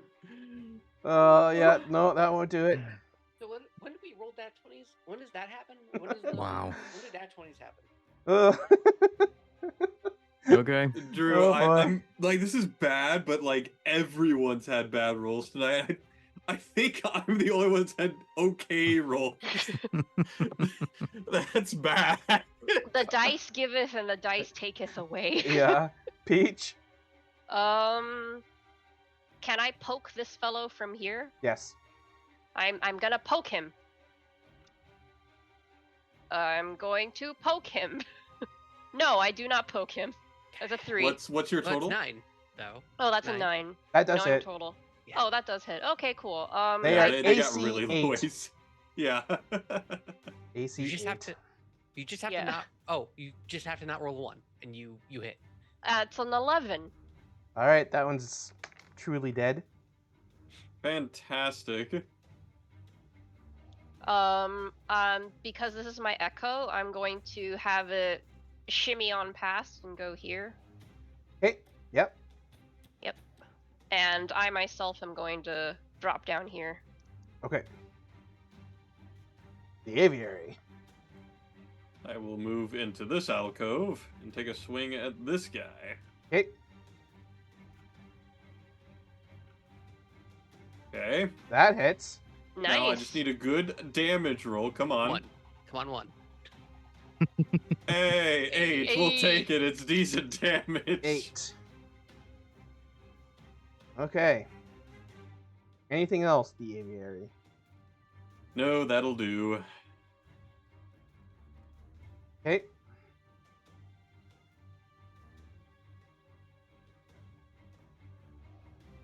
All right, Basil.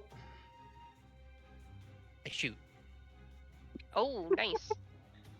Okay. You shoot, The you score. exciting gameplay loop we got going right now. I shoot. I shoot 7. I shoot him in the face. I shoot 7 damage. The middle one, correct? Yes. Mhm. Okay. All right. Anything turn. else? No. That's it? Okay.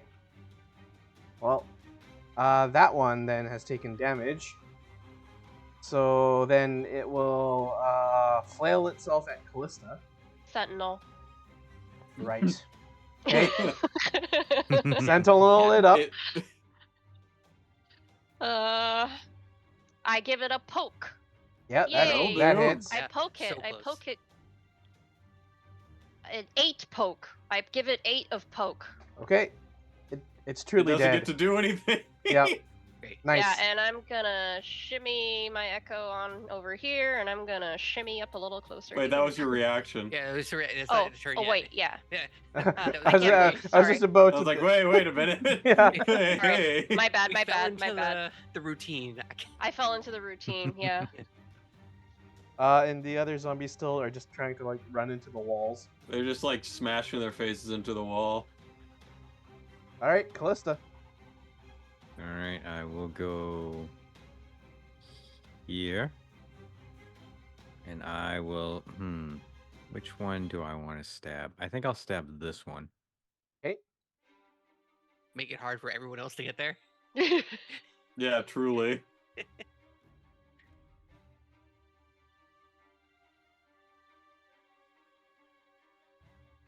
That does technically hit. Yeah. Yeah. Oh wow, Oh, nice. nice. Yeah, they only have 8. 3. 3 damage. We take it. The Hmm. damage on the board. Okay. And then I will move over here. Okay. Does that technically provoke an attack of opportunity because it's taken damage and now it can act? Yeah. Yeah. Technically from that one, yes. Yeah. Okay. All right, that's fine. I- 17 Oh, 17 does not hit. does not hit. Oh. Yeah. Okay. Tanky Man. clerics. Oh, got, yeah. like, bamboozled on that one. I was like, "There's no way it's gonna hit," and then it did hit, and I was like, "Oh, 17's pretty high," and then it didn't hit, and I was like, "Oh, oh my god, what's Peach. happening?" I'm gonna move my echo up here, and it was this fine fellow that you hit, right? Yes. Correct. I'm gonna poke that one. Okay. But that's Yep. a 6 plus a Plus- 6. So that's a 12, and that'll hit. Yeah. And that's a 12 points of damage. Nice. Okay. And that's all I can do. You can move away now that it's used its opportunity attack. It can't hit you again. That's true, but I think this one can. Oh wait, No, no, it's no. still It's still feared. It's feared. still- It's slamming yeah. its face into the wall. And that way the aviary can sneak in there. Yeah. Yeah, you may want to Yeah. move back up a square. Okay, then I'll move like that. Haha. Okay. The aviary. I'm loving this shuffle business we got going on. Yeah, this feels like I'm playing a puzzle game somehow with the amount of shuffling that we've had. It was tonight. beautiful. We have to like a make the Congo puzzle line. pieces match up. Yeah. I just get like full flashbacks to Steven Sausage Roll, and my brain goes blank. Is the most mind-bending puzzle game ever. Oh, nice. All right. I will take a swing at the one we've already damaged, One you've already damaged. Okay. and I do 12 damage. Dang. Okay. It collapses in a pile of flesh and bones. Honestly, I think this is probably best for me to just stay right here, so I'm gonna do that. Okay.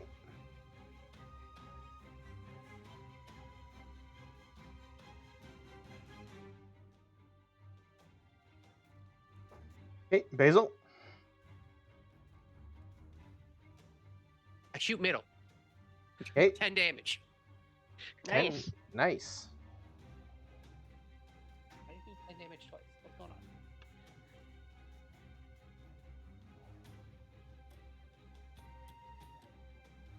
Was there a We problem? just needed some target it practice, just did guys. it twice Okay. when I didn't click it twice. So Okay. when I shoot middle.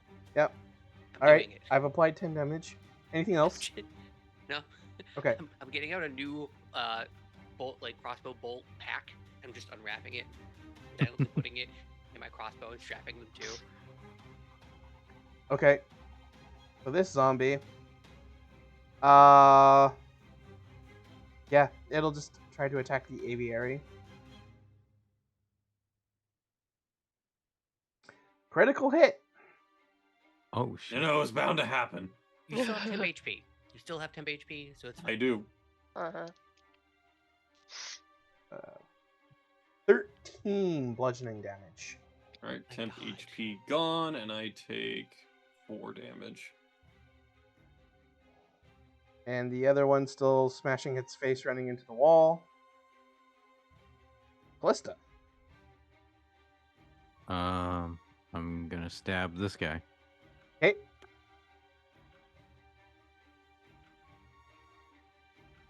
As soon as I click on the right thing. Oh. Hey, Hey, we Hey. got Hey. a crit! we've Hey. been Nice. this way Happened! all night, and it's happening here on this one zombie, Of all the things, right? not the boss. That's clearly part of this combat. So that would be You get the max amount too, so. 9. So Right. 11 total. Well, what's the. No, roll? it would be 7 plus 2, Yeah, 7 plus 2 is 9. 9. Oh. Yeah. Oh, scimitar's 1d6, right?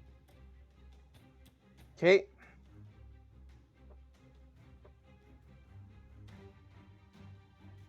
You chop one of its arms off. Nice. Gotta add that extra little effect to it. It's like, you gotta make them crits feel good, man! Okay, Can I bonus action pick Oh. up the arm? sure. Yeah, once you hear the arm fall to the floor, I'm like, save it! Save the arm! It's like still Oh. somewhat moving in your hands. Peach, you're up. I poke it. Yep. The pokey pokes. 2 plus You still 6 hit because is you get 8. 8 total. That hits. Yep. You just need to not roll in that one, and we're in. 13. Okay. It's truly dead. We have You- one more left, right? What, like, poke it, like, in its neck and its head falls off? Oh, that's wonderful. I mean, it's I already guess, bloody smelly down here. and I guess I'll move here and get ready to poke this fellow. Okay. The aviary. Stop. I'm taking a swing. Who would have guessed? Yeah, 17 to 17, that'll hit. 9 total slashing. Okay. Alright. Anything And else? that'll end my turn. Okay. All of a sudden, he bursts through the door. Basil. I put the new package of crossbow bolts away after passing most of them. And I put the crossbow away, take a shimmering potion that I've had this entire time out of the pouch. I drink it. I grow claws. I walk up to this side of the room and I punch that zombie. You punch the zombie. Okay. So it's the transformation experimental elixir, giving myself altered self for no concentration for the next hour. I chose claws for a spell attack, which would be this guy. It says Ray of Sickness. It's not. And then that's 1d6 plus spellcasting mod, or no, just 1d6 normal damage under construct. And you use spellcasting modifier for the attack and damage. Great. So this would be a 1d6 plus 4. Roll that. Bean footage. 8 damage. 8 damage. It's magical also. Okay. And then I will walk away. That's the closest I've seen you to the front line there, Basil. I'm tired. I'm clearly coming down from the adrenaline high of being so mad at something. Does it not opportunity attack me? Yes, it will. Sentinel? No, it has to be within 5 feet of me. Dang it. No. I'll take the hit. 6 won't hit. Oh, no. I just fully walk away. Okay. And then it's the zombie's turn. And it will try to flail and slam at the aviary. A 9, that won't hit. Nope. Which takes us to Callista. I will move right here. Hmm? And wait for Peach to open this door. Okay. Holding some 'Cause kind of action, or... I can't really get in. Yeah, let's... well... No, I want to see what's behind the door first. Okay. And All right. I will... And while I'm standing there, I will hit one of the dead zombies with the severed arm. Nice. I Basil will is just poke. nodding. Now, pokey poke. Poke. 2 plus 6 is 8. Yeah, that It's hits. great. Get these That's all we rules need. out of here because it's perfect. You can hit as much as you want. 7. And guess what? Yeah. It's over. Yay. We did it. Now, Wow, all of the zombies dealt with. Yes. Yeah. Does anyone gain anything from a short rest? Because I gain some things from a short I rest. certainly do too. Do I we don't want to say we short rest before we I do don't know anything? if we can from where we are. Also, I'd imagine the smell would be very difficult to short rest in. Okay, so no short rest? I'm just gonna quickly grab a potion from my utility belt and knock it back. Oh yeah, Okay. I'll hand out healing if people need healing potions. No, I have was healing thinking potion. more class feature short rest stuff. I wish I had something I could get back on a short rest. Yeah, Never So won I because- get- so bad. I mean, we still are in initiative. I don't think we can short rest Yeah, in the middle of a definitely fight. Okay. Yes, you are still in So I'm- initiative. I would be next in the order unless Peach had something else they wanted to do. So I took my action. Mhm, I technically have a bonus action left, right? Mm-hmm. Correct. I I think bonus action, I am going to, like, actual physical me, I'm going to put the drow poison that we got ages ago on a mountain on my glaive. Okay. It is immune to poison. I will warn you. Oh, I- right. Basil did just learn this lesson. That would Right, cost I him forgot 300 about that. gold. So I'm Oh not yeah, going to I mean do... that's true. I mean Basil will probably forward that information. I Yeah, also have so much poison to give out to you guys that will be no help. Okay, so I'm not going to do that. What I am going to do then is have my echo open the door, and I'm just going to... Oh wait, I can't shimmy on by. I'm going to move physical me over here. Yeah. Okay. Yeah, because I was gonna say you've Oh, wait. already used your action, so Yeah, I cannot do anything to open a door, I don't think. Mhm. We can take a turn to like ready actions, right? Yeah. The aviary. I'm gonna take my full action to drink a pot, so that means I get the full healing, correct? Is that how we ruled it? Yes. Okay. So that's 2d4 plus 2, so that'd be 10 total healing. Okay. Anything else? I guess I'll just be on the waiting team here, going like, alright, we're going through this door, clearly. Oh wait, I had the bonus action left, right? And I Yeah. couldn't figure out what to do with that. I'm going to use the Grey Hand token to bolster my next attack. So the next melee weapon attack I make before the end of my turn has advantage and deals bonus force damage equal to your character level on a successful hit. So wait, I should use that before my next attack, right? Not now. It doesn't Yeah. Does carry it stay over, right? on for a bit, or is it Oh, like, I'm it's sure just it's- this action? I think it's like a strike where it just rolls over. Okay, so yeah, it's whenever you use your next one, so if you just want to use it so you can have the bonus action for next round, you can do that. Yeah, I would like to make it... Yeah, I'm just having it now so that the next attack I make will be ready. Can I do that? That sounds right. Unless Shadow has something else to say about it. I think that's next- okay. If you choose to bolster an attack, the next melee weapon attack you make before the end of your turn. Okay, Oh, then no, you can't do that. yeah. So it has to be sorry. the next one. Okay, so I'm Yeah. not going to Yep. do that either. Okay, cool. Just double checking. And that would be my turn, Shadow, so you can move on. Okay.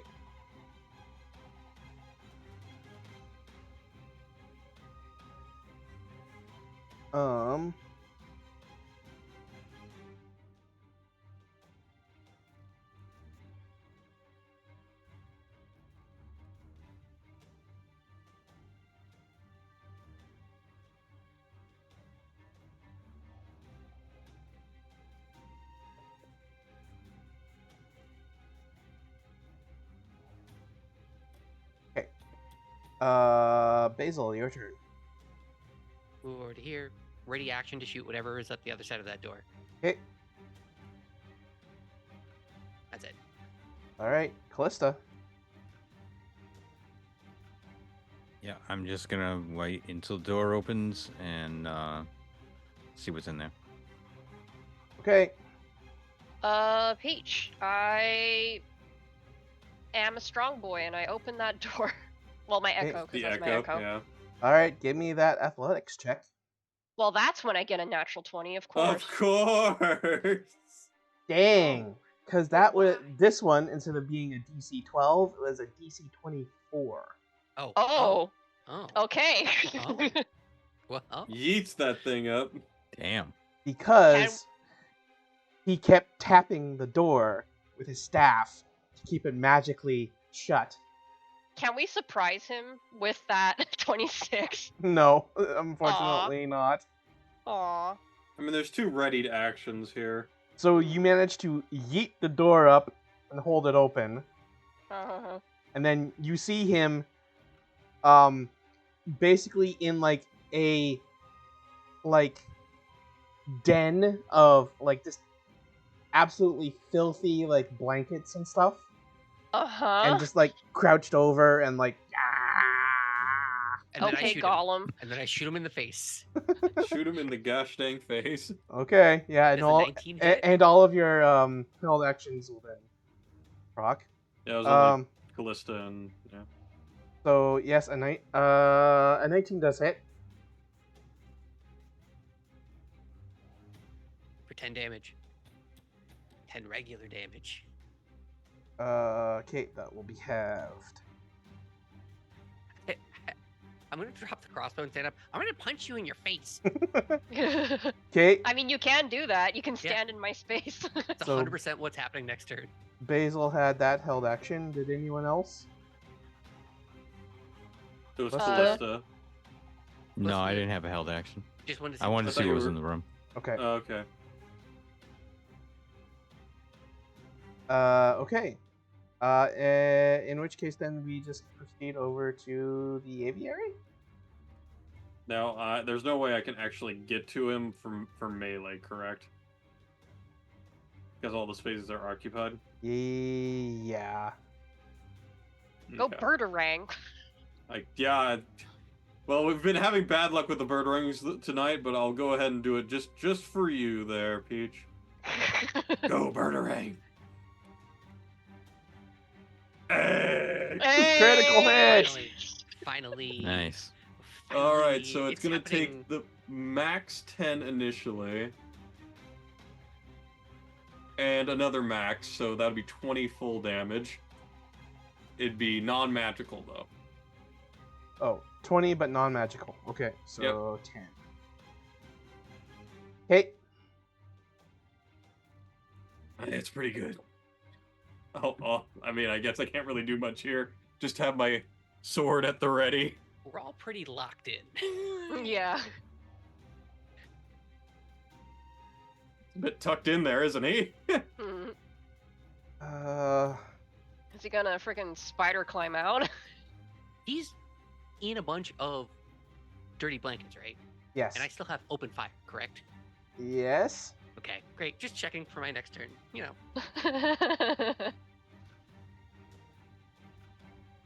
1, 2, 3, 4, 5. So yeah, he'll spider climb and get to directly above Callista. We get no opportunity Ow. attacks on them? But yes, well, anyone who gets opportunity attacks, like if you can reach the up to 10 feet, the 10-foot ceiling. I mean, I can Okay. do that if I drop the door on my echo. Is that okay? Can you just drop the door on him halfway through? Like, come on. Because he technically has to get in between my arms, doesn't he? Yeah, what is Because I'm this? holding Get him- holding up the door. Yeah. Kill this guy. Okay, so I drop the door when he's halfway through. Like, Interesting. what did you think was gonna happen? Very He's like, oh interesting. shoot, well, I didn't think about this. Oh This would well, be he a got a hilarious way 3 to on go. his deck save. See ya, Okay. champ. So. So he's grappled, basically. Homie's By not the dead? door. Homie's not dead? He is going to take. Here, that is. It's a stone slab.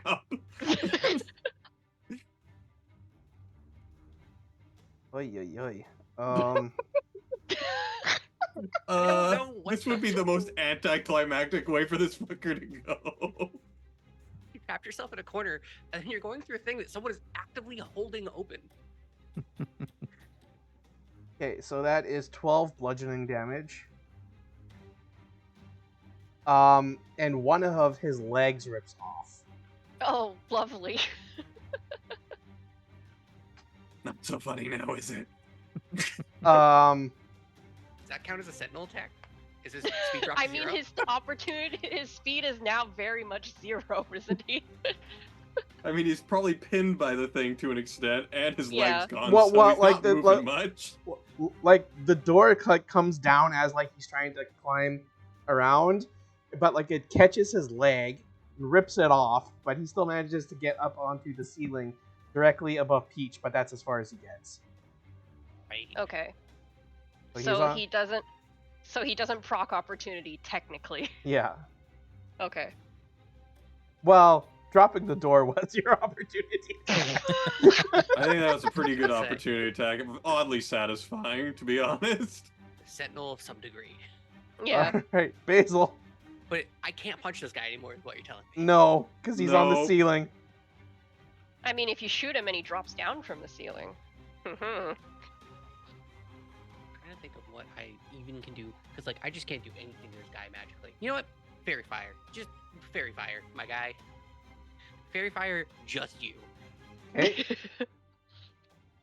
so that just gives advantage to anyone trying to hit him, right? Yeah, just full on advantage. And will reveal any magical illusion going on. Ah, Just- yes. Full advantage. Yes, because then that will negate his cloak of displacement. Mm. So yeah, I will cast Fairy Fire directly at him for a Dex 15 save. Oh, X 15 Yeah, he still has save. to. He can still save out of it. I can't just make it win. No, he crit failed that save. He's loaded in like Yay. acid green fire. I'm just like, I'm so tired of this place. I just throw a vial at him and he just alights into fire.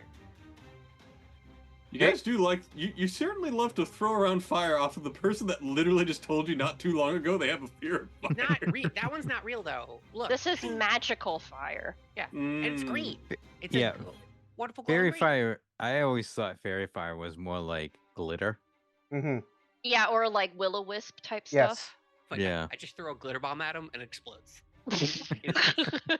Because I'm pretty sure that like fairy fire is supposed to be more like pink and yellow and purple and blue rather than like Mm. orange and red like regular fire. Mm-hmm. All right. Like very Fair. stuff. Everyone's still pretty okay. Everyone has advantage on this dude. They can no longer hide. That's my turn. I can't. There's no bonus action of which I could do here. Yep, Callista. All right, I will guiding bolt. Do Okay. it. There it is. Advantage the advantage. I like it. So that would be 20. Yep. Max rolls. Come on. For 14 damage. Nice. Okay. It's glowing and on green fire. Yay! We did it. Oh, did that kill him? Yes. Nice. Peach looks over at Callista and says, "You have had your revenge." All right, I need a minute, but maybe not here. This is I- really smelly. I just start going through everything on this dude. With your Basil- magical goggles. Yeah, Basil rocks up, throws the goggles down, and is just like, he's got to have the second orb, or it's got to be somewhere. Why did we even come down here? Wait, wasn't it to kill him? Well, Yes. yes, he was obviously creating all the undead that were coming out and killing people. Oh wait, this is what we came here to do. Hold on, guys. I got so caught up in doing the whole puzzle thing and him breathing in my poison, I totally forgot this was it. Oh Yeah. no, we did There's it. still one area we haven't explored.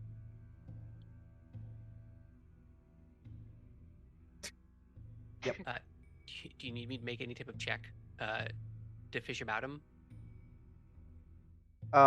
So you were looting the body? Yeah. Yeah, so when he dies, there is an illusion around him that disappears and reveals that he was, in fact, undead all along as well. Oh. And he was a Deathlock. I'm pulling out a melon scooper. Cool. Death Clock? Like Death- the band from Metalocalypse? No, Deathlock, Oh, Lock. which is an undead warlock. Mm. And he has his magical quarterstaff Okay. and a cloak of displacement. Oh, Okay. well, those sound nice to take. Very nice. Mm-hmm. And he did not even get to tell you that you murdered his zombie family. Well, that's his fault for hiding in a room. Wait, what? We murdered his zombie family. Yeah, but like, did they have like dinner together? Like, what does that mean in this context? Um, They have like school drop off? there are also some like miscellaneous, but mostly worthless trinkets, in the like filthy nest den area. Mm-hmm. But no second orb still. No, I guess it's in that other room that we missed then. We haven't been to one place. the quarterstaff emanates the same kind of magic as the. Oh. Hmm. Ooh. Oh. Okay. Well, we can take this and probably this. Wait, do they fit together? No. Basil tries for way too long. There's like 5 minutes of him trying to balance the orb on the quarterstaff and it floating and not being able to have that happen. He's just like, come on. I don't think that'll work there, Basil. So I guess my question is do you technically learn all of the properties of the quarterstaff then? If we want to take a short rest or want to wait here for me to spend 10 minutes to identify this, I mean, I can do that. I literally was like, not here. We can go. Yeah, up- we can. It I would- smells Yeah, we can. awful. Yeah, we can go up here to do that. To which level? Oh, the ledge? Yeah. Where it's not I mean, so it's still stinky. gonna smell, but Or you Okay. could. Yeah, sure. We Or could we go can to go to 6. level 6, yeah. Yeah, we can Because go to that's Yeah. definitely clear. Okay, so we all go there. Yeah, and so currently the gravity is still floating up. Okay, that's, cool. That's good. We need to leave. So, sure. Okay. I do want to try something. So you can go up to level 6 there, like short rest or identify whatever you want to do. I'll identify both the cloak of displacement to get like full-on properties of it. Though Yep. I think we all know what that does, and then also the magical quarterstaff. Okay, so that's at least 20 minutes. So I'm going to get my short rest and get my action surge and second wind back at least. Okay. Yes, so the cloak of displacement is while you wear the cloak, projects an illusion that makes you appear to be standing in a place near your actual location, causing any creature to have disadvantage on attack rolls against you. If you take damage, the property ceases to function until the start of your next turn. This property is suppressed while you are incapacitated, restrained, or otherwise unable to move. The quarterstaff can be used as an arcane focus. It can light any pedestal inside this dungeon and is able to change the direction of the gravity in the dark, magically dark shaft. Okay.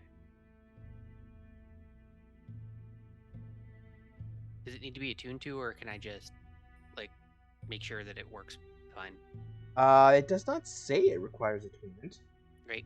As an artificer, magical items are kind of a bread and butter, so I'm just kind of like, oh, okay, great. We can just make this work.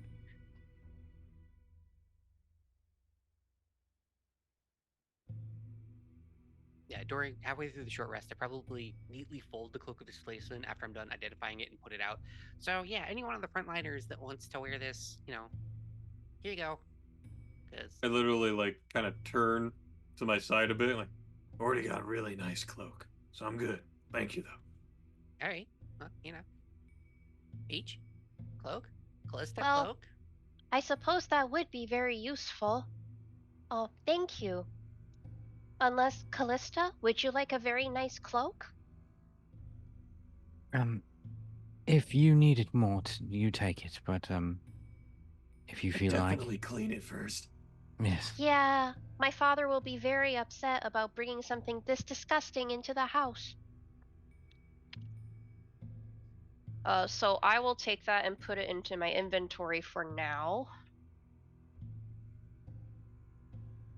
Okay. What is your AC? My AC currently. Yeah. If I have my plate armor on, it's 18. Which is Oh, so we're only the half same the then. time. Yeah, no shit, which is off more than it's on. So. Yeah, sorry guys. I did not think ahead to. Well, this way with the cloak, you Yeah. don't have to worry so much about it.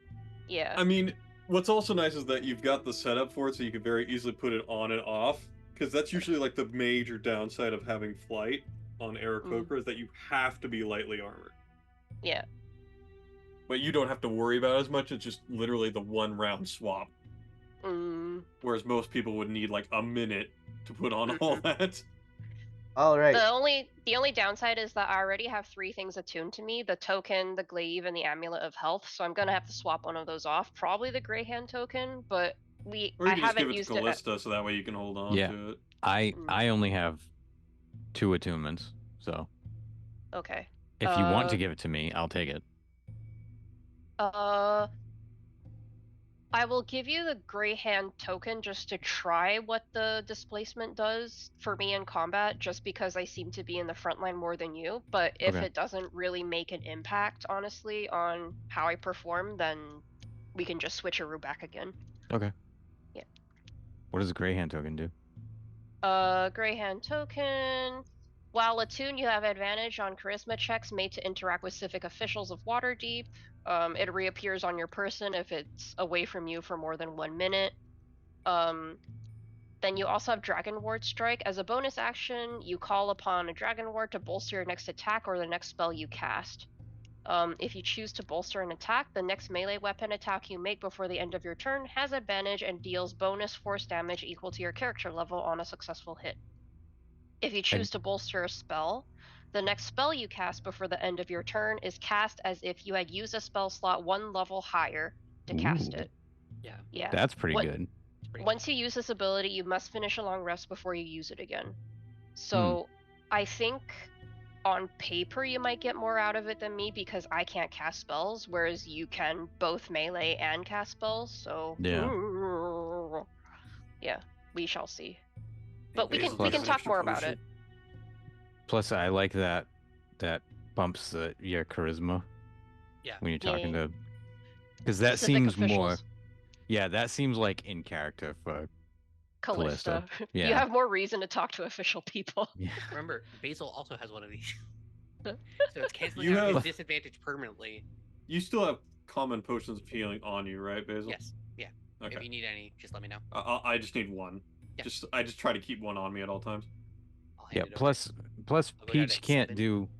Peach can't do the girl thing when like you're talking to guards. I can be like, "Oh my god, you're so funny." Oh, I think the Okay, you know aviary what? probably has that. I would contend that is more a humanoid thing than a girl thing, because Peach has an amazing heart-shaped face and a very, very sweet pink coloration to his feathers. So That is true. Yeah.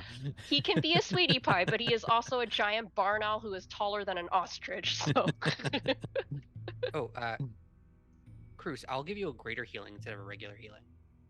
fantastic. Love to see it. Thank you. No problem. All right. So, should we end there and resolve any lingering mysteries in 4 days? yep, that sounds good to me. Sounds Sounds good to me. Mhm. We did it. Are skeletons still slowly falling like upwards and downwards? That is a good question. Are Like, they oh collecting shoot, we didn't somewhere, actually think or- about this, did we? They. During the short rest, can I change the gravity to down? This Yeah, falls sure. straight down.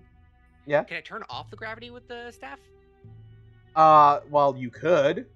and have them fall for max fall damage down? Yes. I'll do that during our short rest. Then. Okay. Any of the ones that were left, because at least a few of them would have just like floated on all the way down. But Well, yeah. Well, it's been up for a while, so now I'll turn it off to be. well, Hold down. you don't know what happens when they reach the bottom, so. Oh. Oh. Okay. Yeah. Fair enough. Oh, menacing. And then I'll turn it back to up.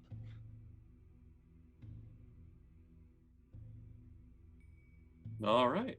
I think that was a good session. We had a 5-hour session. Look at us, guys. We're Mhm. gaming over here. Nothing Yes. says an exasperated party at the bottom of a dungeon more than I'm just gonna drop a door on a dude. Yeah. Yeah. That was beautiful. I mean, honestly, figure like, what else would we have chosen? Uh-huh. Yeah, because I just imagine my Echo standing there and this dude starts shimmying between my hands, and I'm like, no, ew. Yeah, no, okay, Absolutely okay, not. Bye.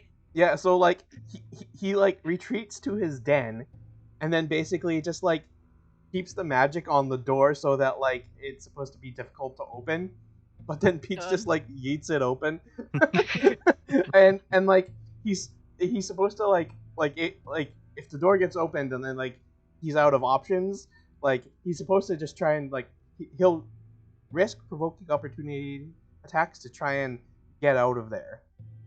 So he tried to run and you killed him. With a door. Yeah, mostly The with a power door. of door.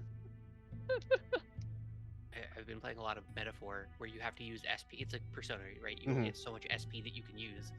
And there's at the end of dungeons when no one has SP, and I'm just beating the absolute shit out of monsters, and I'm like, this is some real, there's some real like end of the D&D dungeon type feeling. We're running out of spell slots. We got nothing else to do. Let's go. All right. Well, I might need to try and fix UI's camera capture again at some point. Yeah, it's really inconsistent because my laptop doesn't always stay in the same place. Yeah.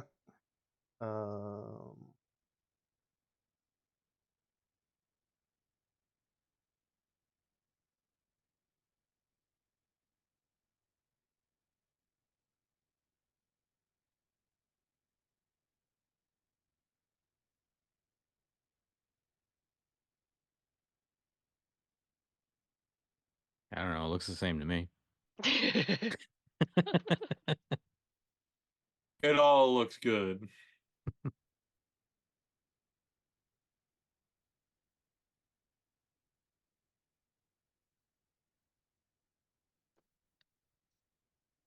That's a bit better. Okay. Yes. So you found all of the levels on this map.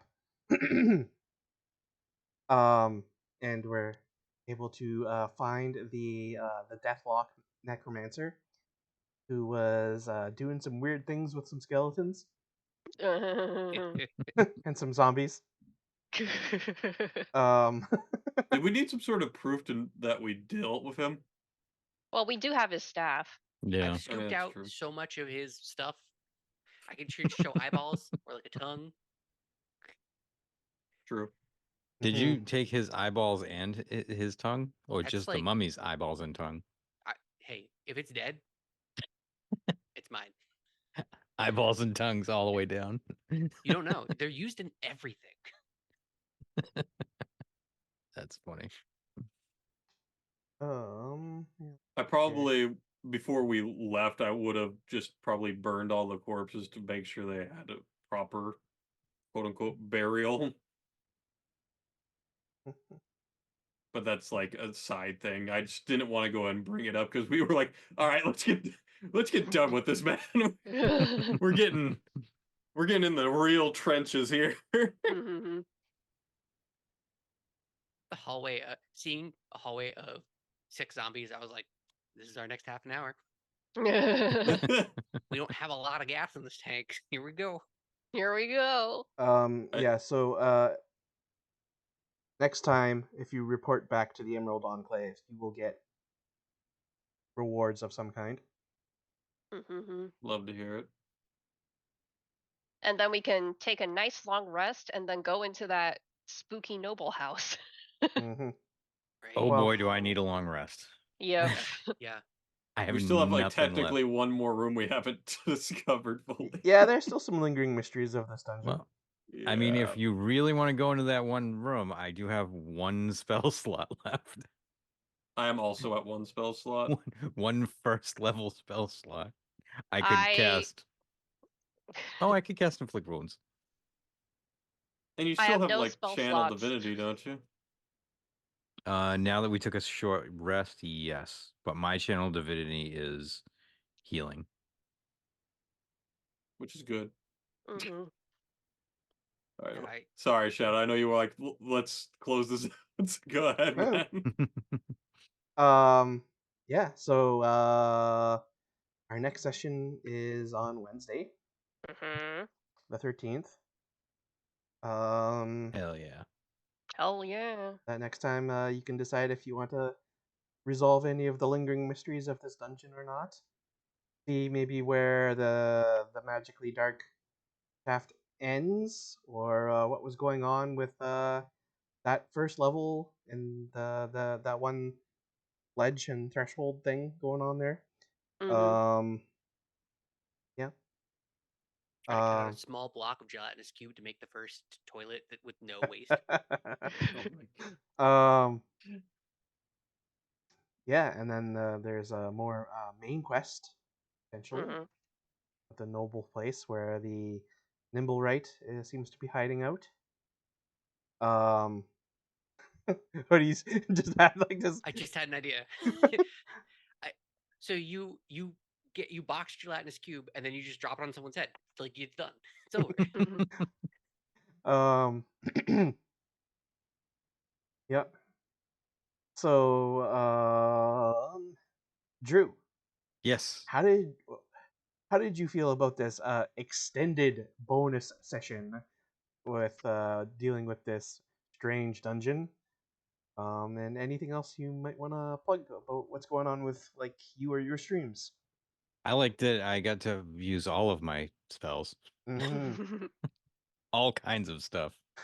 Yes, it was a good dungeon for a cleric. Yeah.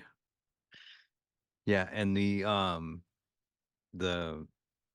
I think that the Twilight Sanctuary, I think that replaces the temporary hit points every time. Mhm.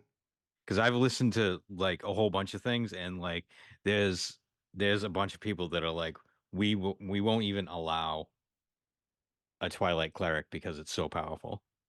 Well, Because yeah, it just essentially each constantly, turn you can yeah, swap it out. So say like you got like a 2 or 3, say like a really bad roll. It's yeah, like, okay, it persisted over. You can then roll again and just swap for the better one. Because right, that's how Mhm. yeah, temp HP works. You choose the one that's the best yeah, and then swap it. It You're doesn't yeah. stack. That's the only thing. But if you you're could stack it casting with that, it would be ridiculous how you're, much you're survivability you would have. essentially You could casting aid on everybody every single turn, which is Yeah, a huge and buff. if you could stack it, then you could just literally set up that sanctuary outside of a boss room if you knew it was, sit in there for a minute until it runs out, and then just have a ton of temp HP that the boss had to deal with first. Well, temp HP doesn't stack. That yeah, I'm saying if it did, that's why Oh they yeah, couldn't do it that way. that'd be what I would. Yeah, I would ban it. I would immediately ban it if it's stacked. But yeah, I had a lot of fun. I like the fighting episode. It's good that we had a fighting episode since Yeah. we had like a like two like a really RP heavy episodes. Mhm. So I like when we break it up like that. Mhm. Yeah. Like, 1 or 2 RP, 1 or 2 fighting, 1 or 2 RP, 1 or 2 fight. I like that. That's pretty cool. And I always have fun with these folks here. Mhm. And you can find me at Drew the Damager. No. Twitch.tv/Drew the Damager. There we Mhm. go. And I will be on what's tonight? Friday? I will be on Sunday night with probably Final Fantasy VI. Okay. So if you like fantasy role playing D&D type stuff, Final Fantasy. Mhm. Come on by and watch. All right. Thanks, Drew. Tilted. What did you think about tonight's sessions? Were there any specific highlights from it for you? And again, maybe you want to plug your streams thing.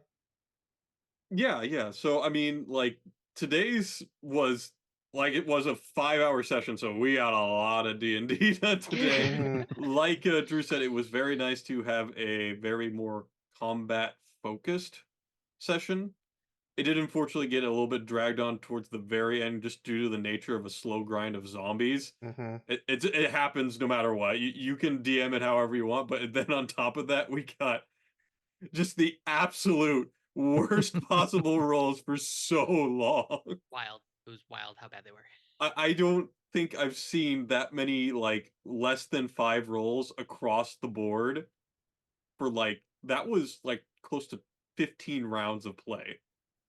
It was bad. Yeah, and usually it's just one player who gets all the bad rolls, but at that point it was everybody was just Yeah, oh it no, was oh no. 3 people were getting consistently bad rolls. But yeah, it was like always fun. I feel so bad every time we go into one of these dungeons. Basil never gets to use poison. It was crazy. It was great. I was like, okay, so this is a chance for Basil to show off and or a learning lesson to happen. And I was like, maybe it's a learning lesson. Or it could be Yeah. cool. But no. But I feel like you do like a lot of good supporting too, which is nice. It just I Mhm. know you want to make use of the main feature of your class, which is the poison. But you did do a lot to make the team continue to thrive even outside of that. Alchemist so far has been the hardest subclass I've ever played to like make work. Oh. It's not easy. It requires me to do a lot of work on the back end to make sure I have like consistency for like poisons and potions and stuff. Because if I don't do Mhm. that, my class doesn't work, and it's like, oh, that's bad. But the Oh, thing no. is that if you do have that, you have so many tools at your Yeah. disposal if you're like good about it. If we didn't have downtime, I don't think this class could work. Let me put it that way. Correct. Yeah. Mhm. In a very like combat focused thing, it would be very difficult. Yeah. To consistently have something going at all times. But yeah, it was a great session. I had great fun with all these guys. They're awesome as always. Got to crack a couple of jokes here and there and just relax with the boys. It's always nice. But yeah, you can find me over at twitch.tv/tiltgaming, where the first eye is swapped with a 1. And I was planning on playing an RPG this weekend that I've been like saying for a while, but I don't know if Drew noticed, but it doesn't actually release the DLC until the 12th. Oh, really? Yep. So I'm just like, oh, I guess I'll wait. So I'm probably gonna go and either do XCOM or like Slay the Spire this weekend, just because it doesn't feel right to just start that up and then have to restart it the next week. But yeah, that's me. Thank you guys. Okay. And Hoodie. It's me. It's me. That's this guy. Mhm. Dropping a door on a dungeon boss is great. That's This That's is neat. hilarious. You Definitely like a to see. highlight. I don't think I've ever been. The problem is, it's like I'm trying to see things from Basil, but also at the same time, it's like you get to a certain point as a player, and you're just like, I just want to kill this dude. I just want this dude to die because there's that video game concept that's still in the brain, and I can't shake it off. And so he's crawling through the door. I'm like, oh, yeah, we can facilitate this. So it was. I think my camera. Oh no, we're back. Okay, great. It was great. I'm going to stream again at some point soon. Soon. I believe in you. Case of the Missing Idol, the Curse of the Missing Idol, the Missing Idol, Golden Idol. That's the one. I set it all up, so I'll probably end up doing it because I need Yay. literally something that's not bad to happen. So that's I gotta make it happen. So probably on Monday, because I know I have D&D on Sunday. I think I'll be busy on Saturday, which is tomorrow, which is technically today. So probably on Monday, I'll end up streaming a mystery puzzle game, which is great. Cool. Awesome. Sweet. That's on my channel, which is somewhere. I don't know. It's probably in the chat already. Yep. I got you. The links are in the chat. Speaking of links in the chat, Yoi? Hello. Yes. uh I have to say, as a fighter who can only attack once per round, technically, if I don't have any of my other class options available, those last couple minutes were absolutely torturous if I missed something. It's like Yeah. all I can do is bonk, and I whiffed the bonk. What can I do? Just as soon as you hit level 5, it will all become clear. You just will permanently have a bonus attack. It'll be great. It'll be wonderful. Oh, But right. Speaking of which, you guys defeated a boss. Mhm. yeah. You level up. Oh shit. It was worth it. did good. It's all worth it. We Oh, made yeah. it, boys. We got to 5. Uh-huh. It took us like 12 sessions, but we got there. Look, they were 12 great sessions. Let's admit. It was. Change it for the world. It's hilarious. Yeah, it was. I think for me, the personal emotional highlight of the session wasn't so much dropping the door on the boss, but several fights ago when I realized I'd been naked the entire time and I hadn't caught it. So, I imagine my dad is going to have a lot of opinions about just fighting skeletons and a mummy naked. Just a big old bird boy with no armor on. Yeah, dumbass. Yeah. But like, man, that was another dungeon thing where like I feel like we've been in a couple fights now where our lack of ranged options were really, really hurting us. Yeah. So I don't know. I'm probably gonna check through fighter options and see like, is there something I can do to offset it? Because I don't think Echo syncs with any ranged attacks, so I can't have two crossbow wielding peaches mewing around. But you know, I will see what I can do. But yeah, really starting to feel we probably should focus on getting a ranged boy in here, huh? Yep. Oh, look at me. Even though my name literally has range in it. I want to buy a second wand of magic missiles. That feels like the actual answer. Yeah. And Get another gun. Yeah. mhm. Oh my god, And that's it. yeah, and I feel like this was the first session finally 23 sessions later where Tilted got to like really show off like the build of Crew / the Aviary as it was intended to be, because like Yes. finally got to be in the front line, got to block everything from coming in. I was Yes. like, yeah, And okay, then I cool. get crit 3 times. I mean, with great power, right? So Yeah. yeah, but that was the other highlight for me, just being like, oh, okay, yeah, Tilted gets to do his thing. Yeah. But never mind the crit, we'll just ignore that. It's Yeah. okay. Yeah, great session. Can't wait for Wednesday. Yep. I'm also excited for Wednesday. Uh-oh. He's got ideas. No, It's gonna. I'm just really enjoying D&D with you folks, and I'm excited Aww. to see what happens. Yeah. I'm also excited for this mansion. I'm like, oh man. We get to be level 5, but we gotta keep in mind that we don't get any of the features until long rest. Yeah, that's true. Oh no! Yes, we are literally wrapping up. It is almost the very end. Sorry, Yeah, tasteless we are fish. just closing. Oh no. Oh I'm no. sorry, tasteless no. fish. Yes. I see you are a first-time chatter. So if you happen to be interested in a Waterdeep and Dragon Heist campaign with 4 of like the best D&D players I have ever DM'd for, with amazing characters, they are hilarious. They're just so good. You have like 23 episodes you can step on. Hmm. And All if you on wanted to YouTube. catch us on our next episode, we are up next Wednesday. So Yes. haha. Yeah, well, we will be on Wednesday at what, 9 p.m. Eastern Eastern, yeah. Standard Yeah. Yeah, Time? it'll be 6 p.m. for Pacific. PST. Yep. And there's a bunch of other time zones, but we won't get into that. Like mine. Yeah, that unimportant time. What do you mean? I'm the DM. Yeah. Mm-hmm. It's just and that. then on the next session, Tilted's character suddenly disappears abruptly. It That- Into has the nothing to dark do void. whatsoever. Very nice transatlantic radio voice there. It was Yes. very good. My name is Gubby. I am your radiocaster for the end of this session.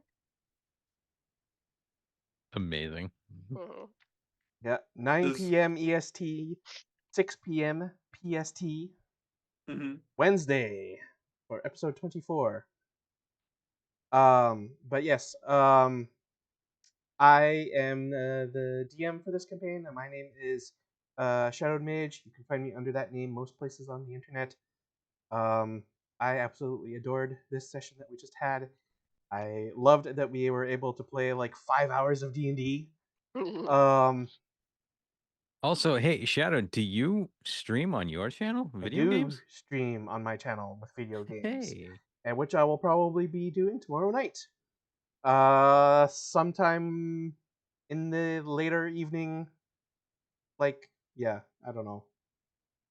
Follow my channel if you're interested. I'll probably be doing more of The Quarry, doing my run through of trying to get characters killed.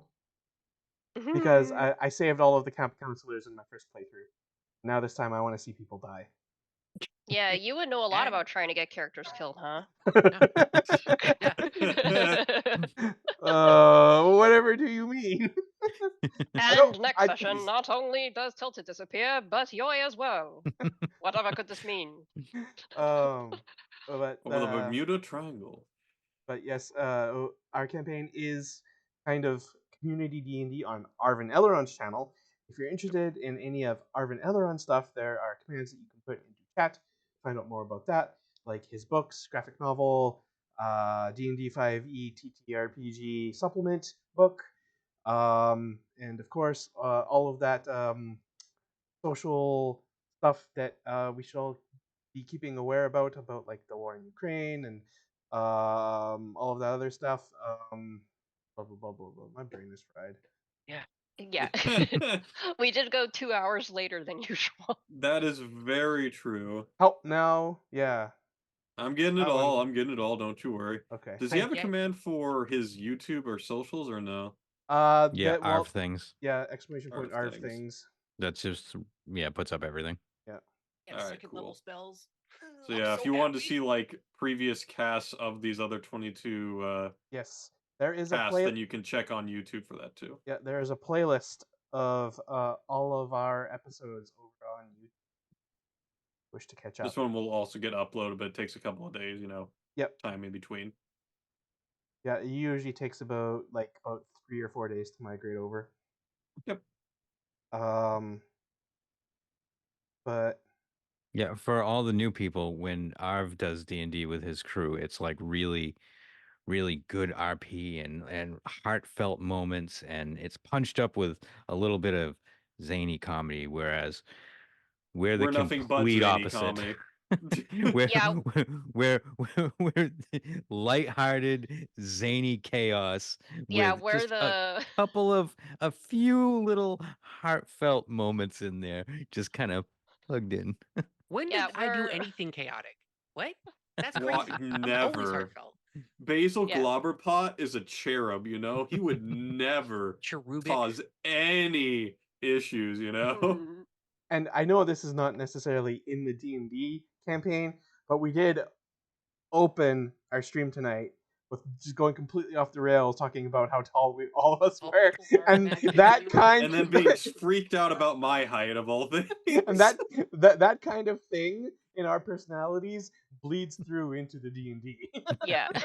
Right. I will say, Tilted, after these last 5 hours, I feel like I've grown to know you even better as a person, and your Grown height My no height? your height no longer scares me conceptually. So I will be stop laughing. This is a heartfelt moment, okay? Yep, no, yep. I You got my will- undivided attention. Yeah, I will be emotionally prepared for you being ginormously tall. And I will love your presence in my presence, and I will accept you with open arms even. So Fantastic. I'll make Yeah. sure to give you a Section, nice we're big hug when disclosing- we meet. We're disclosing foot sizes, right? So that's next section, though. So you got to stay tuned for that one. That's the Oh big God, one. you're gonna hate me. I'm gonna just be quiet. Okay, yeah. Catch us on Wednesday. Have a good night, everybody. yes, Good good night. night, everyone. Bye. Bye.